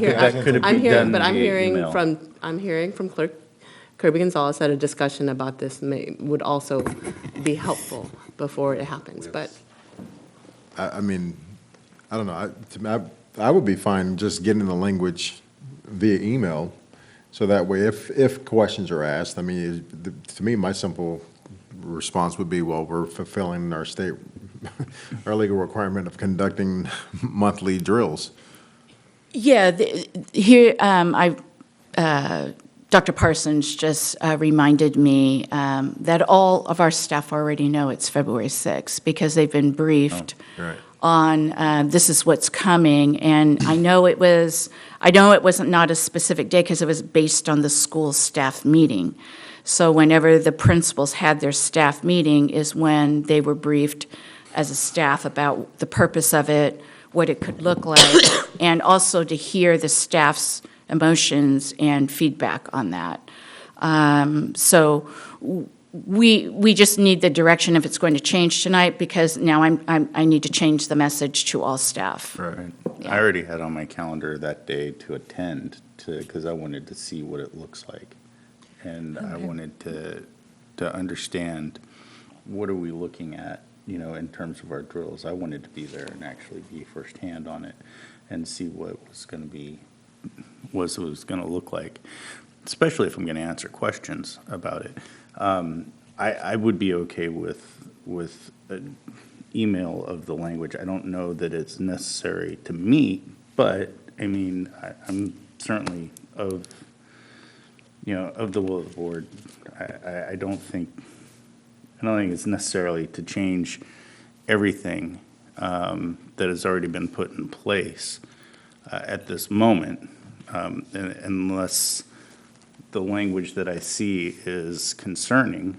And if I saw that in an email and it was concerning, then I would say, yeah, maybe it's not appropriate at this time. Maybe we need to have a further discussion about it. Is the concern that the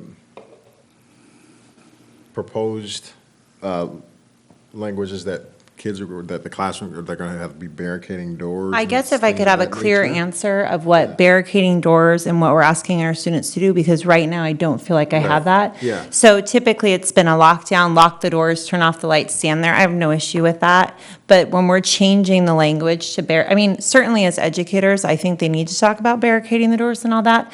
But in terms of having our students and what this looks like for them, I want to have a very clear understanding of that. Before my kindergartner or third grade, right? These are all of our kids, and I want to have a clear understanding of what that looks like, because if it is concerning, and maybe it's not, but if it is, there's nothing we can do if there's not a board meeting. So that's just my piece. We could schedule a. So there are two options that I see. We could either February, for discussion, February 6th, question is logistically, how challenging is it, right? So is it huge to move it? Is a consideration. What I hear is some folks are okay with just seeing language via email and just trusting what a barricade means or this process is, and can read through that. That's what I'm hearing from, it looks like half the people here, and we don't have a fifth to make a tiebreaker decision. And the other half saying, okay, what are the challenges of, I don't have a clear understanding of what that process is and whether or not our staff are fully, I want to trust it, but having not a clear idea of what is a barricade? Everything that we talked about, what is grabbing a weapon? What does that look like in detail, I think? Right, so, because what I'm hearing is that the concern is that our students going to be asked then to barricade the doors in the classrooms and things like that. And so, and if that's, or is part of the lockdown, the drill going to be teachers explaining, hey, well, if this were a real scenario, this is what we will ask you, this is what we're going to do, type of a situation. Yeah, so I want the board to be very comfortable about this, but at the same time, we're not doing anything outside what we're supposed to be doing in our plans. So this is a symptom. It's a symptom that we are not clear across the board how our drills should look. Okay. Because the run, hide, fight is nothing new. It's pretty, the language is pretty standard, especially in our nation with so many public shootings, whether it's at a mall or whether it's at a school or a church. The run, hide, fight is a pretty standard operation. So we need to be comfortable with this. So, what we want to do is make sure we're clear.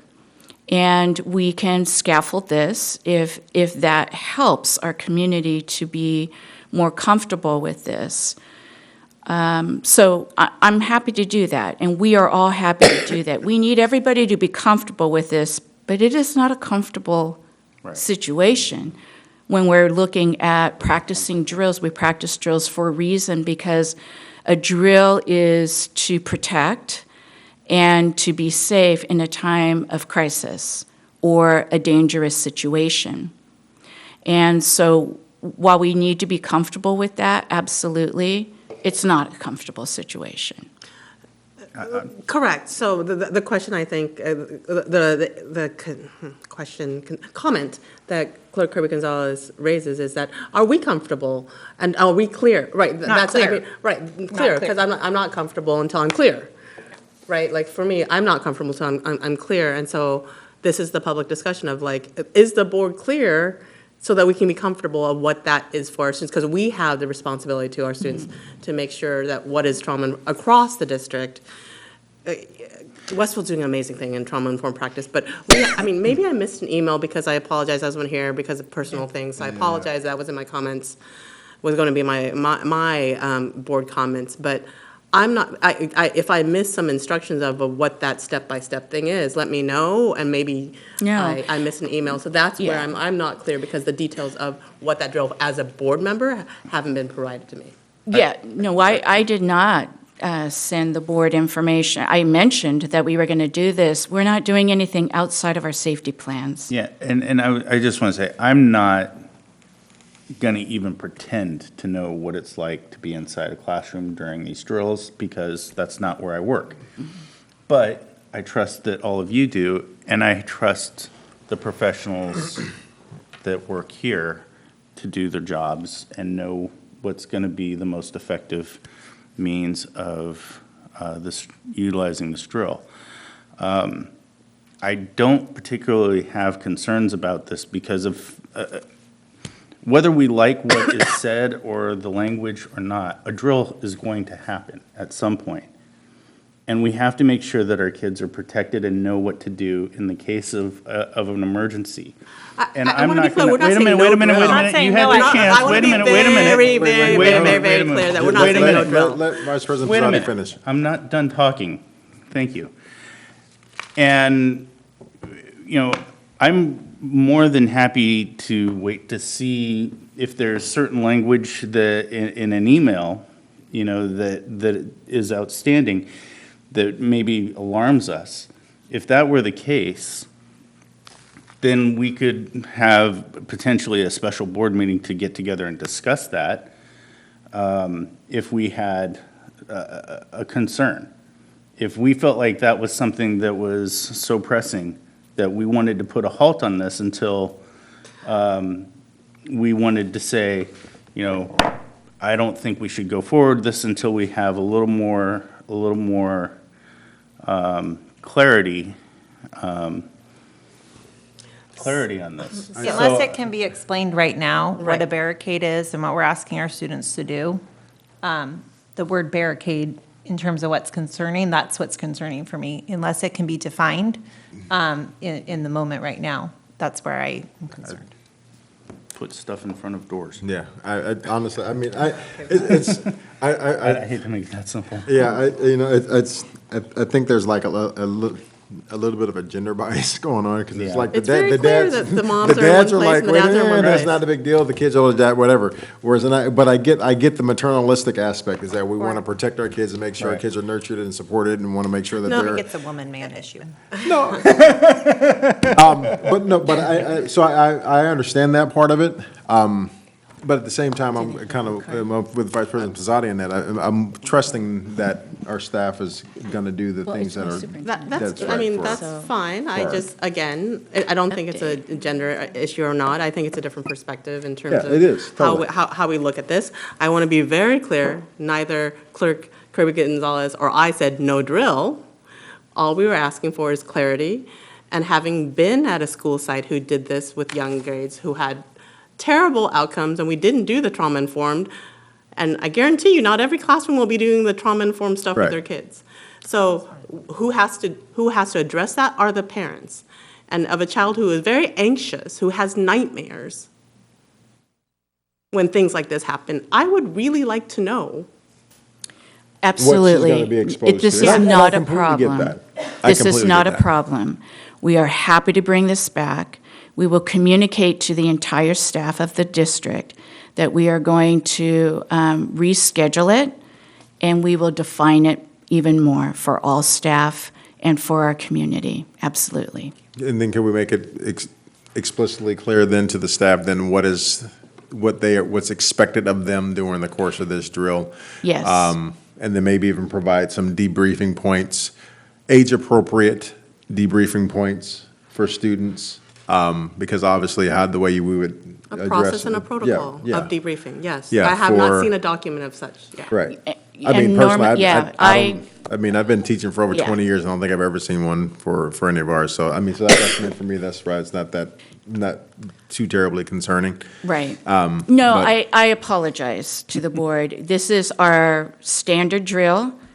It has heightened concern, and I understand that. And so let us bring it back with more explanation. And we want everybody to be comfortable because we need everybody to practice and be prepared. So it's not a problem. We can do that. And I also want to be clear that when it first came up, I think we raised the same issue of like the trauma, the transfer trauma that might happen in such things for kids that we don't know, the homeless kids, all the things, all the reactions of that. I think I brought it up then as well, that we need to be cognizant of the impact of things of kids who have been exposed to violence and things of this nature. Right, Absolutely. so that's not Yeah. clear to me. Like, it's not a mom or dad thing. It's like, if we think about this, I absolutely think we have to have drills, but we have to be really cognizant of how, that there are trigger points. These are trigger issues for some kids, right? And how do teachers react to that? Do they, are we Yeah. sensitive to that? I guess I could understand it a little bit more if we're talking about doing a simulation, but we're just talking about just, to me, that's the thing of doing a simulation versus a drill is a little bit different. That's all. I have no idea what we're planning to do.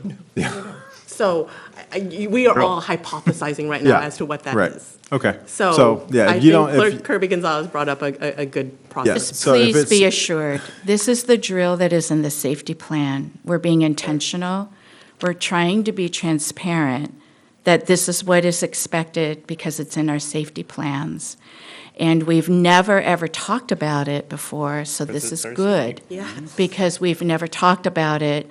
And while we didn't anticipate the anxiousness that comes with this topic, it's important for us to understand that.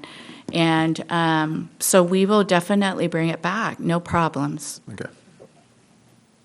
Is there anything else? No. Thank you so much. I'm so glad I had those slides. Thank you. All right. Board comments. Trustee Wong. Happy New Year to those who haven't seen me. I apologize that I missed the last one, but to be very direct and transparent, I've had some personal issues that I'm still going to continue to deal with. So, apologize I have not been as present as possible. So, yeah. And but the highlights since I've seen you last is attending the Women's March with Clerk Kirby Gonzalez, which was pretty powerful. And I think that for all the reasons we were there is what, kind of representative of the conversation we just had. So thank you, and looking forward to catching my flight in about 7 hours. Tried to get you out of here. Clerk Kirby Gonzalez. Thank you. I don't have any committee updates. I'll just give a shout out to Westfield that I was at their garden that they, their garden, their, yes, their food giveaway. That's not what they call it. But in any case, it was fabulous. The kids come and they get a ton of food, Fiery Ginger Farm, YOLO Food Bank. It was fabulous. Happens every Friday if you ever want to go by and see. They do a great job. And it also happens at Elkhorn, I believe, on Wednesdays. And so it was really nice to see that partnership.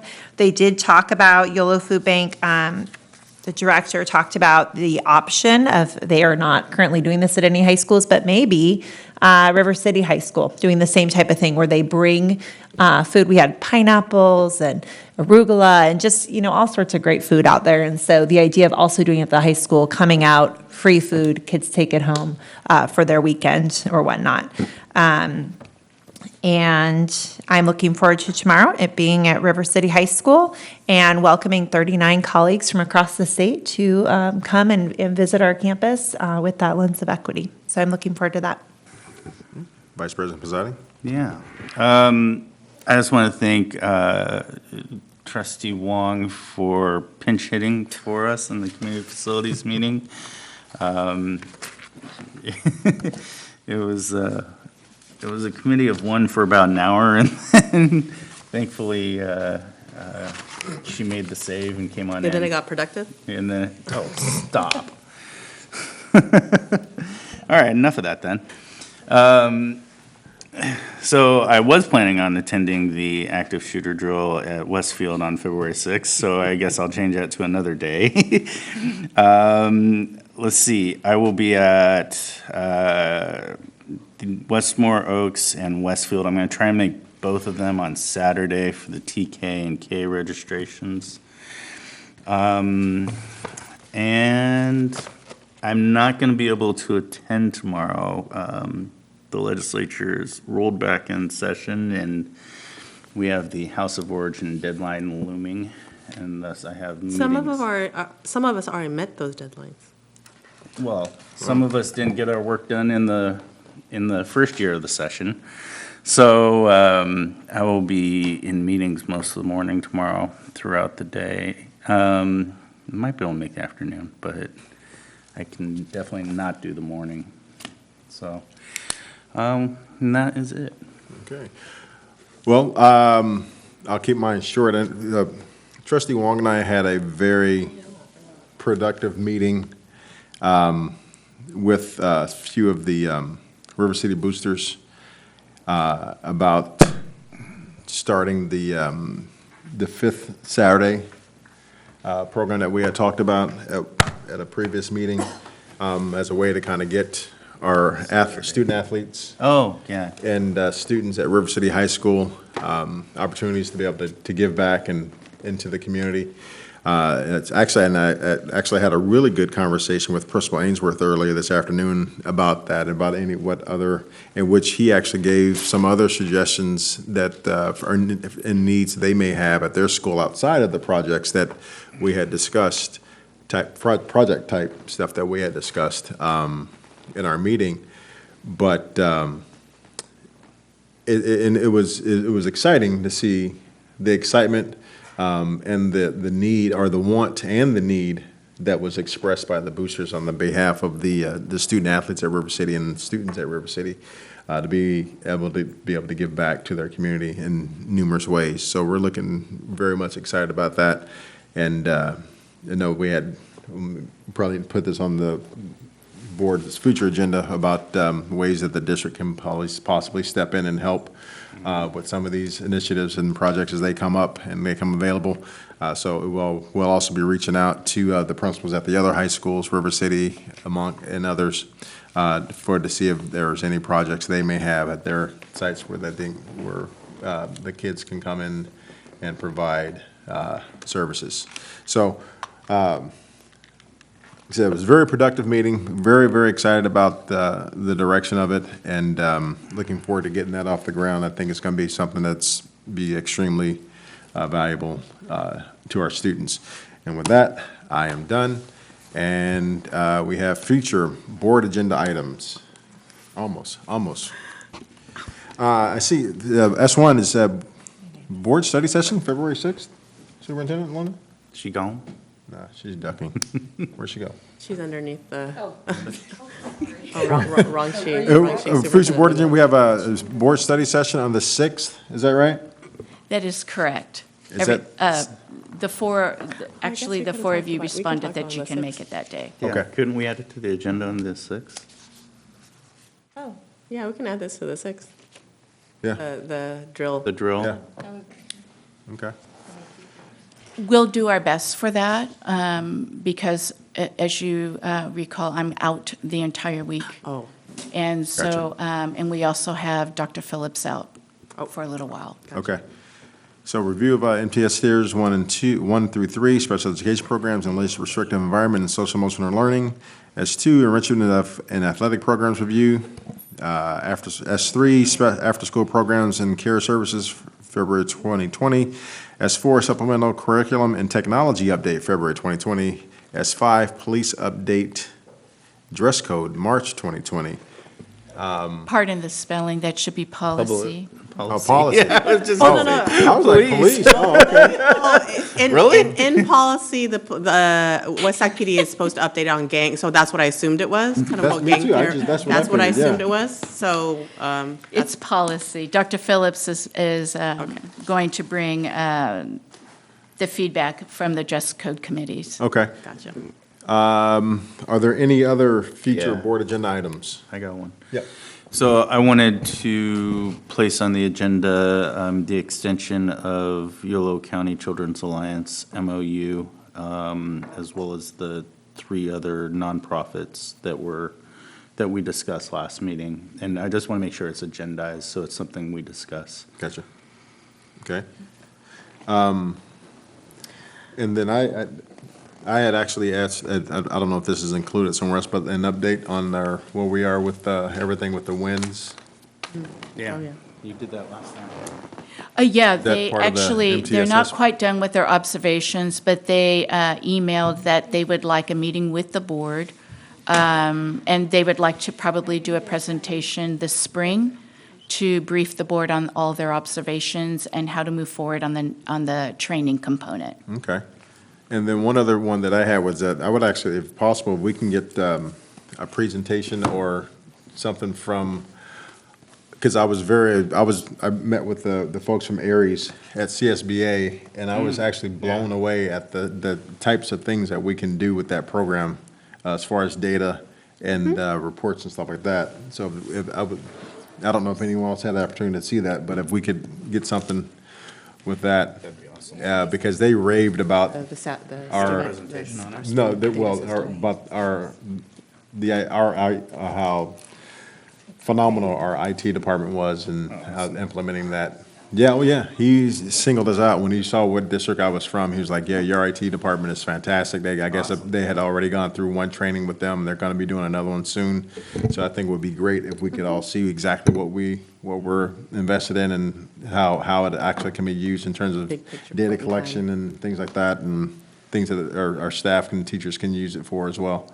Because I'd be shocked if everyone knew the capabilities of everything that they have in their hands, because I don't think anyone really knows. Okay, thank you. I mean, I think this was said before, asked before, in January, we usually do a governance norm session. So just want to put that on our radar. It's also on our governance calendar that we adopted last year, so Wasn't on here, I making, thought. huh? I thought that was, at one point, I thought that was already on here. I thought, or we had sent that out. The norms? The handbook. Oh, the handbook, but just the general session Yeah, general about like session about, yeah. evaluation and just Yeah. what we're planning for this next year. Yeah.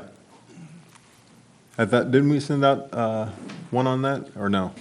I have not sent that out yet, and I'm wondering, because board governance is always at the end of the meeting, I'm wondering if you want to schedule just a time to talk about board governance as a sole. Right, that's my request, because every change in presidency, I believe that we've had at least one session on government and norms, and that's where we adopt the handbook and just talk about our plans for the year. Okay. So I want to, not that you have to do everything that prior presidents did, but just good kind of Ain't doing nothing y'all did. I'm like, North Star setting. Yeah, I'll send something out about a day that you might be available for that. Yeah. Great. Great. All right. Anything else? All right. Nothing for the good of the order. Motion to adjourn? Not that we need one. Move. Move, second. Yes. Meeting adjourned.